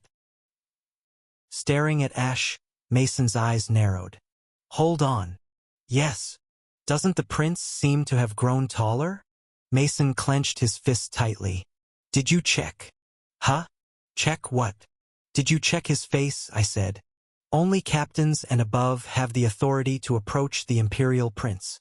Cutting off the incomplete reply of the agent, Mason gritted his teeth and walked briskly towards Ash. Whoosh! As Ash removed the bag covering his head. Between the disheveled blonde hair, a pair of smiling blue eyes appeared. Hello, Mason. It wasn't Ash. It was Lucas. Ash and Lucas had swapped clothes and armor, exchanged their head coverings, and while Ash had escaped, Lucas remained as a stand-in. Ha-ha! With a resigned laugh, Mason raised his fist high above his head, whacked Ash, and swung it violently, striking the agent next to him. Thud! Crash! The agent flew like a broken puppet and slammed into the wall, unable to move any further. Falling for such a pathetic trick. With a face sinking into despair, Mason sighed deeply as he glanced at the agent who'd met his demise. Must be the side effects of the beast transformation serum. I can't control my anger. Turning his venomous gaze towards Lucas, Mason revealed his beast-like fangs. You must have stayed because you think you can handle this rage, sir? Lucas only responded with a sly smile. Above that knight's face, Mason's fist descended with a resounding crash. Chapter 339. This isn't right. Just after barely escaping the encirclement by the Aegis Special Forces, escorted by 3 members of the Shadow Squad, I tossed my dented helmet aside and spoke. The blood-splattered trio from the Shadow Squad looked back at me. This can't be. Lucas is in danger. Lucas had stayed behind in the enemy's den, acting as my decoy. He had swapped clothes with me, letting himself be tied up in my stead. I looked down at the armor I was wearing, which had belonged to Lucas. The black armor that was freshly fitted not long ago was now punctured, ripped, and soaked in blood. Lucas had claimed that he had a way to escape, but could I really trust his words? Was it possible that he had lied, just to ensure that I would leave without any qualms? Your Majesty, Godhand, who had turned to look at me, spoke in a composed manner. Have you ever played chess? Of course I have. I've played it both on Earth and in this world. The rules are more or less the same. Do you know what the objective of chess is? To capture the opponent's king. Correct. And we also need to protect our own king. Godhand pointed at himself and his 2 subordinates in turn. Pawns like us or knights like Captain Lucas all die for the king, because that's the stepping stone for victory. If we can save you from a dire situation with our lives, it would be a fair trade. I clenched my lips shut. Godhand nodded. The game continues only if the king remains. For this front to persist, you must be safe, Your Majesty. Captain Lucas has made a choice. Even if it puts him in danger, he decided to save you. A knightly and wholly correct decision. I took a deep breath. The heat from my forehead cooled down, clearing my mind. Listen carefully, Godhand. The game may continue if the king remains. But, and I spoke, simply having the king won't win you the game. This time, Godhand was the one to keep his mouth shut. A king needs pawns, knights, bishops, rooks, and a queen. Only then can a king truly be a king. Your Majesty, I can only move 1 square around me. It's because you all stand by me that I can be a battlefield commander. I looked at Godhand, then turned to Burnout and Bodybag. I need you all, and I need Lucas too. I want to go on together, with all my comrades, toward the true ending and beyond. So, losing Lucas's main character, my knight, and my strongest Carden, a place like this is unacceptable. That's idealistic, Your Majesty. Godhand grinned bitterly. Chess is a game where you must lose to gain. But this isn't a chessboard. It's the real world. That's correct. It's even colder. But it's a place where possibilities not confined by rules exist. And so I decided not just to be a commander but to be a tyrant on the board. To trample over any rules for victory. A tyrant in the game. So I won't weigh exchange rates. I want play by sacrificing pawns and knights to capture an opponent's bishop and rook. I will force my way, throw a tantrum, lose none of my pieces, and consume the enemies. Yes, that's the kind of player I am. That's what I've decided. Beep. It was then. A system window popped up in front of me. Player authentication complete. System usage enabled. I don't know what error had prevented me earlier, but now I had regained access to the system. I had many questions, but now wasn't the time. I hurriedly reached into my inventory and grabbed an item. Good, it works. Godhand rushed me. Your Highness, I understand your concerns, but we should first retreat to a safe location and regroup later. It'll be too late. They could kill Lucas right away. So what do you plan to do? Go back there. While reviewing my options, I suddenly looked at the wooden sword in my hand. It was the broken wooden sword that Lucas had brought. The idea flashed through my mind as I saw it. Hey guys, I've got a good idea.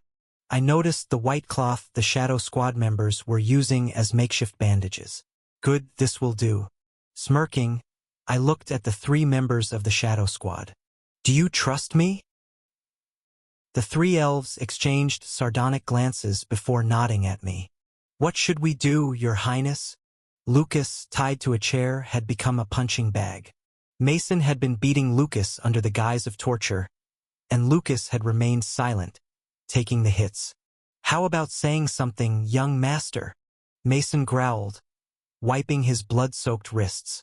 I'd like to have some last words to remember. Lucas smirked. Your punch feels like a feather, Mason. What? Being hit by my master hurt more. Back then, it hurt because he had disappointed the one he was loyal to. But now, his body might be falling apart, but his mind was lighter than ever. I'm finally doing something worthy of a loyal servant. Dying for one's master, wasn't that the most fitting end for a loyal servant? He had lied to Ash, saying there was a way out, but there wasn't. Lucas had come here prepared to die in Ash's stead.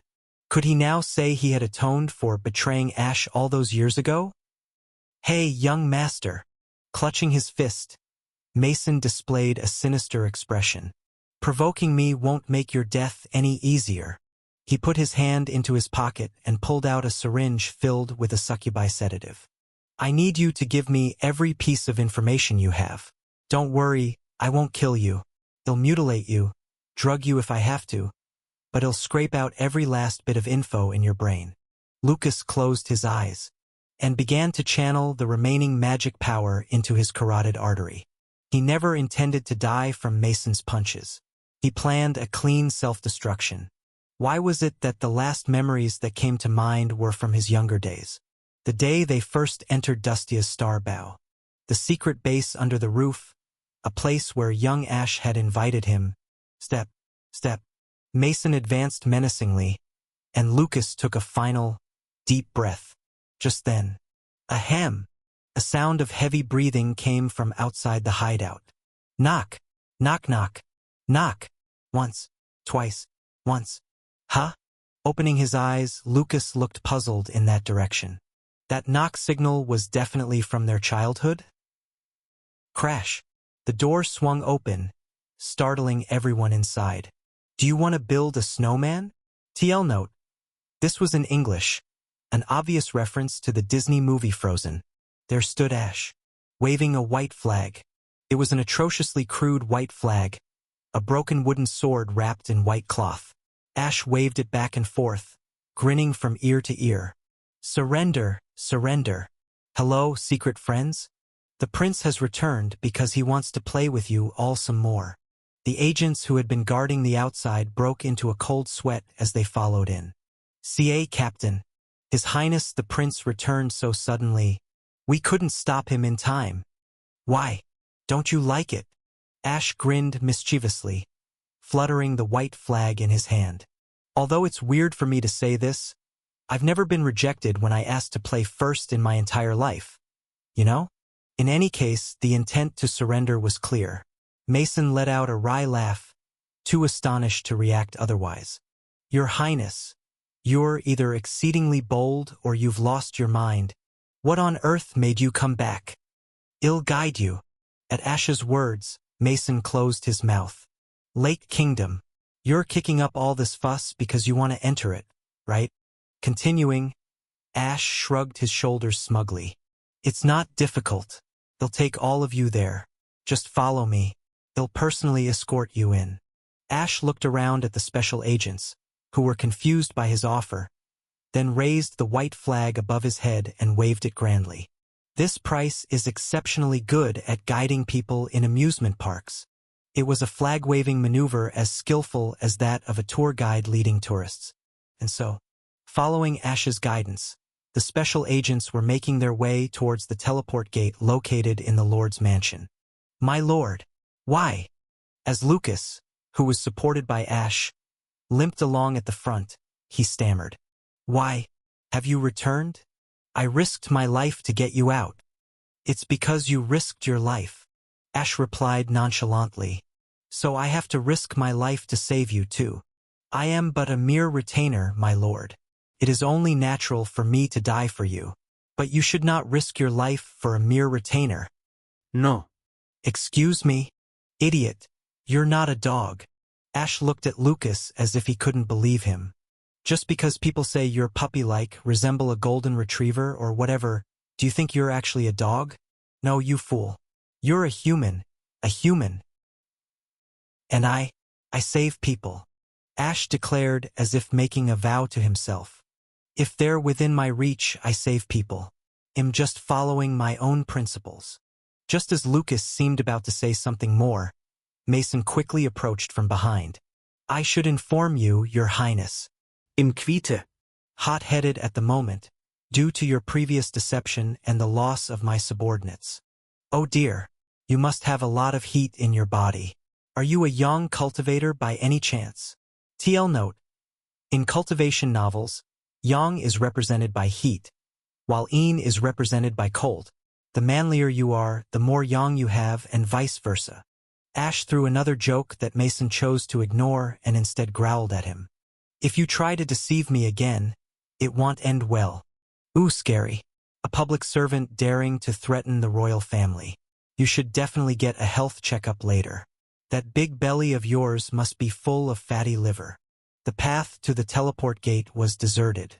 Mason and the special agents remained alert for ambushes, but not a single soldier, let alone ordinary citizens, was in sight. Ash taunted the tense special agents. Hey, I'm the lord of this city. If we brawl in the middle of the city, innocent people will get hurt. How would you handle that? You cleared the people out in advance? Ash seemed to have ordered his subordinates to evacuate the people from the path beforehand. He shrugged his shoulders. Either way, we both achieve our goals, right? You guys get into Lake Kingdom, pay your respects to the Demon King, and I get to safely head home with my knight. Okay? Of course, Mason had no intention of letting Ash and Lucas go even if they accomplished their objective, but he quietly nodded. Arriving in front of the teleport gate, Ash raised his hand to activate it. Welcome to a land of fantasy, where a joyous festival is held. Come to a land of adventure, the land of eternal happiness. Humming a strange, Ash insisted it was a theme park song tune. Ash gestured towards the open gate. Well, shall we go? To the Lake Kingdom. Mason tightly gripped Ash's shoulder and jumped into the teleport gate with him. Flash. The moment the teleportation ended, a spacious square unfolded before them. Magical stones emitted light like street lamps scattered throughout the open space, and a large bonfire was ablaze at the center. A subtle dampness in the air, and the pitch-black darkness covering the sky, Mason instinctively knew. We're in the right place. This was the Lake Kingdom. Flash. Flash. Members of the Aegis Special Forces who arrived right after stood agape, scanning their surroundings. It was their first time experiencing teleport magic and their first time in the Lake Kingdom dungeon, so their bewilderment was understandable. Therefore, Ash bought some time. Grinning wickedly, Ash lifted up what he held in his hand, a white flag. Although Ash's wrists were bound, the white flag he held wasn't taken from him. It's not a weapon, what could he do with a small surrender flag? With that line of thinking, the Special Forces had left it with him. They had no idea what Ash could do with a flag. I declare this place. Driving the white flag into the ground, Ash shouted, as territory of the Empire. Whoosh! Magic power burst forth from Ash, covering the area in a blinding flash. Chapter 340. Screams erupted as I activated Imperial Edict, plunging my banner into the ground. A dazzling light enveloped the area. What the hell? What is this? Hearing the panicked cries of the Aegis Special Forces, a sly grin crept onto my face. I had lured them into my base camp. It wasn't enemy territory, so it wouldn't trigger siege mode. However, I could still generate territorial effects. And within this territory, rumble, I could form my very own fortress. Ash-colored walls of magical power began to emerge all around us. Caught in the sudden emergence of the walls, the Aegis Special Forces yelled and scrambled to avoid being trapped. Sucks to be you guys. This area has a lot of great guides too. If you'd met a good guide like Nameless, you'd have had a fun sightseeing tour. But you had to get hooked by a scam artist like me. You're all gonna die here. Ash, you bastard. Realizing I was the cause, Mason charged at me, but crack. A gray wall materialized right in front of me, separating Mason and me. Sorry, but I can modify this fortress at will. And instantly, too. That means I didn't need the fortress to maintain a conventional shape or function. SSH. The fortress, originally set as a default circular shape, began to reassemble like blocks according to my will. The fortress compressed and shrunk, morphing from a circle into a square. Thud. Eventually, it transformed into a rectangular structure. Originally designed to keep out attackers, it now served as a prison to lock them in. Rules are meant to be broken. A fortress could turn into a prison. In other words, it was all up to how I used it. I wished I could just squash them by shrinking the walls, but resistance from the inside kept the prison from shrinking any further. You can't leave until you buy everything. Kicking the ash-colored walls with a mutter, I turned around. Your Highness. Are you all right, Your Highness? My subordinates, who had been waiting at the base camp, rushed toward me. Allies had come with a reserve party dispatched to the Merchant Guild's Silver Winter Division, and Saintess Margarita had also arrived from the temple. Ash, I don't know what's going on, but just give the order. Even Verdandus Holy Grail Seekers, who had been on standby at the base camp, were present. It seemed like I had gathered as many as I could on short notice. I saw the Shadow Squad, who despite their injuries, had managed to evacuate citizens and muster forces. I nodded at the trio. Saintess, I'm fine. First, see to Lucas and the Shadow Squad.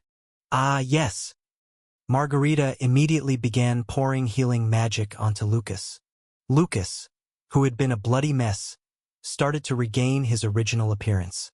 Just then, a dwarf blacksmith rushed over. Ash. Yes, Kelly Bay. At your service. What the hell is happening? I got a brief explanation from the guy from Godhand, but details later.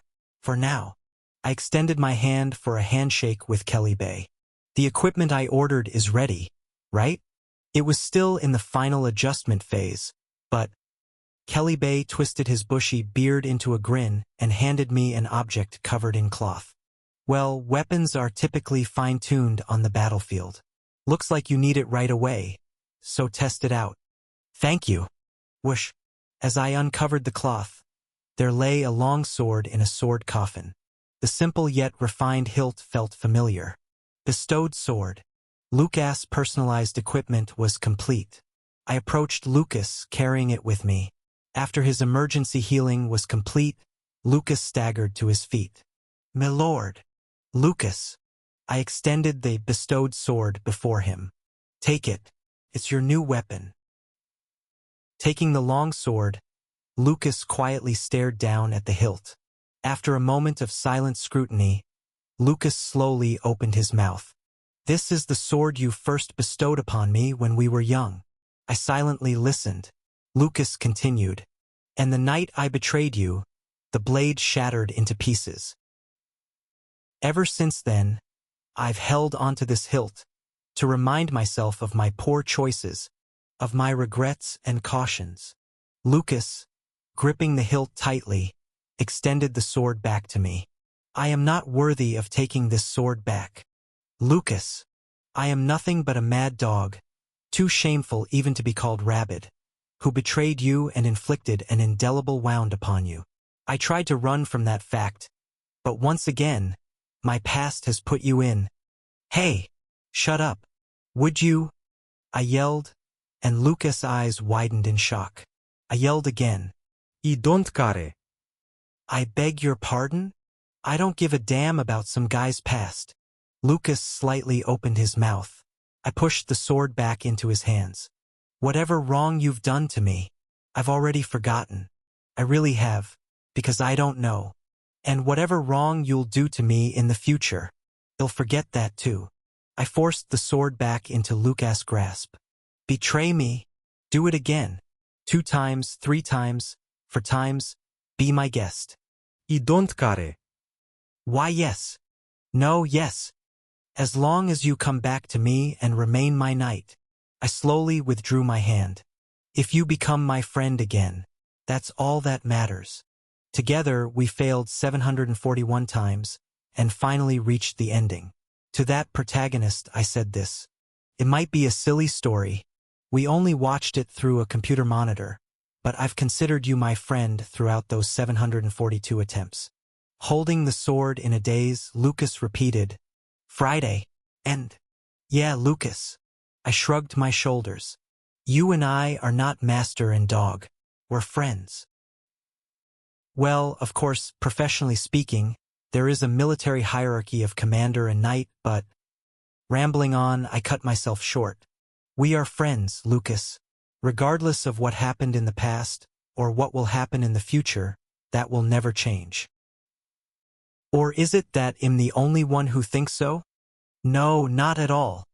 Lucas lowered his head, his disheveled and blood-stained blonde hair obscuring his eyes. Not at all, my lord. Absolutely not.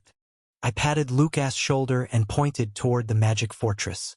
The fort's maintenance is reaching its limit. The guys we've trapped inside will soon be coming out. Even though my condition was a mess, I forcibly drank all the magic potions in my inventory and summoned the fortress. As a result, the limit was rapidly approaching. The magic fortress was slowly crumbling, soon to be completely destroyed. Their villains scheming to break our front line. I looked around at my subordinates and nodded. I'll define it. They're monsters that our monster front line has to deal with. Wipe them all out. Yes, dash. My subordinates responded in unison. Elise adjusted her sword coffin, while Verdandi and the Holy Grail Seekers each readied their equipment. Shadow Squad and the reserve parties also prepared for battle, and Saintess Margarita cast shield spells over them. The armor Lucas had sent to Kelly through Godhand had been quickly repaired. With Kelly's help, Lucas donned the armor. I spoke to him. Lucas. Yes. Sever your past with that sword. I grinned at the protagonist of this world. The player who had taken over this body said, Come back safely. Lucas set aside the tin helmet he was holding in his hand and gave a blurry smile. Yes, I will return, my lord. In the distance, the magic barrier disappeared. As if settling the bill, the residual magic power drained from my body, and then I passed out. Aegis Special Forces Team 1 was a unit comprised only of those capable of combat in the dark. In fact, their combat skills were so high that they often scored similarly to the Imperial Knights during mock battles. If ambushes, surprise attacks, and the use of various tools were permitted, they could even overwhelm the Knights. Each of their individual combat skills was on par with the elite heroes of the Crossroad. However, this time the situation was dire. Tout bon bon bon. As soon as they teleported, they found themselves trapped within a gray barrier. The moment they were freed, attacks rained down on them from all directions. Burnout, who had been prepared, unleashed a barrage of explosive arrows, and Bodybag hurled the iron bars created by Godhand. Verdandis Holy Grail Seekers also fired short bows and threw daggers. Caught without cover in this long-range bombardment, the special forces took heavy damage. Damn it! Break through in this direction. Mason, who had deflected arrows with his greatsword, looked back at his subordinates as he roared. There, a woman in a maid outfit with a giant coffin on her back had entered. She was swinging her bluish-black bobbed hair. Those agents who recognized her were shocked. You are? Could it be the coffin swordmaster Elizabeth? Between the Special Forces members hastily swinging their weapons, Elise quietly drew the swords from her sword coffin. Swoosh, clang, shatter. Like a spinning top, she swiftly slaughtered the Special Forces members. Watching his men fall one by one, Mason gritted his teeth. At this rate, thud, thud, footsteps approached. Mason looked in that direction. Mason, you're not fit for the dark arts or this confidential mission. It was Lucas. Though his footsteps were unsteady, perhaps due to his condition, his bright blue eyes were firm. Why didn't you join the Knights? Then you could have used that crude swordsmanship. Grinning, Mason gripped his massive greatsword. Lord Fernandez highly values a certain trait of mine. That's why he entrusted this mission to me. What trait is that? Survival. Mason laughed ferociously. No matter how strong the opponent, no matter how dire the situation, I always manage to cling to life and complete the mission. That's the one thing I'm confident in. Your pitiful life ends here. Lucas slowly reached for the hilt of his long sword. Let's end our bad karma, Mason. Bad karma?